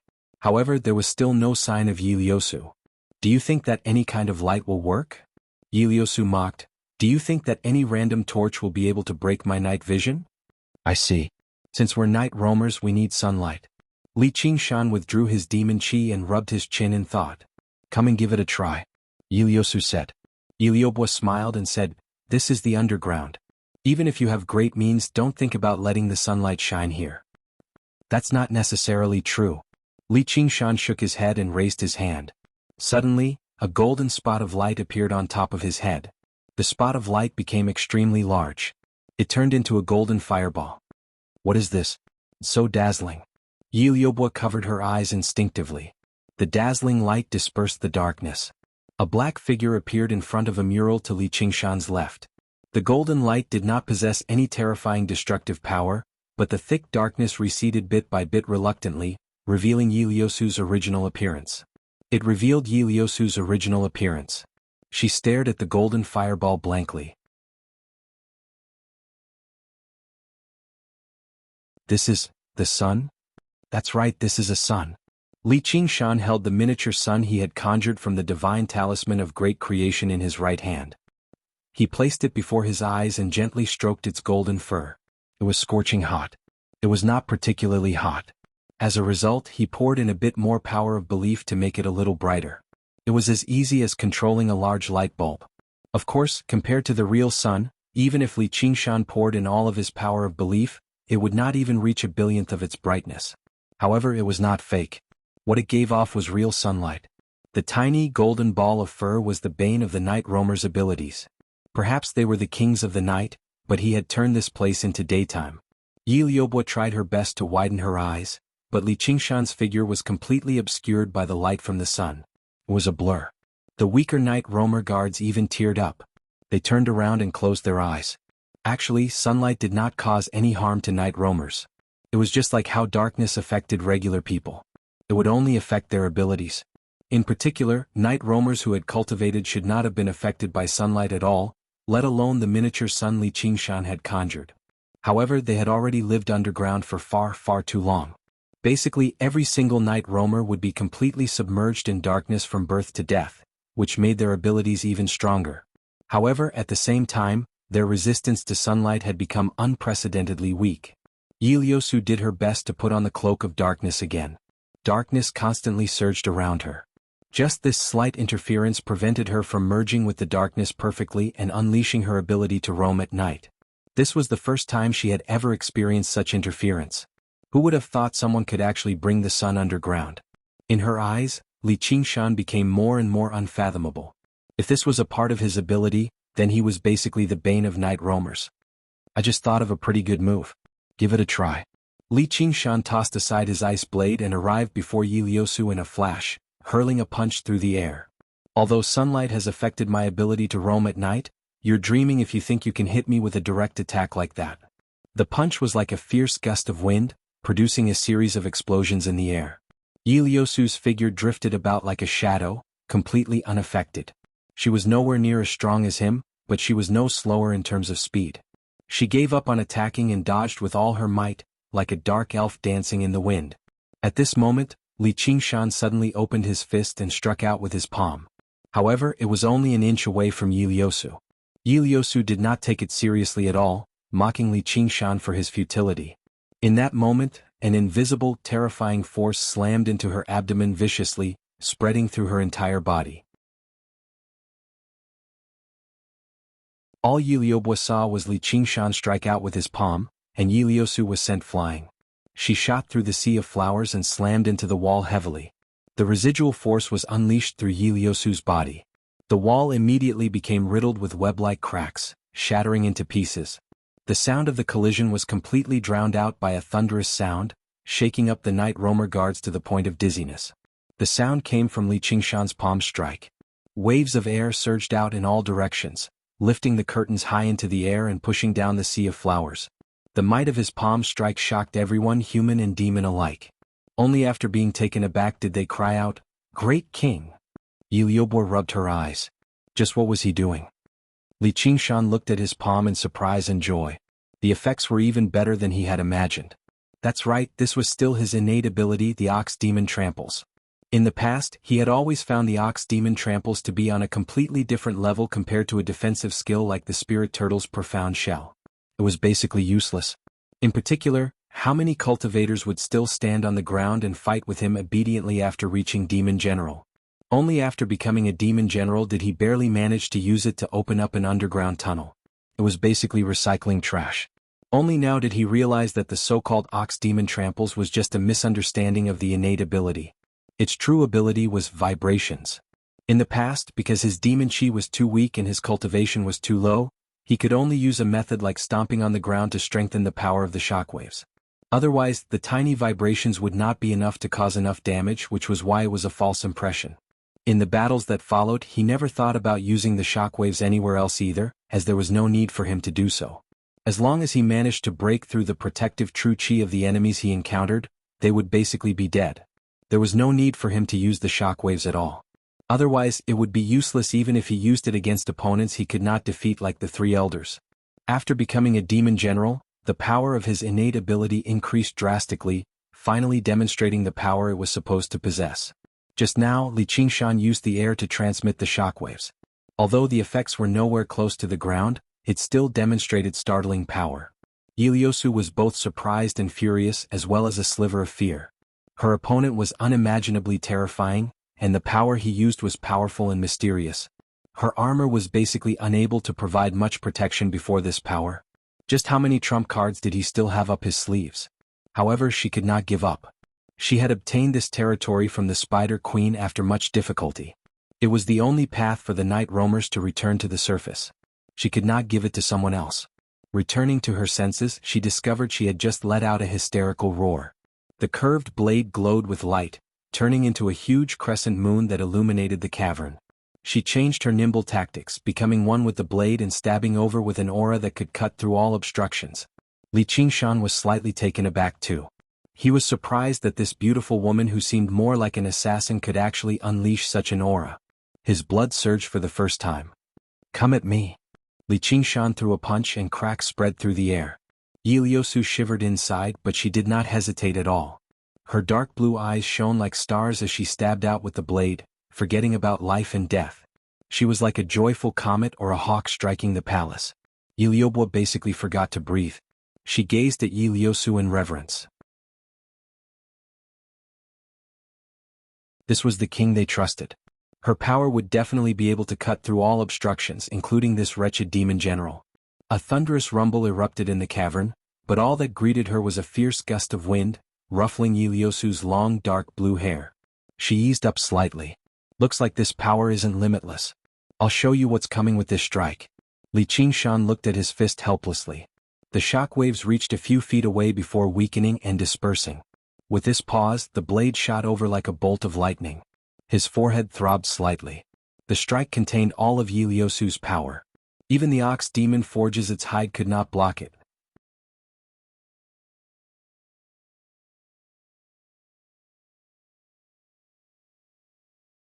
Chapter 373. Li Qingshan tried to dodge, but the darkness under his feet surged like a living creature. Black hands reached out and grabbed his legs and legs. The darkness continued to spread upward like incorporeal, sticky asphalt. At some point Yiliosu's loud roar turned into a low chant. The tip of the saber was only 3 inches away from his glabella. The energy saber was about 3 inches away from his forehead. Li Qingshan held the saber in between his palms. Yiliosu's dark blue eyes looked past the 10-meter-long saber and stared at Li Qingshan with a murderous look. She used all her strength, but she could not move the saber an inch further. Quake. Li Qingshan smiled. In an instant, cracks covered the saber like lightning and spread to Yiliosu's body. The saber shattered inch by inch. Yiliosu felt every bone in her body tremble violently, accompanied by waves of numbing pain. For an instant, her body did not feel like it belonged to her. Li Qingshan retreated rapidly until his back slammed into the wall. "My king!" Yiliobo cried out in shock. Li Qingshan grabbed Yiliobo's slender neck and exerted a little force.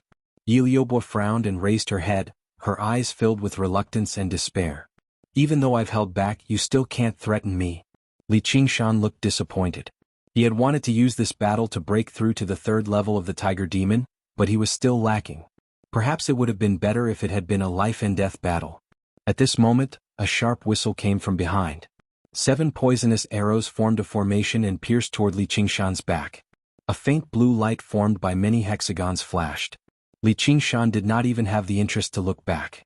Instead he let go. "If you want to fight, let's continue. But this time I won't hold back. I'll defeat you in 1 move." Yiliosu was shocked. If he had used such a defensive method from the beginning, in that case all of her attacks would be futile. Failure was not unacceptable, but it was like this. Her failure didn't make the other party serious at all, but it made her feel deeply frustrated. In the past 2 years she had been on expeditions everywhere. Not only did they reclaim their rightful territory, they even expanded it a bit. Other than the few people by the Spider Queen's side, they no longer cared about the 2 words Demon General in their eyes. Only now did they realize how big the world was and how there were many strong people who couldn't be underestimated. "All right, I can promise you." "Your Majesty." Yiliobo's expression changed.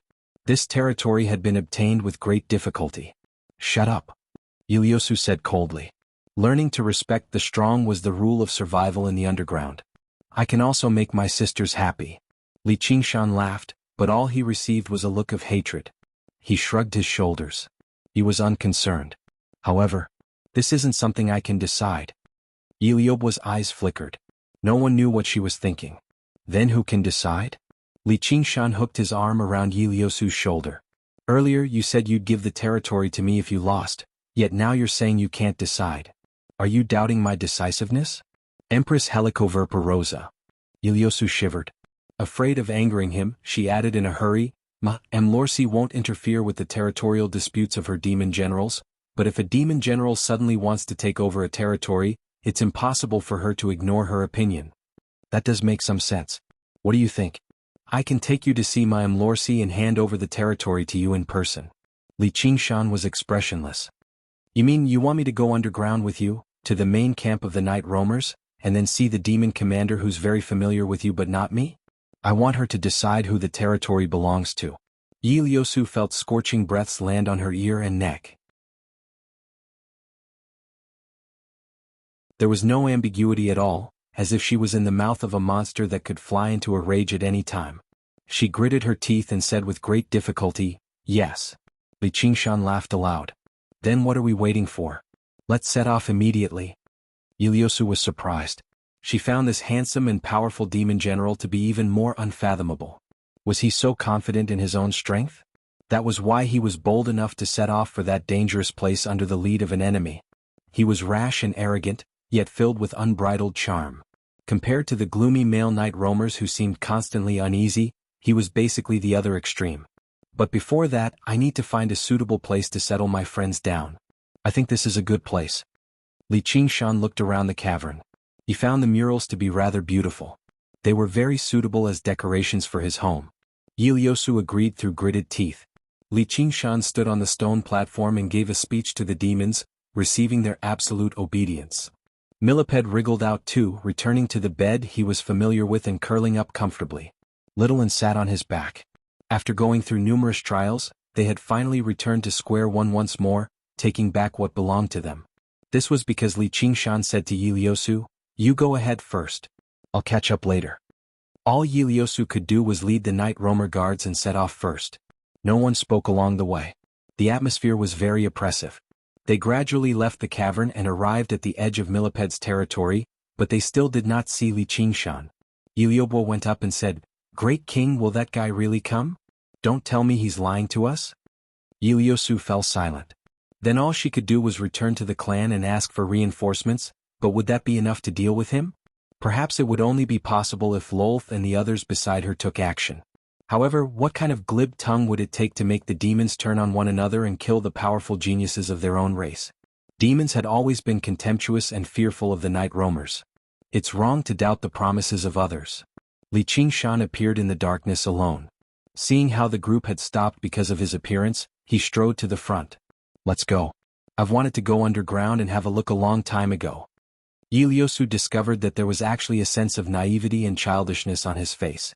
He was so interested that it seemed like he was going to watch a show. Even though Yiliobwa hated him deeply, she could not help but be tempted when she saw his handsome face in high spirits. Li Qingshan stared straight ahead as if he could see through the thick earth. His dream of traveling across the 9 provinces was gradually becoming a reality. He wondered what a city of night roamers would be like. And what would the Empress Helicoverpa Rosa think? Speaking of which, this was no different from the human world. If he wanted a place in the world of demons, he had to pay a visit to the Empress first. However, according to what Millipede had said, that person would not be too easy to get along with. But that was fine. The worst outcome would just be falling out and attacking him only to be killed.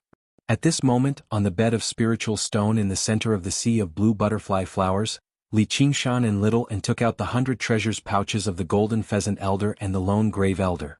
They checked through the spoils of battle this time in peace. Taking risks was obviously extremely interesting. If they could sit at home and take risks safely, it would be even more interesting and it would not affect their cultivation either. Although they channeled their true chi into the Golden Pheasant Elder's 100 treasures pouch, a vast space opened up loudly. Li Qingshan was taken aback for a moment before laughing aloud. He pulled Little and into his arms. "We've struck it rich this time. Legends of the Great Sage, welcome to the readers." Read the full text.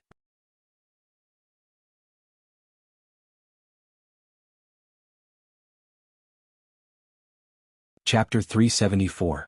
Yiliosu also discovered that a mysterious smile had suddenly appeared on Li Qingshan's face as she hurried along silently. Countless guesses immediately ran through her head, but she was unable to guess why Li Qingshan was happy. The abundance of items in the 100 treasures pouch had completely exceeded Li Qingshan's expectations. Let alone the various high-level pills, just the spiritual stones alone made him overjoyed. As the sect master of the Pheasant's Grace Mountain, the Golden Pheasant Elder's 100 treasures pouch stored all the resources of the entire mountain. These resources were not for him alone, but for the development of the entire sect. After who knew how many generations of accumulation, they all ended up in Li Qingshan's hands. Apart from the spiritual stones and pills, there were also large quantities of spiritual herbs, such as 300-year-old dragon's tongue and 500-year-old snowheart orchid. Every single one of them was worth several thousand spiritual stones. It was impossible for regular foundation establishment cultivators to possess them if they did not possess a sect with a deep foundation. Even if they bought them, they would immediately refine them into pills. It was impossible for them to be stored in a 100 treasures pouch. Because the Pheasant's Grace Mountain used the golden pheasant's plume as their weapon, there were not a lot of spiritual artifacts, but there were 3 supreme-grade spiritual artifacts. A sword with a cloud pattern, a piece of bright yellow embroidery, and a small celadone bottle. Although Li Qingshan did not know what they were, he liked them when he saw how they glowed. In particular, the small bottle seemed rather familiar. Suddenly he remembered. Wasn't this the one that had been sold for almost 10,000 spiritual stones in the auction below the Green Vine Mountain in the past? The functions of the small bottle had been introduced in detail during the auction. Regular water could be converted into spiritual water. Whether it was used for refining pills, forging artifacts, or watering spiritual herbs, it was extremely beneficial. Out of the 3 spiritual artifacts, only this item showed signs of being refined. The sword with the cloud pattern and the piece of bright yellow embroidery remained untouched. When the Golden Pheasant Elder fought as a golden pheasant, he could not split his attention to control the spiritual artifacts, so he did not refine the two spiritual artifacts. His golden pheasant's plume was the most powerful spiritual artifact. However, before Li Qingshan's overwhelming power, even if he had another supreme-grade spiritual artifact, it would not be enough. However, aside from that, he did not find any legendary arcane artifacts. This was not strange. The number of arcane artifacts in the world was not as plentiful as spiritual artifacts. Every magic artifact possessed astonishing power. This also meant that it was extremely difficult to refine. Usually, only large clans and sects would have them, and they were rarely circulated in the market. Foundation establishment cultivators usually use supreme-grade spiritual tools. And even if there was a sale, the Golden Pheasant Elder would not spend an astronomical price to buy an arcane artifact. The world was at peace, so there was very little fighting. In particular, cultivators above Foundation establishment would not necessarily have the opportunity to fight someone even once in a decade. What's the point of buying it? If the vial was not a spiritual artifact that assisted cultivation, the three elders would not have fought over it. Li Qingshan was already satisfied with these three supreme-grade spiritual weapons, especially that celadone bottle. It was good to store some spiritual water for bathing. There were also some shiny metal ores. Li Qingshan guessed they were materials for forging artifacts. He had never learned how to forge artifacts, so he did not know what they were called. However, just from the glow they gave off, he could tell they were valuable. They must have been used to forge golden pheasant's plume.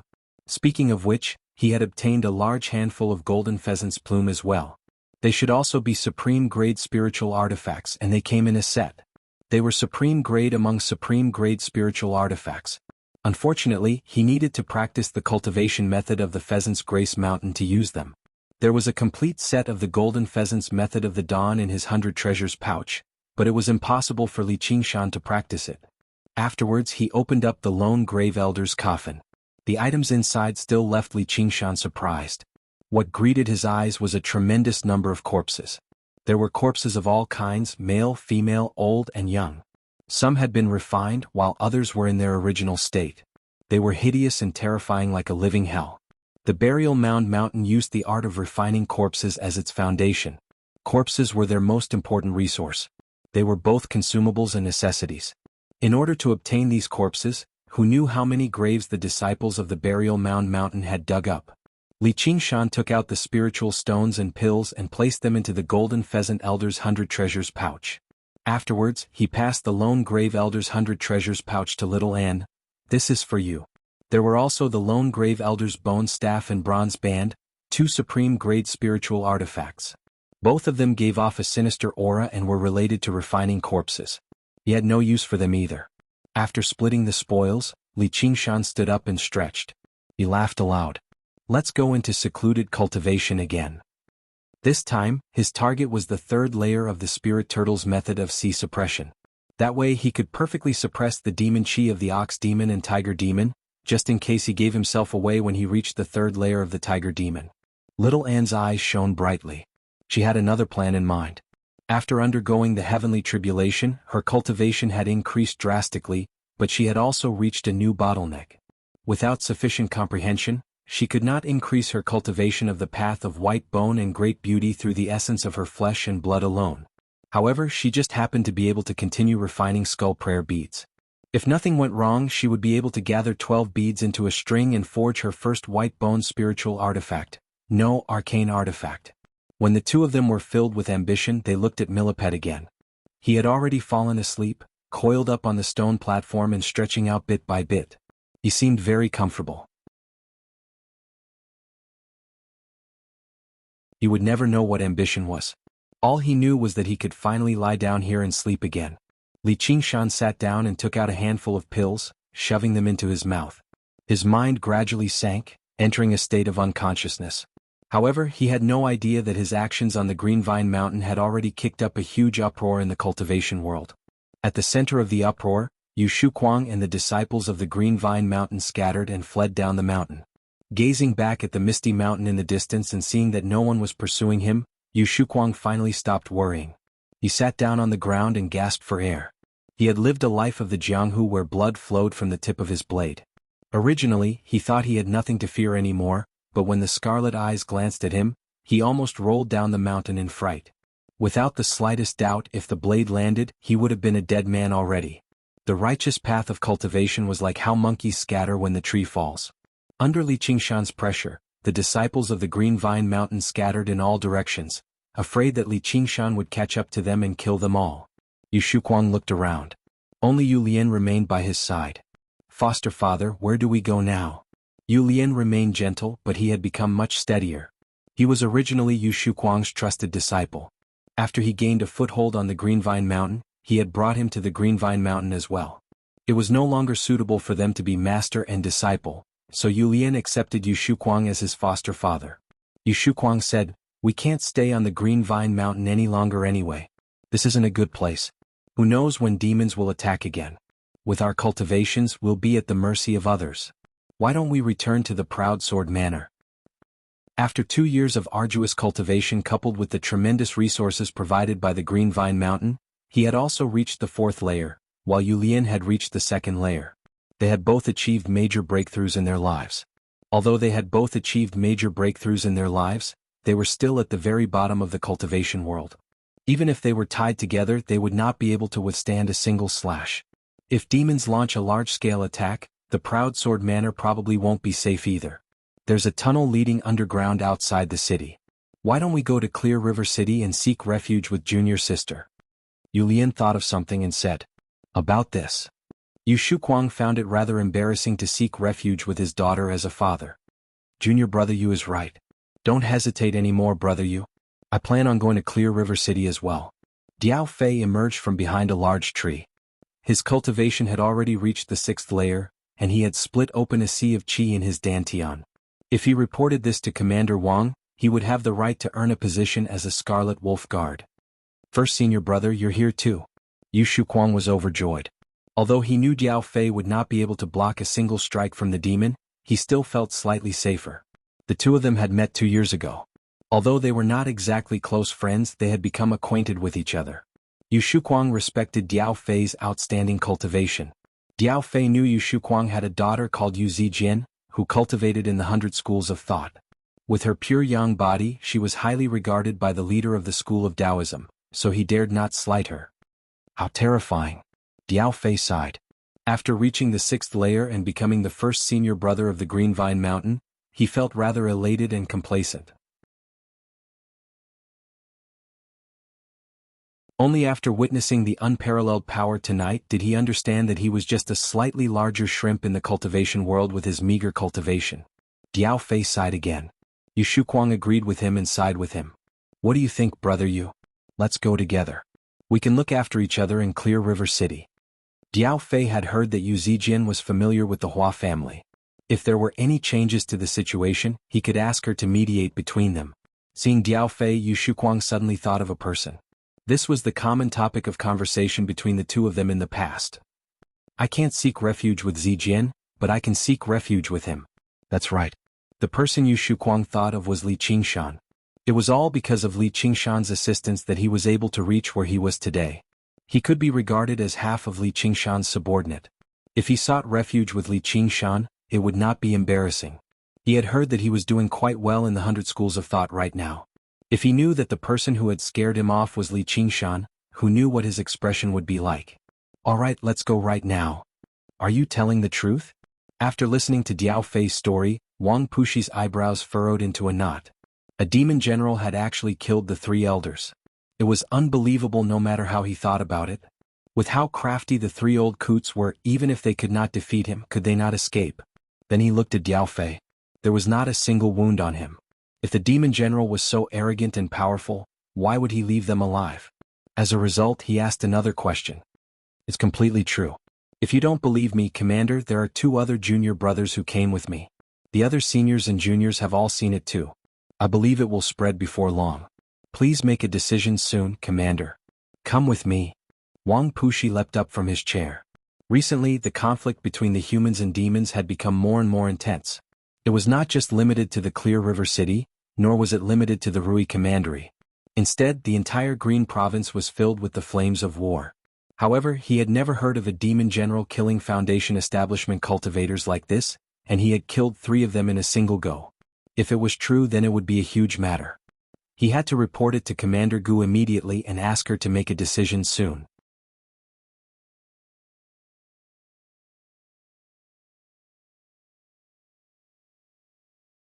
Chapter 375. Diao Fei followed Wang Puxi to a square room in the corner of the floor.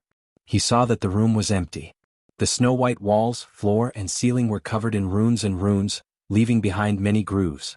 Wang Puxi placed the spirit stones in and activated the formation. With a flash of light, an illusory figure appeared in the room. It flickered for a moment before stabilizing. It was an attendant dressed in green. He bowed and said, "Sir, why did you activate the illusion formation?" "The commander of the Clear River Prefecture, Wang Puxi, has an extremely urgent matter, so I wish to meet with Ma Gu." Wang Puxi clasped his hands, placing emphasis on the word meet. "Sir, please wait a moment." When Gu Yenying heard that Wang Puxi had something urgent to discuss with her and had even activated the illusory formation, she could not help feeling curious.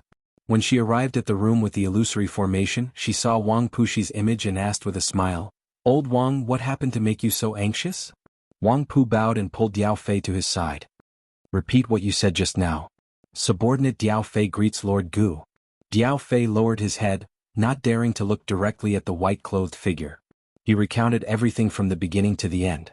At first, Gu Yenying looked relaxed, but her smile gradually disappeared. In the end, she felt helpless. There was smoke everywhere, but why did it have to be here that caught fire in the end? "Do you know why that demon came?" "He did not kill anyone else and only killed the 3 elders." Not only did Wang Puxi find this strange, but Gu Yenying sank into her thoughts as well. The pitch-black arm that extended from the hall and the scarlet-red eyes made her think of something. However, he immediately dispelled this thought. How could this be possible? The leap from demon to demon general was like a chasm between heaven and earth. Even if it took 100 years, it would still be considered fast. This subordinate does not know? "Do you remember what that monster looked like?" "I can't remember." Diao Fei was afraid that his gaze would attract the demon general's attention, so he didn't dare to look any further. At that time, he clearly remembered many characteristics, but in the end, the only thing that remained in his heart was that pair of charcoal-like crimson eyes. "Isn't Chu Sherdao in Clear River? Let him draw." Wang Puxi hurried to the 100 Schools of Thought. "Father, why have you come?" In the 100 Schools of Thought, Yu Zijin grabbed Yu Shuquang's hand in surprise and joy. Yu Shuquang knew this was an important matter, so he was afraid to speak carelessly about the Green Vine Mountain. All he said was, "I missed you, so I came to see you, all right? So, you've really grown up. You're exactly the same as your mother. No, you're even more beautiful than your mother."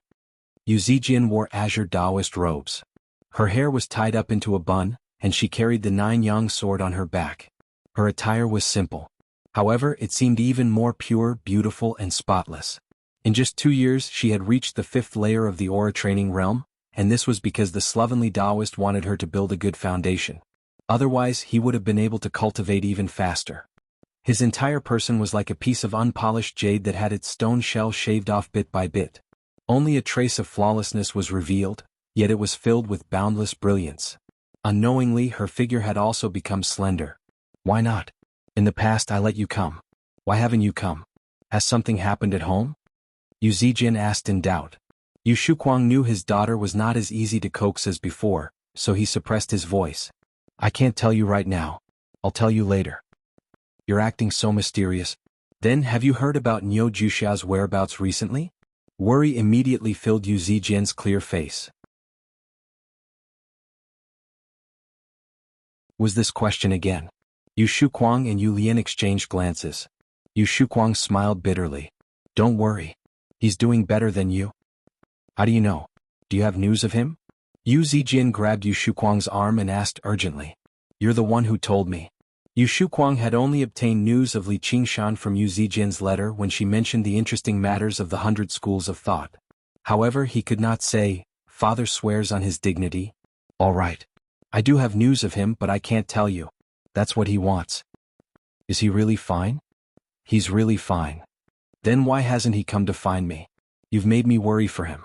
Yu Zijin felt like a boulder had been lifted from her heart. She smiled and began to daydream again. However, Yu Shuquang was worried inside. Has this girl really fallen in love with Li Qingshan? It's been 2 years, but she still hasn't been able to forget about him. She's already grown into a woman. Sigh, it's time for men and women to get married. Qing Teng had said something about severing his emotions and devoting himself to cultivation, but he did not believe that. He understood the pain of being alone the best. How could a person not have a companion in life? He had to properly watch over her when it came to this. That kid might be a little stubborn, but he's not bad. Should he tell her about his identity? Once they met, he had to discuss it with him. Yu Zijian happily toured around Wuwei Island with Yu Zijian and Yu Lian. As for Yu Shuquang, he pretended to ask about Li Qingshan unintentionally. Oh, you mean senior brother Li? He's already at the 8th layer, and he clashed with that senior brother Chu I mentioned to you a while ago.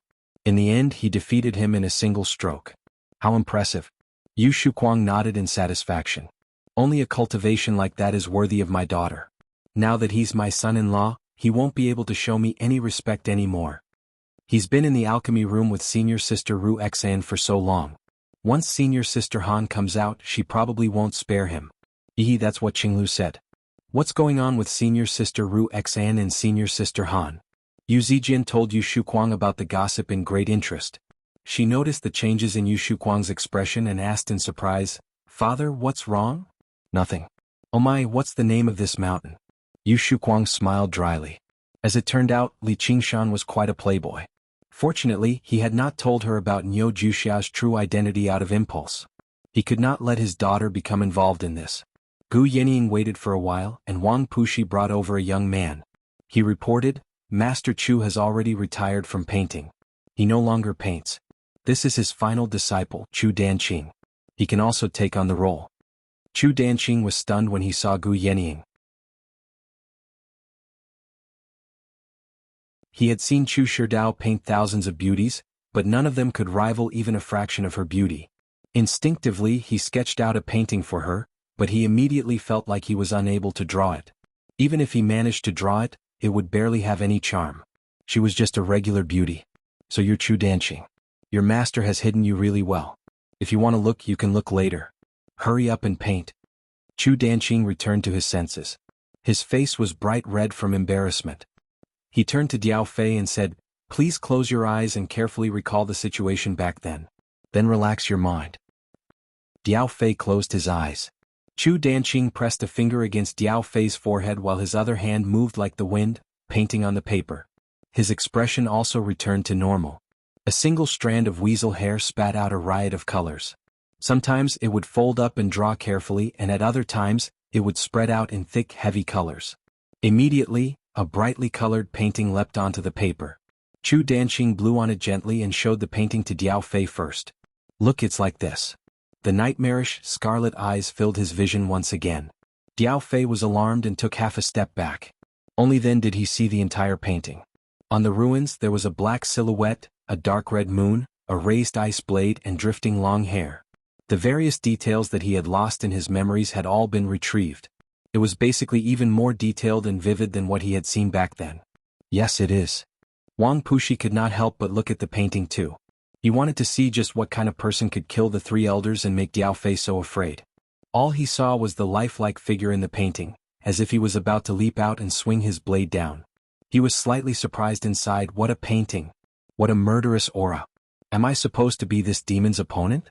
Then Chu Danqing lowered his head and presented the painting to Gu Yenying.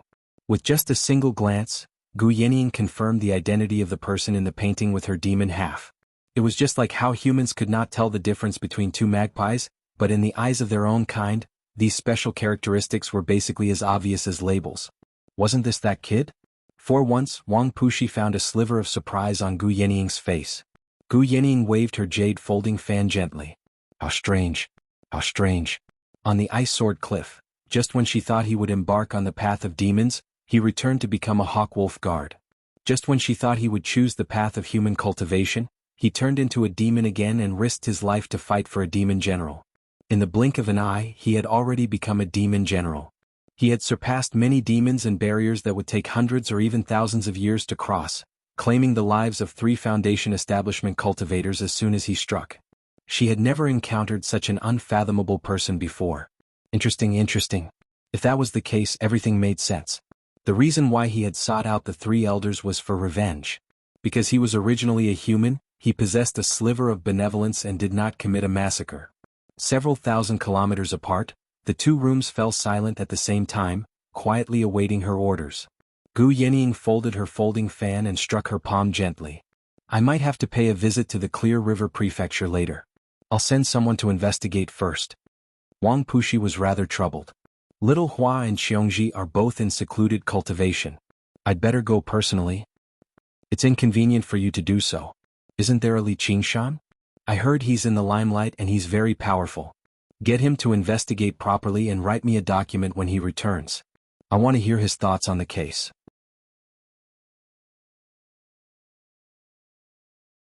Gu Yenying's eyes flickered with light as she seemed to smile. Little bro Qingshan, are you in such a hurry to throw those words right in front of me? Yes, I'll summon him right now. Is there anything else you need me to do? Wang Puxi said. As it seemed, Commander Gu really did view this Li Qingshan in a new light. She had actually left such an important matter to him, even praising his strength. It was unbelievable. However, he was unable to connect the brazen, reckless demon in the painting to the primary disciple of the school of novels, Li Qingshan. Old Wang, what's bound to come will come. Gu Yenying said slowly. Her eyes swiveled. Very well done. Your painting skills will definitely surpass your masters in the future. Chu Danqing was taken aback. Only then did he realize she was talking about him. He raised his head, but the figure had already vanished. He felt lost inside, but he also understood something. If he looked at the heavenly maiden scattering the blossoms again, he would definitely see her. The legends of the great sage welcome to the readers. Read the full text.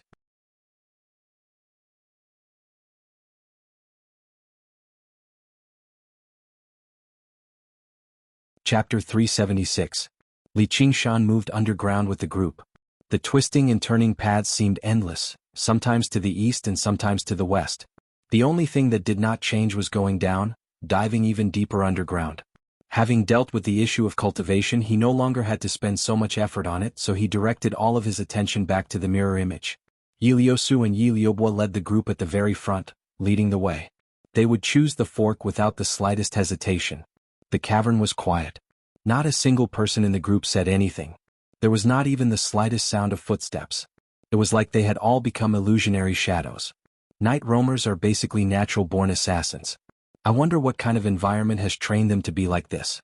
Li Qingshan praised inside. In particular, Yi Liusu basically seemed like she was floating.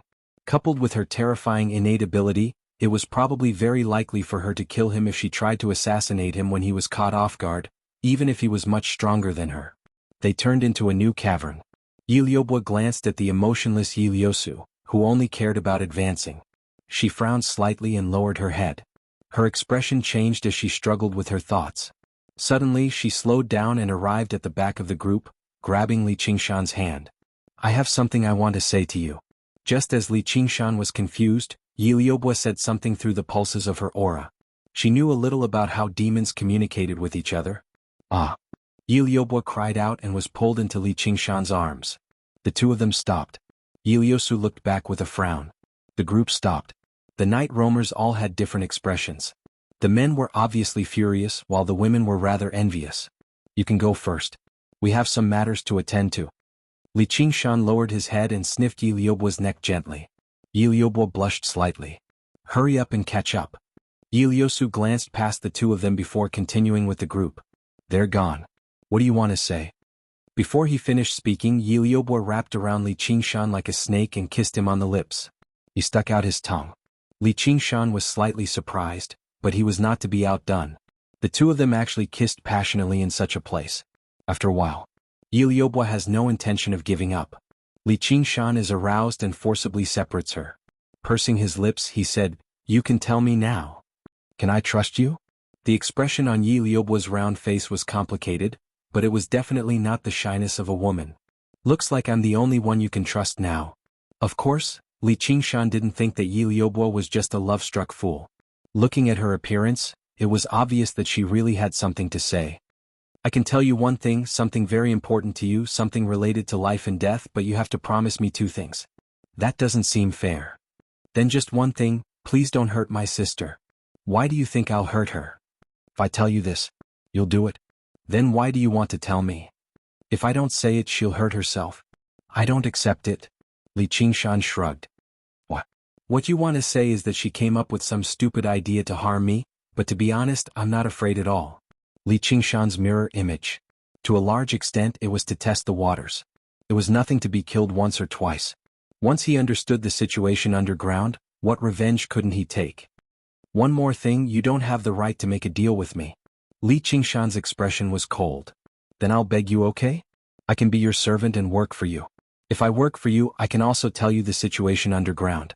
Yi Liubo felt powerless. She knew very well that he was right. Even Yi Liusu was unable to oppose him at all.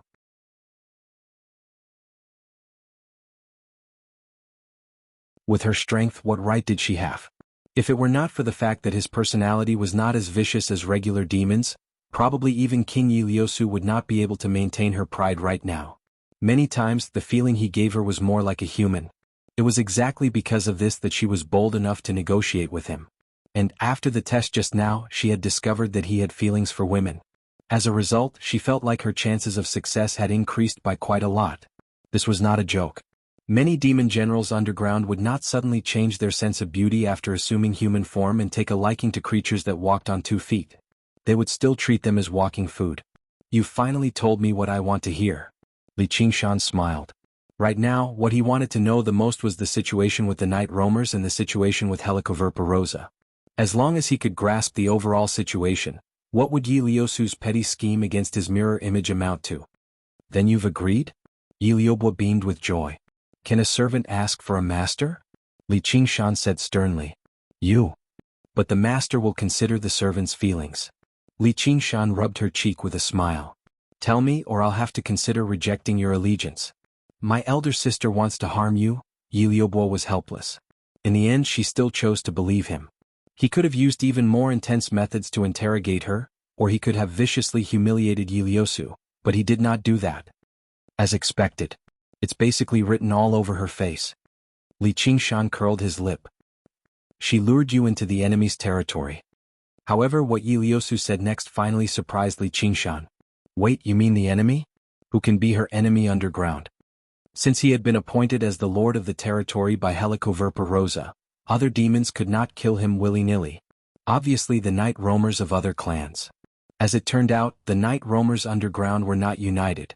Instead they were divided into a few large clans. Queen Helicoverpa Rosa forbade open warfare, but she revered chaos and assassination. Coupled with the competition for benefits and resources, the conflict between clans was extremely intense. Assassinations, poisoning, and traps were used against one another. As long as they did not leave behind any direct evidence, they could get away with it. As for the incompetent failures who left behind evidence, they would be judged and turned into sacrifices for the Spider Queen. It was possible to imagine just how welcome Yi Liusu, a genius of her clan, would receive when she returned to the Gloom region and the territories of other clans. And in order to silence her, a witness like Li Qingshan would definitely be hunted down. That's a stupid idea. Li Qingshan shook his head. Yi Liusu sure was vicious enough. She was actually willing to perish together with him. Did she really think she could deal with him like that? My sister has no other choice either. In order to take over that territory, our Spider Shadow clan has already become the target of attack of a few large clans. We've suffered very heavy losses. If we attract an enemy like you, it'll probably be the end of our clan. Even if we can't harm you with this method, it'll be enough to heavily injure those clans. If Li Qingshan escaped, those clans would bear the crime of killing a lord and attacking a demon general. If he died, he would definitely drag a bunch of people down with him, and the Spider Shadow clan would be able to get someone else to take over the territory. Only after thinking that through did Li Qingshan truly begin to admire Yi Liusu a little. What an impressive spirit of sacrifice. Yo boy, you're nowhere near that. I can't wait for the Spider Shadow clan to be destroyed. What does it have to do with us if all the night roamers die? Yi Liubo sneered. She was actually filled with hatred towards her own clan. Only afterwards did she look at Li Qingshan eagerly, grabbing his hand and calling out, Master! Li Qingshan's heart turned numb from her call. Regular people would not be able to emulate such a lewd and flirtatious feeling. If it were not for the fact that he was thinking about Han Qiongji in the distance, he basically would have done something. In consideration of your feelings and loyalty, I won't kill your sister if she doesn't bring about her own destruction.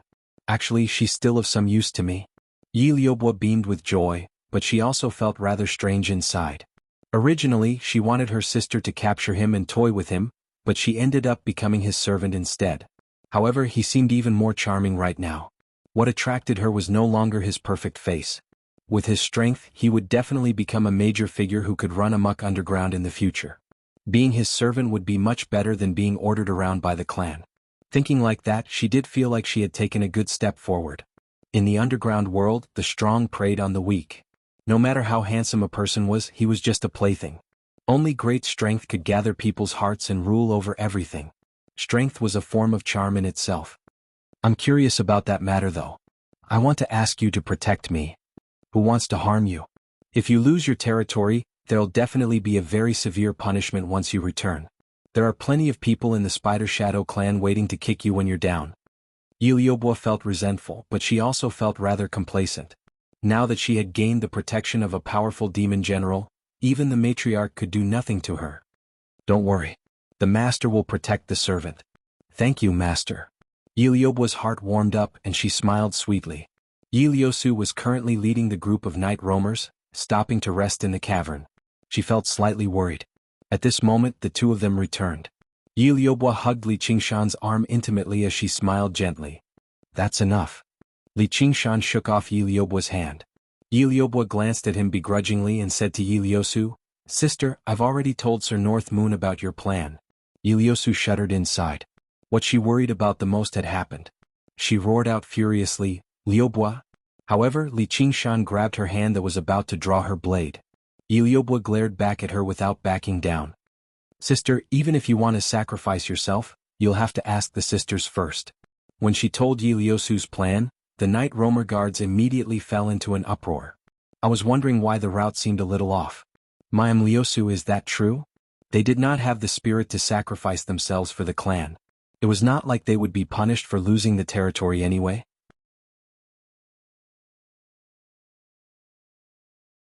At most, they would just be dragged into it a little. Yi Liusu said nothing as if she was agreeing to it. From today onwards, I will leave the Spider Shadow clan and become Sir North Moon's servant. At this moment, Yi Liubo's words kicked up a storm. This was equivalent to betraying the clan, entrusting her fate completely to Li Qingshan. If Li Qingshan refused to protect her, she would no longer be able to survive underground. Li Qingshan smiled. This was probably the legendary aura of a king. If he really had the power of a king, why would he worry about no one following him? As long as he had enough influence, there were many things that he did not have to worry about at all. P.S. I'm done with this chapter. I'll go write the second chapter now so that I can face the blackout tomorrow. Phew, I'm a little tired.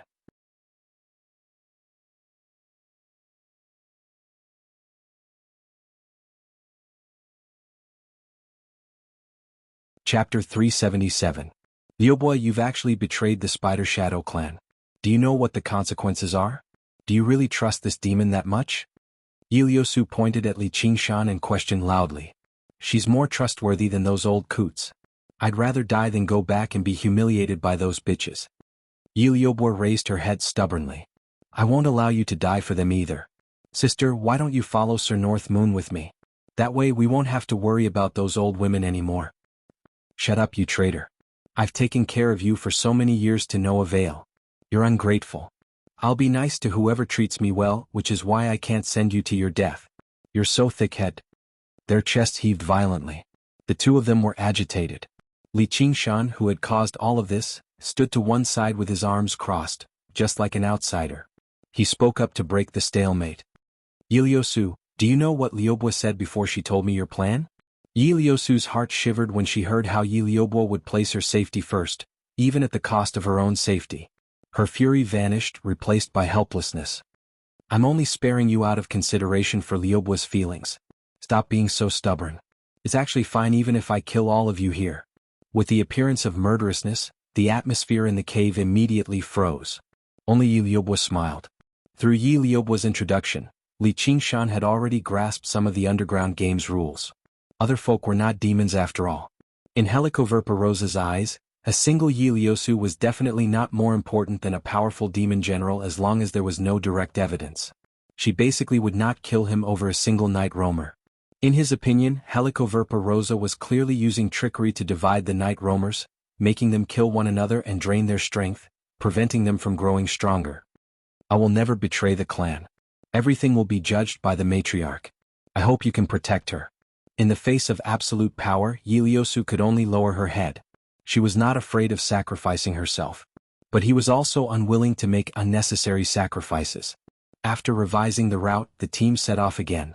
Not long after they left, two black shadows appeared where they were just now, whispering to each other. It seems to be Ieyasu and her sister. Those two voices, I can't be wrong.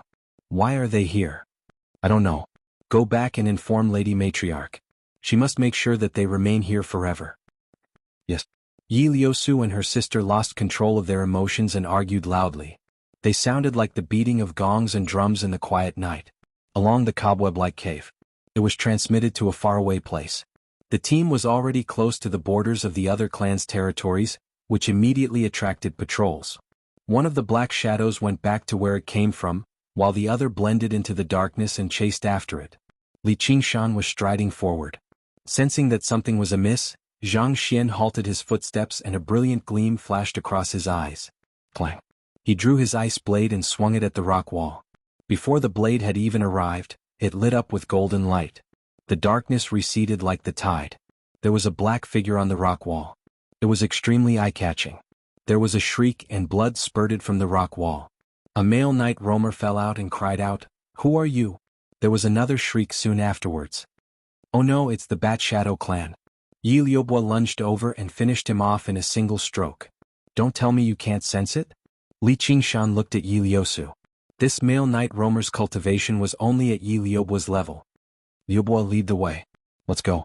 I don't want to be used by others. With his original body here, he did not mind killing a few more and comprehending another tiger demon.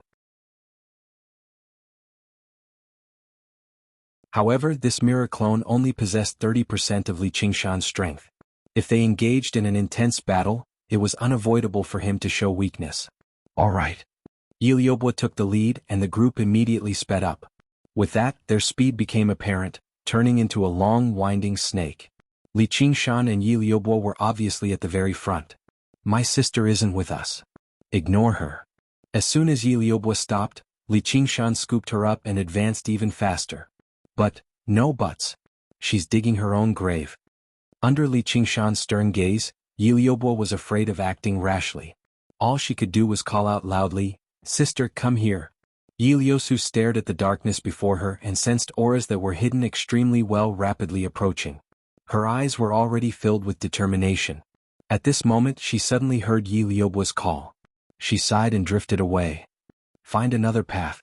Hide. Yi Liusu shot past the night roamer guards one by one, searching for another cave in a hurry. The night roamer guard at the very back reacted a little slower. Just as he was panicking, he suddenly stopped and was silently torn to pieces. In the end, only the three of them remained, advancing side by side. The cave was deep, like the intestines of a monster. It twisted and turned as they shot past quickly. Li Qingshan spent most of his time running along the walls, constantly changing his figure according to the direction the cave extended in. The black figure tailing behind him continued to draw closer and closer. Yi Liusu was puzzled. Why was he so much slower than during battle? Suddenly, the familiar sound of water rang out. The rumble was a waterfall. The cave was cut off by a surging underground river. The water was wide and rapid, almost like a clear river. If they had not seen it with their own eyes, no one would have imagined there was such a vast river underground. Then, the river was suddenly cut off by a huge hole, and the water flowed 1,000 feet straight down. Thunder roared furiously as it landed below before rolling forward again. If they had not seen it with their own eyes, no one would have imagined there was such a steep waterfall underground. Yi Liubo beamed with joy. We're here. Past this waterfall is the territory of the Spider Shadow clan. Clang. With that, Li Qingshan swung his blade again, colliding with a dagger in the darkness. Sparks flew everywhere. What great power! What kind of light is this? It can actually pierce through my night roaming technique? The black figure drifted backwards. The webbing between his thumb and index fingers split open. He was shocked. The dazzling sunlight left him even more doubtful. Let's go. Li Qingshan leapt into the river. Just now, in the moment the sunlight appeared, he saw two more black figures approach him. He drifted with the flow, and in the blink of an eye, he had already distanced himself from the cave. He was tossed out by the river, falling towards the endless darkness with the waterfall. Li Qingshan extended his right hand. Demon Qi pulsed, and the great waterfall that had existed for thousands of years was immediately severed. It was like a huge roaring dragon pouring into the cave. The black figures were about to give chase when the water surged over. They halted and executed night roaming, vanishing into the darkness. However, before the water arrived, the light arrived first. Their vanishing figures distorted for a moment before they were smashed back by the water. This was no ordinary flowing water. Instead, it was infused with Li Qingshan's demon qi. His might was astonishing. Iliyosu's eyes widened. In the underground world, the battles of the night roamers were mainly about danger. It was a showdown between assassins. She had never seen such a powerful attack before. Iliyobo was in Li Qingshan's embrace. When she saw this scene, she was even more shocked. This move seemed to have come from her. When she looked at that handsome face again, she was intoxicated. Here. Soon they reached the bottom of the waterfall. Iliyosu entered a cave at the side. A stream of water gushed out from the underground river, carrying Li Qingshan and following closely behind. Boom.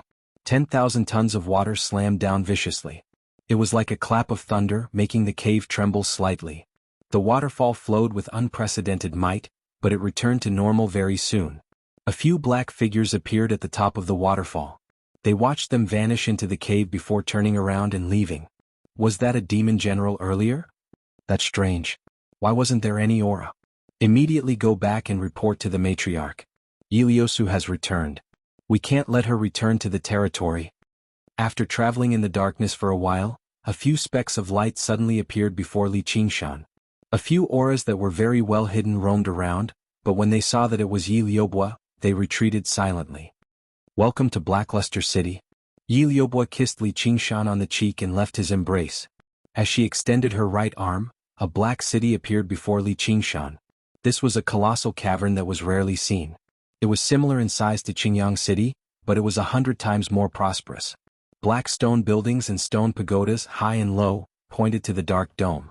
They covered the ground of the cave and extended to the steep slopes around the cave, merging with the rock walls. Even the rock walls were chiseled open, forming buildings that looked like caves. As a matter of fact, the huge stalagmites hanging down from the ceiling of the cavern all showed signs of being excavated. Every single structure had a smooth, intricate line, covered in patterns and totems. They were like black works of art. Specks of light flickered in the black ceiling, but it was a magnificent star map. Although it could not be compared to an actual starry sky, it gave off a sense of splendor from civilized creations. After traveling through the desolate, dark cavern for so long, Li Qingshan basically felt a sense of familiarity when he suddenly saw so many structures that belonged to civilization. He was rather surprised by the level of civilization that the night roamers possessed. In the center of the city was a black castle. It was built in a different style from humans. It was solemn and dignified, noble and elegant, demonstrating the ingenuity of the craftsmen of the night roamers. Let's go rest there and wait for the matriarch to receive us. Someone has already gone to report it. Yi Liubo slowed down and made her way towards the castle. Why don't we go straight to Cobweb City? Yi Liubo's suggestion was met with another glare from Yi Liusu. Isn't your matriarch here? Li Qingshan was confused. The matriarch is in Cobweb City. Yi Liubo grabbed Li Qingshan's arm and said softly. Every major clan had a main city, but every matriarch would stay in Cobweb City, which was also Helicoverpa Rosa's future headquarters. Figures flickered on the streets, trading and communicating like humans, but it was abnormally quiet. Even the footsteps of children were silent.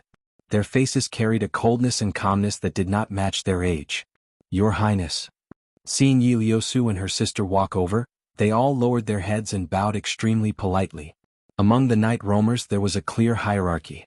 Yi Liusu and her sister were the matriarch's daughters. If regular night roamers dared to disrespect them, they would be severely punished. Only after they had passed by did the crowd discuss softly, why have Princess Liusu and Princess Liubo returned? Has something happened in the territory? That demon general is so handsome. If he can spend a night with me, I'd be willing even if I have to shorten my lifespan by a decade.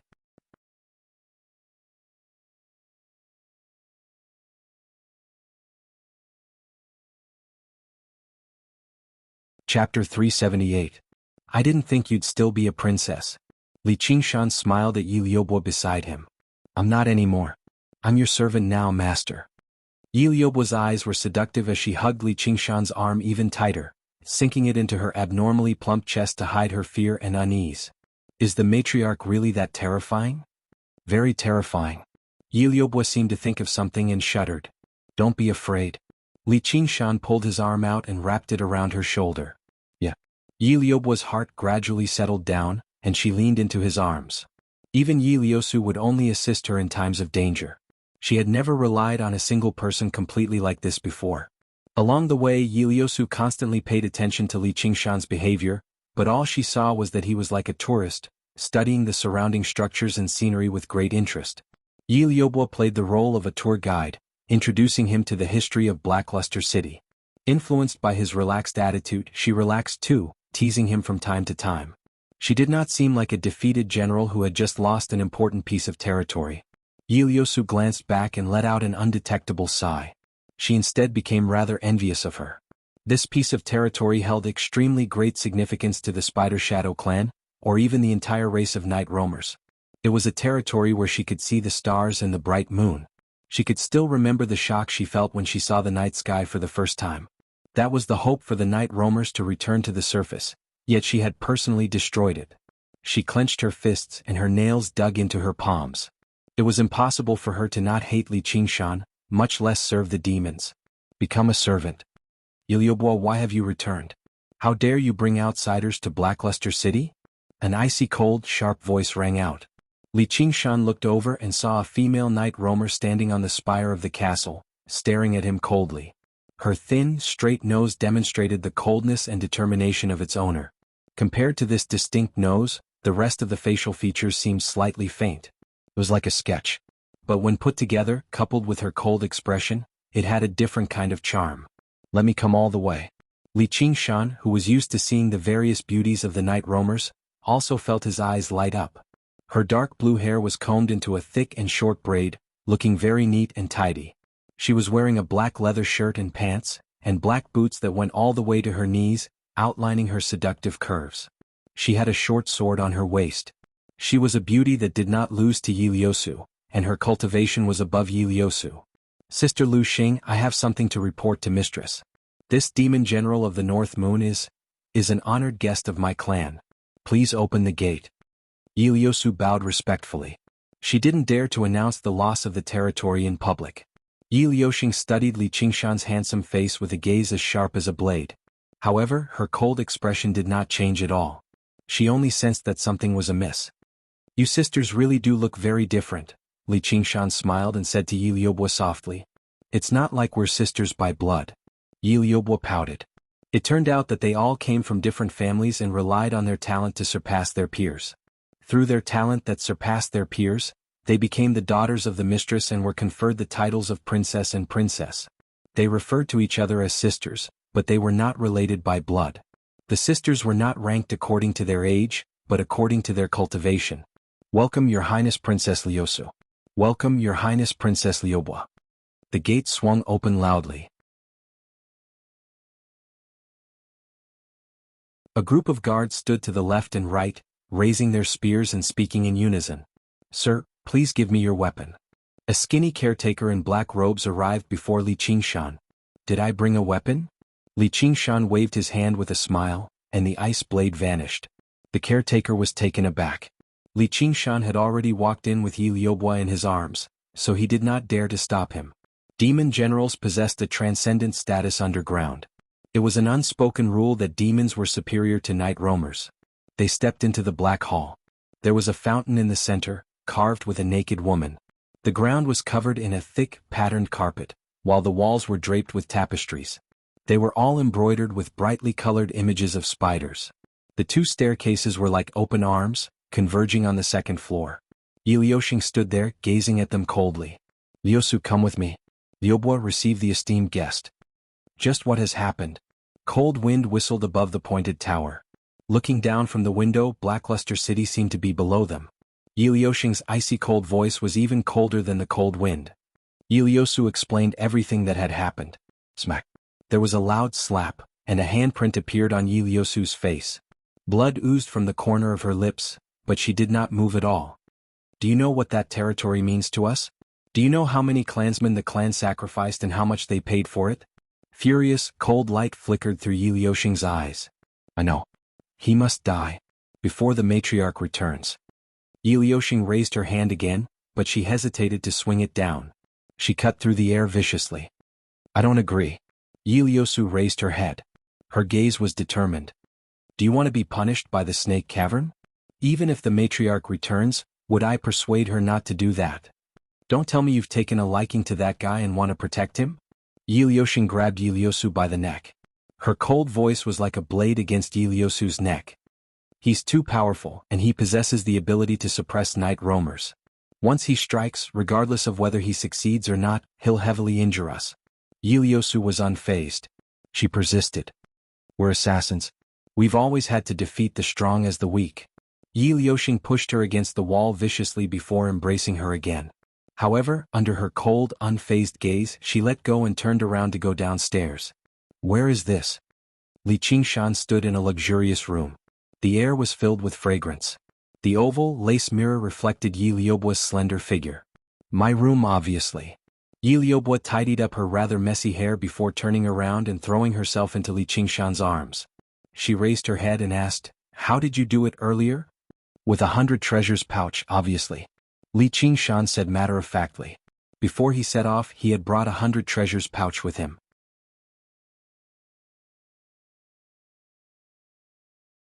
There were a few items that he might be able to use in there, including over a dozen supreme-grade talismans he had obtained. If he really did end up in battle, he could still maintain the necessary lethality. After undergoing the heavenly tribulation, the nature of his demon chi had changed. Not only could he refine spiritual artifacts, but he could also activate talismans. However, he was still unable to open the Soaring Dragon Elder's Sumeru ring. He had no idea what Oxen had left behind for him. 100 treasures pouch. Yi Liubua was rather surprised. Are 100 treasures pouches very rare? Only then did Li Qingshan discover that Yi Liubua did not possess any of the necessary items for cultivators above ground. Of course, only after undergoing the heavenly tribulation do you have the right to receive one from the clan. Night roamers could forge artifacts too, but they could not forge 100 treasures pouches. The 100 treasures pouches underground all came from cultivators who had come to explore above ground. They were left behind after they were killed, so there were relatively few of them. I even purposefully stood guard at a few caves for a very long time, but no cultivators above ground came down to explore. How strange.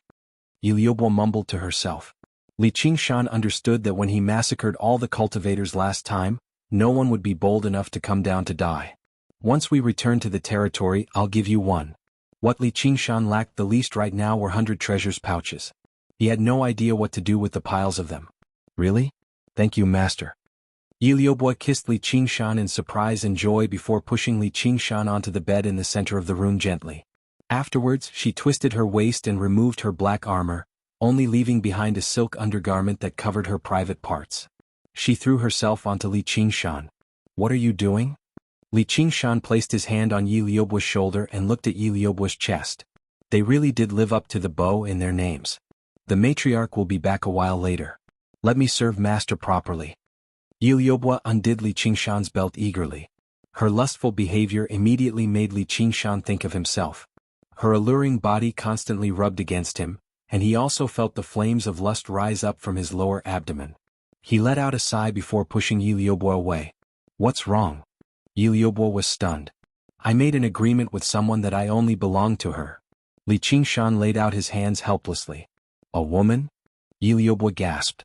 Of course, Li Qingshan said in exasperation. Then I don't have to worry. It's not like she's here. Yi Liubua smiled again. She lowered her body again and kissed Li Qingshan's lips. Agreements are exactly used at times like this. Li Qingshan grabbed her shoulder forcefully. He saw the pair of breasts jiggle gently. He was quite satisfied just by looking at them. All right, master, I beg you. I want it. Yi Liubua's eyes shone as she bit her knuckles. She twisted her slender legs and placed a hand between them. If you want it, then go find another man. Li Qingshan's breathing quickened. If it were not for the spirit turtle's method of sea suppression, he really had no idea what he would have done. How can I want another man after seeing you? Just treat it as a good deed and accompany me once, all right? I'll definitely be loyal to master in the future. Yiliobua's face was filled with hidden bitterness. The master doesn't fulfill the duties of a servant. Li Qingshan patted her cheek with a smile and stood up. If you won't accompany me, then I'll deal with it myself. Go ahead. Li Qingshan saw a bookshelf in the corner of the room. He walked over and pulled out a book. The words inside were the same as human books, except the handwriting was very beautiful. A resonant moan rang out from behind, which made his lips curl. Seeing Li Qingshan turn around, she became even more complacent, and the moan became even louder. Li Qingshan just moved a chair over and sat down by the bed to admire it. Watching it was not exactly letting down Qiongji, even though it was a live performance. No matter how hard Yi Liubua tried, Li Qingshan had no intentions of getting onto the bed, which made her feel dejected. Thump, thump, thump. Yi Liuxing knocked on the door and entered. She glanced at the bed and actually smiled. Her smile was like ice that had cracked open and leaked out. Sir North Moon, do you want us to accompany you?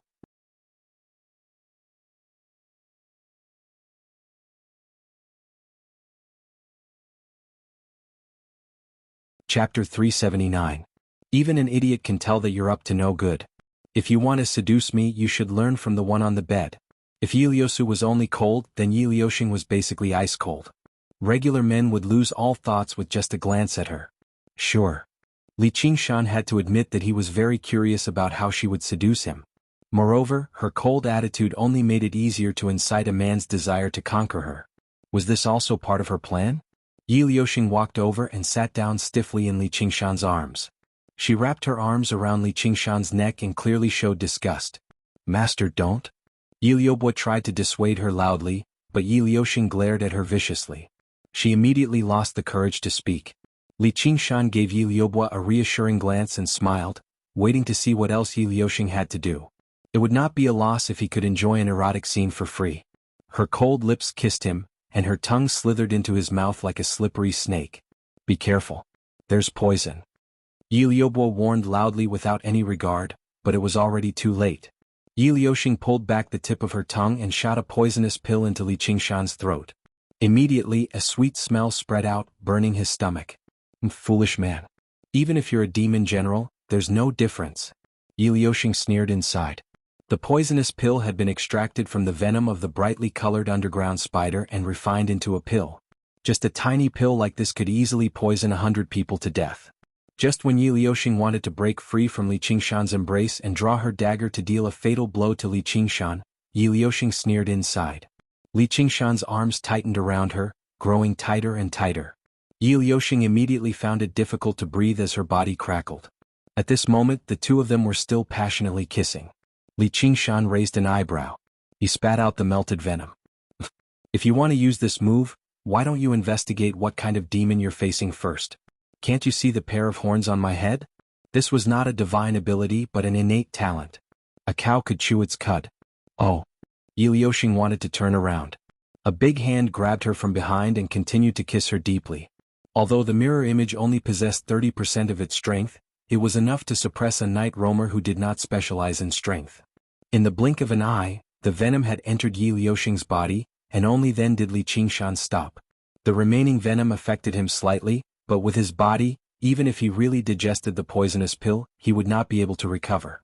It was just an upset stomach. Without any hesitation, Yi Liuxing broke free from night roaming and drew her dagger.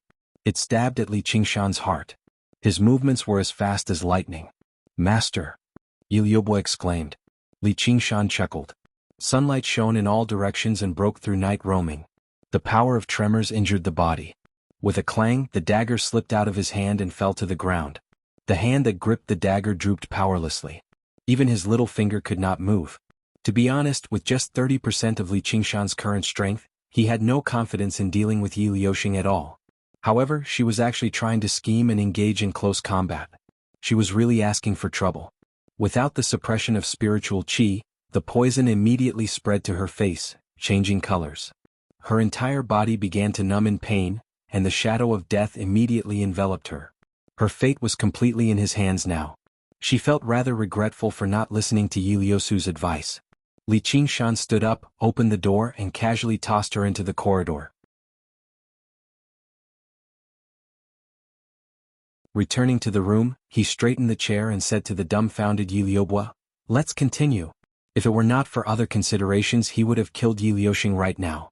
However, her poison had flared up now, and half of her bones had been crushed by Li Qingshan. She could forget about causing trouble in the near future. No. The master is unwilling to satisfy the servant, so why should the servant satisfy the master? Yi Liubo pouted and stood up to put on her armor.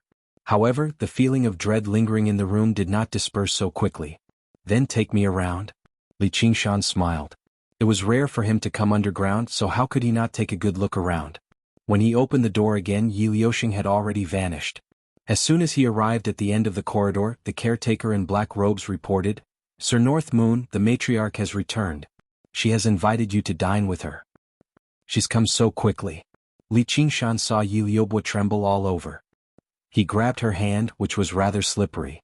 Li Qingshan followed the caretaker into a hall in the depths of the castle. The seats had already been arranged.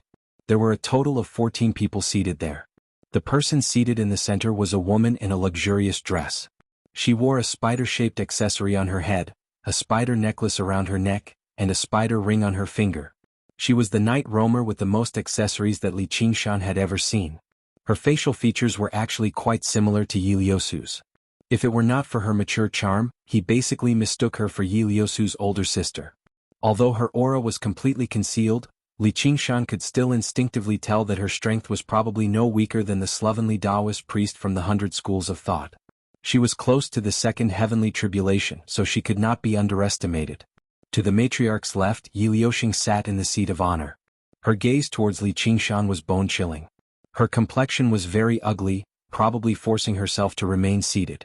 The second person was a woman Li Qingshan had never seen before. Her face was so ordinary that she did not seem like a night roamer at all. Only the third person was Yi Liusu. She stared straight ahead without even glancing at Li Qingshan. The fourth seat was empty. Yi Liubo let go of Li Qingshan's hand and took the initiative to sit down. She was cautious. The three people below her were slightly weaker than Yi Liubo, but they were all very young.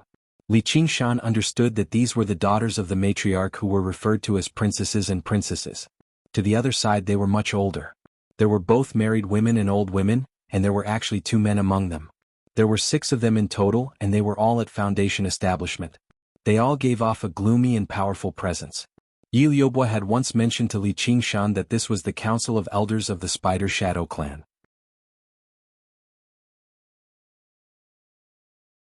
In other words, including the matriarch, there were a total of 10 powerful night roamers who had undergone the first heavenly tribulation.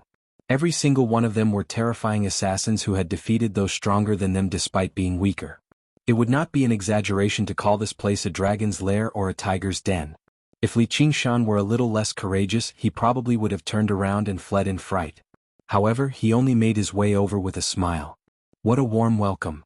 A single clan of night roamers was already so powerful. If all the clans worked together, they would be a force that could topple over everything else. It was no wonder that the Spider Queen wanted to restrict their development. The door slammed shut behind Li Qingshan, trapping him together with the 10 night roamer assassins like a sealed insect. I've long heard of Sir North Moon's great name. I am Yi Mingzhu. Please take a seat. The matriarch of the Spider Shadow Clan, Yi Mingzhu, who sat at the head of the table, said with a smile. It was as if she had no idea that Li Qingshan had taken away the territory of the clan. After receiving the news, she immediately hurried back with the strength of the entire clan to resolve this great problem. She extended her arm towards the row of seats where the elders sat elegantly. The very last seat was empty, so she naturally gave off the bearing of someone in a superior position. She spoke politely, but her words left no room for doubt. Everyone fell silent and stared at her intently, using their silent words to increase Yi Mingzhu's authority. They were assassins. They lived in silence, and at the moment of death in silence, they would not curse or make a ruckus. They would only speak with the edge of their lethal blades. I don't see where my seat is. Li Qingshan's words immediately made the atmosphere in the hall tense up. All of the elders placed their hands on the weapons on their waists. In the underground world, this was an insult to the matriarch. There were very few humans and demons bold enough to do this. The price they paid was usually blood and death. So everyone's armed. Li Qingshan waved his hand, and an ice blade appeared in his hand. The young night roamer girl at the very end almost drew her blade. Yi Mingzhu remained in the same posture. Even her smile remained the same, like a strange yet beautiful mask. The darkness in the surroundings seemed to become much heavier. Oh, so it's here. Li Qingshan finally made his way to the very end. Yimingzhu pulled back her hand and smiled scornfully. So that's all there is to him. Cold, sinister laughter rang out in the surroundings. Yi Liubua's tense heart eased up slightly, but when she heard the laughter, it tensed up again. Her feelings were very mixed. She did not want him to fall out with the matriarch, but she also did not want him to lower his head and give in. The laughter suddenly stopped as if someone had grabbed them by the throat at the same time.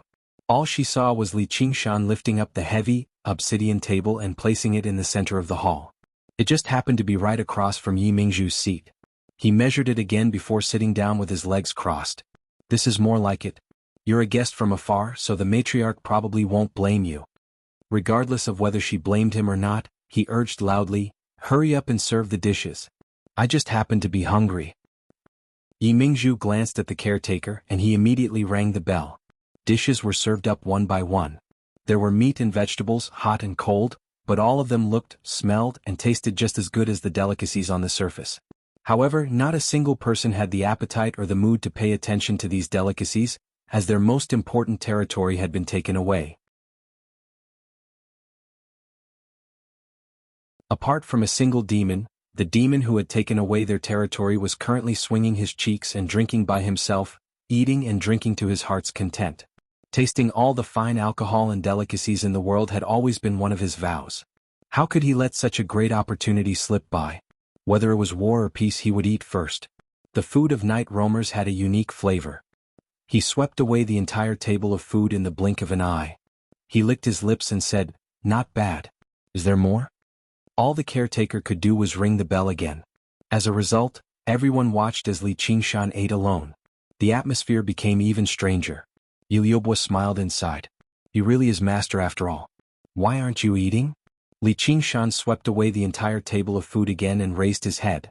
If you're not eating, then give it to me. Li Qingshan waved his hand, and over a dozen ripples of water flew out, heading straight for the food before them. Swish, swish, swish. There was a flash of light, cutting through the ripples of water. For a moment, the atmosphere was tense and murderous. You can die a full death on the way to the afterlife. An old woman stood up with a hunched back and placed her food before Li Qingshan as she said sinisterly. Li Qingshan laughed aloud, shaking up the entire room. The cups, plates, and plates all trembled. His laughter paused. He leaned forward and glanced around. Who dares to kill me?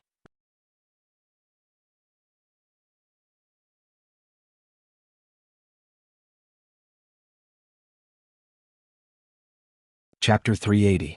How arrogant!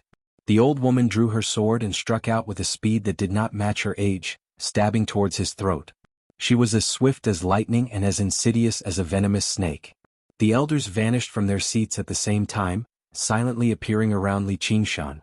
6 lethal weapons stabbed towards 6 vital points, weaving into a net of death. Who could survive an attack like that? Li Qingshan raised his cup and drank. His clear gaze passed through the forest of blades and swords. Yimingzhu sat there without moving. Her eyebrows furrowed slightly. The blades and swords stopped. The tip of the old woman's sword was only an inch away from his throat. Swallowing a mouthful of alcohol, his Adam's apple bobbed, almost piercing through his skin. Stand down. Did I say you'd attack? Yimingzhu waved her hand, and the elders immediately returned to their seats as if nothing had happened. After hearing Yi Liusu's report, her first thought was kill. What followed were various doubts. He clearly knew there was great danger, so why was he still bold enough to come? If he fought like a cornered beast, just what kind of losses would the clan suffer? That was why today's banquet was held. As long as he showed even the slightest hint of weakness, it would be a fatal situation. However, his behavior was flawless. If he was not a madman, then he must have something to rely on. This feeling of indifference definitely could not be faked. In the blink of an eye, Yimingzhu made up her mind. She stood up and arrived beside him with her hips swaying. She personally refilled his cup. Sir North Moon, just what do you want? Respect. Li Qingshan shook his cup with a smile, causing the alcohol to ripple. This answer left everyone stunned. He was willing to take such a risk. It was nothing strange for him to ask for territory, treasure, or women at a banquet of night roamers, but what he wanted was a phrase that was very unfamiliar to regular demons.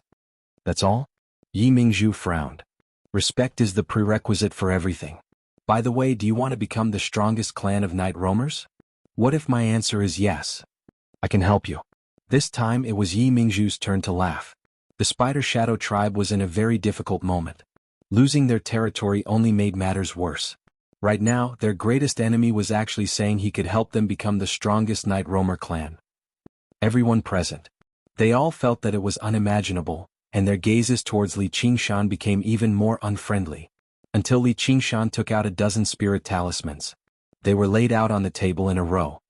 Do you think we can become the strongest clan with just this? Yi Mingzhu sneered, but she was secretly surprised. Night roamers did not possess the ability to craft talismans, but she understood the power of talismans very well. In a dangerous battle, a single talisman could turn the tides of life and death. It was fortunate that he did not fall out with them. Otherwise, he would have been able to drag a few of them down with him with just those top-grade talismans. Such a talisman. I have thousands of them. Of course, there are fewer top-grade and high-grade ones and more middle-grade and low-grade ones. Li Qingshan stuck the ice blade on the table again. I have thousands of such spiritual tools. Of course, they're the same as talismans. Alright, I don't have any on me. With that, Yi Mingzhu was unable to laugh anymore. Her perky chest heaved. The elders' faces were filled with shock. They knew very well that such a large amount of resources would not be enough. They understood what this meant to the entire clan. Mid- or low-grade talismans and talismans were not useless. After all, most night roamers still possessed cultivation.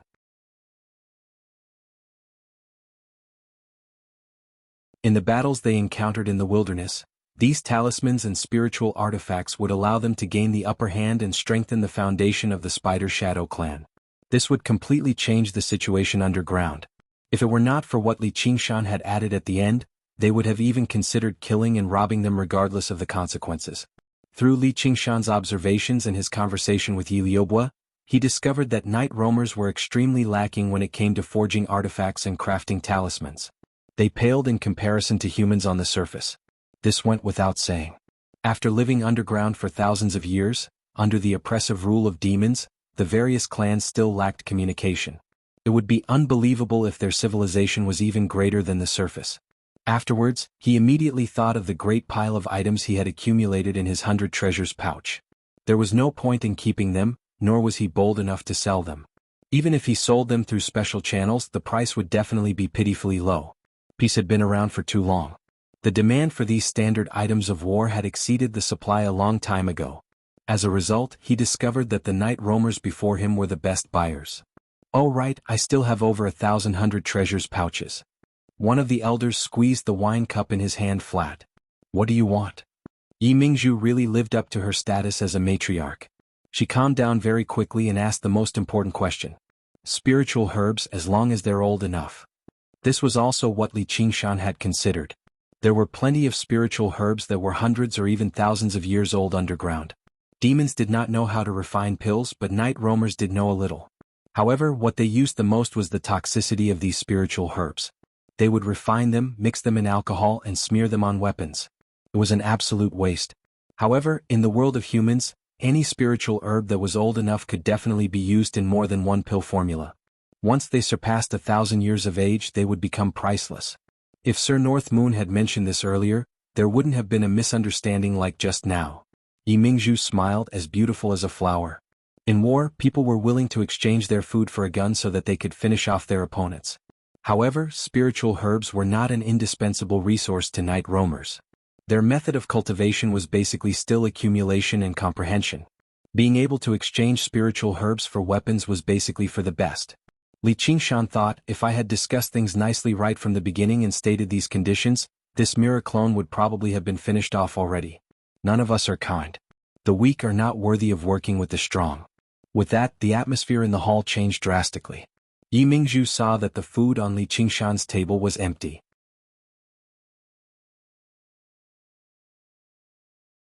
Get the kitchen to serve the food. Sir North Moon, if you're hungry, you can have my portion first. Where's the song and dance performance? The caretaker left in a hurry to make arrangements. A while later, a group of male night roamers actually came up to perform. Every single one of them was extremely handsome. They wore short shorts and performed a sharp sword dance. The elders took turns toasting him. They all smiled from ear to ear. Li Qingshan felt like he was an international arms dealer facing a group of African warlords. Liuxing's face was still frigid, but she could not help but offer him a toast. Liusu was slightly lost. She was rather uncertain whether meeting him was a good thing or a bad thing. Master sure is impressive. Liubo stopped worrying. Her face was filled with joy. She looked at Li Qingshan so much that tears almost dripped from her eyes. After drinking for 70 minutes, eating 5 different dishes, and both the host and guest enjoyed themselves, Yi Mingzhu blushed slightly. She smiled charmingly. Sir North Moon, have you finished eating? You can discuss the deal in detail in my residence later. I'll deal with the matters in the clan first. His face immediately froze. Yiliosu Yiliobwa Neil.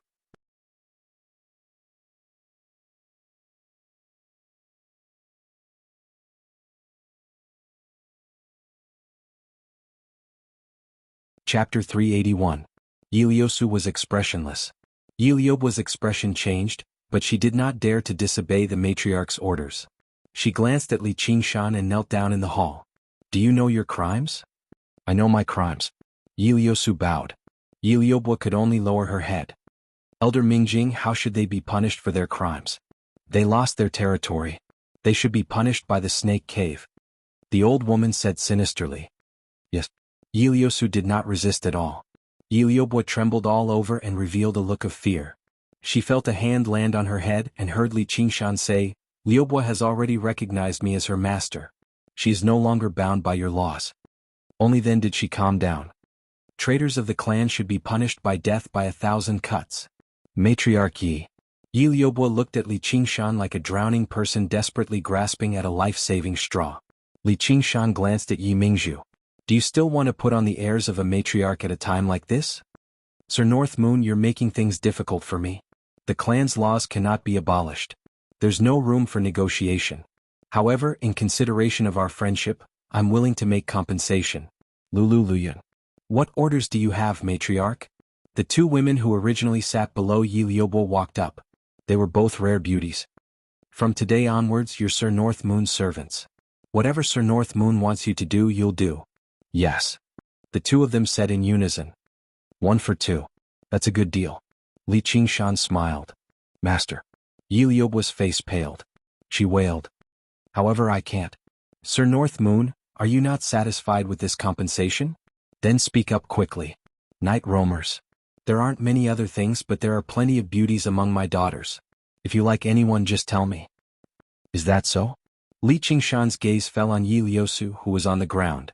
Afterwards, he looked at Yi Liuxing, which made her heart tighten. During this process, Yi Liobwa felt as if she had fallen into an ice house, and she couldn't help but feel a chill in her heart. In the underground world, it was natural for people to betray each other. This was not the first time she had tasted the feeling of being betrayed. This was the first time she couldn't help but laugh at herself. Did she really believe him? Believe that I can be protected. Li Qingshan's gaze swept across Yi Mingzhu's daughters one by one, and finally returned to Yi Mingzhu. He said slowly, respect, respect. What do you mean? As my servant, it's only right that you die for me. However, she was a servant. Not goods. Even if I am the master, I must respect this point, cannot casually sell her, so. No matter how high the price you offer, it's useless. Master. Yi Liobwa raised her head in disbelief, gazing at his face. Her heart felt like it had risen from hell to heaven, and her eyes could not help but moisten slightly. Yi Liusu was rather moved as well. She relaxed. It seemed like she had not followed the wrong person this time. Yi Mingzhu frowned. I find it very regrettable that you're like this. Don't you think it's not worth it to damage our long-term relationship for the sake of an insignificant bitch? To be honest, none of your daughters are more valuable than her. Liobwa, it's not like I'm asking you to kneel. Yes, master. Yi Liobwa glanced at Yi Mingzhu and slowly stood up. She puffed out her chest and looked down on those who had once needed her to bow and scrape. Her heart was filled with pride. If you find it unacceptable, I can work with the other matriarchs. I believe they'll be very willing. Li Qingshan's words immediately made the atmosphere tense up once more. Since you're so insistent, fine then. Yi Mingzhu sighed. She could only suppress her anger and her face turned cold. Yi Liobwa, since you've already admitted to your crimes, we'll begin the punishment immediately. Take her away. Sister. Iliobwa could not help but call out. The punishment of the snake cavern sealed up all of her strength, making her suffer the bites of thousands of snakes. The venom in the mouths of the snakes might not be fatal to her, but it was extremely painful. Hold on. Am North Moon, what else do you have to say? Yi Mingzhu squinted her eyes, trying to find an opportunity she could use. I'm not your servant. Yi Liusu's eyes flickered, but her face remained cold. You will be very soon. Matriarch, I have another question. Do the night roamers still want to use that territory? Of course. Yi Mingzhu's eyes immediately lit up. The importance of the territory went without saying, but she had never been bold enough to mention sharing the territory with Li Qingshan. Demons were extremely territorial. Something like that was basically a naked provocation. It was like asking a man, "Can you lend me your wife?" Demon generals with weaker tempers would immediately fall out with her. I've always hated these trivial matters. I want a servant to help me manage it. Li Qingshan was actually not interested in the territory. All he cared about were the resources underground. It was impossible for him to stay underground and watch over it. He was still longing for the pleasures of the mortal world. Under these circumstances, Millipede could not even subdue the demons below with his current strength, and the territory could easily be devoured by other demon generals. He needed a suitable person to manage the situation. Unfortunately, Yi Liobwa had yet to undergo the heavenly tribulation, so he had to settle for the next best thing. Yi Liusu became the best choice. Of course he would not accept any sharing. He could only accept her as a servant. Yi Liusu, from today onwards you are Sir North Moon's servant. You will listen to all of his orders. You will no longer be restricted by the Spider Shadow clan, Yi Mingzhu said immediately, as if she was afraid Li Qingshan would go back on his word. She was a servant, but whether she obeyed him or not was just a single thought. Within the entire Spider Shadow clan, there was no one more loyal than Yi Liusu. Matriarch. Yi Liusu, who had always been meek and submissive, finally could not help but raise an objection. However, under Yi Mingzhu's gaze she could only grit her teeth and lower her head. Yes, mother? Li Qingshan came to a realization. As it turned out, they really were mother and daughter, but he did not take it to heart. He did not care what the night roamers wanted to do with the territory at all. Moreover, loyalty could change. Servant Yi Liusu greets master. Yi Liusu arrived before Li Qingshan and bowed. She was hugged by Yi Liobwa and smiled. Sister, from today onwards we're all master's servants. Yi Liusu smiled bitterly inside. She had never seen someone so happy being a servant. However, as a mighty night roamer, her own mother actually did not even know how to respect demons.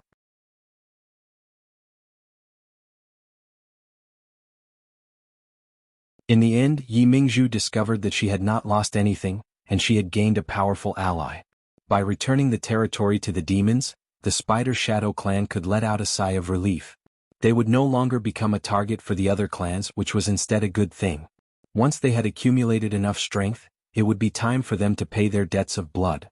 She was extremely satisfied with this outcome, and she rejoiced that she had not chosen to fight to the death. This North Moon really is different, and he's extremely handsome. He's also extremely handsome. None of her concubines can compare to him. Yi Mingzhu pursed her lips and revealed a charming smile. As a result, the atmosphere became even more harmonious. Yi Liobwa just knelt beside Li Qingshan, pouring wine and picking food for him. She could not help but rub against him. There was nothing Yi Liusu could do. She pressed her hand against the hilt of her blade and stood to one side, acting as a guard. Yi Mingzhu even expressed enthusiastically that she wanted Li Qingshan to talk to her in detail. Li Qingshan glanced at the frosty Yi Liusu before glancing at the mature and charming Yi Mingzhu. In the end, he hardened his heart and turned her down. It was difficult to endure watching but not being able to eat. However, he believed that all of his patience would be worth it for her sake. He wondered if she had come out of seclusion yet. After the banquet, under Yi Mingzhu's personal guidance, they once again returned to the raging underground river. They followed the current and hurried to Cobweb City to meet Helicoverpa Rosa. Li Qingshan once again displayed his ability to control water. Yi Mingzhu was secretly amazed. Even a water elemental demon general would not be able to do this if he did not have the bloodline of a spirit beast. Everything made sense now. It was not without reason that a demon general who had just passed the heavenly tribulation could easily defeat Liusu. She valued Li Qingshan even more. As long as these demons with supernatural bloodlines continued to cultivate, they would all become incredible figures. In time, they might even be able to stand shoulder to shoulder with the three by Lady Loltha's side. Li Qingshan rode the river like a heavenly horse. In less than 15 minutes he arrived at Cobweb City. The river broke and fell once again. However, the roar of the waterfall was extremely soft and came from far below. Li Qingshan's face was filled with shock. Before him was an inconceivably huge space. The raging river flowed on a vast piece of land with countless tributaries. A cold and majestic black castle rose from the ground, standing hundreds of meters tall. It was actually carved from an entire mountain. There were countless towers, straight and sharp like countless giant swords of different lengths. They gathered together and pointed to the sky. Li Qingshan had never imagined that there would actually be such a magnificent structure underground. For a moment he was actually unable to think of a single structure he had seen in both his lives that could rival it. This was Cobweb City. This was where the Spider Queen ruled over this web-like underground world. It was raining. Only now did Li Qingshan notice that the air was very moist and filled with the smell of sulfur. On the other side of Cobweb City, a fire-red river of lava surged over, also splitting into tributaries. Water and fire interweaved to form a strange net that gave rise to clouds of mist. It rose to the top of the cave and turned into a black cloud that never dispersed, enveloping the sky above Cobweb City and raining down rain constantly. It made Cobweb City seem even colder and taller. It actually gave off the illusion that it was impossible to tell just how tall it was. He could clearly see that Cobweb City was connected to the top of the cave, supporting this unbelievably large cavern.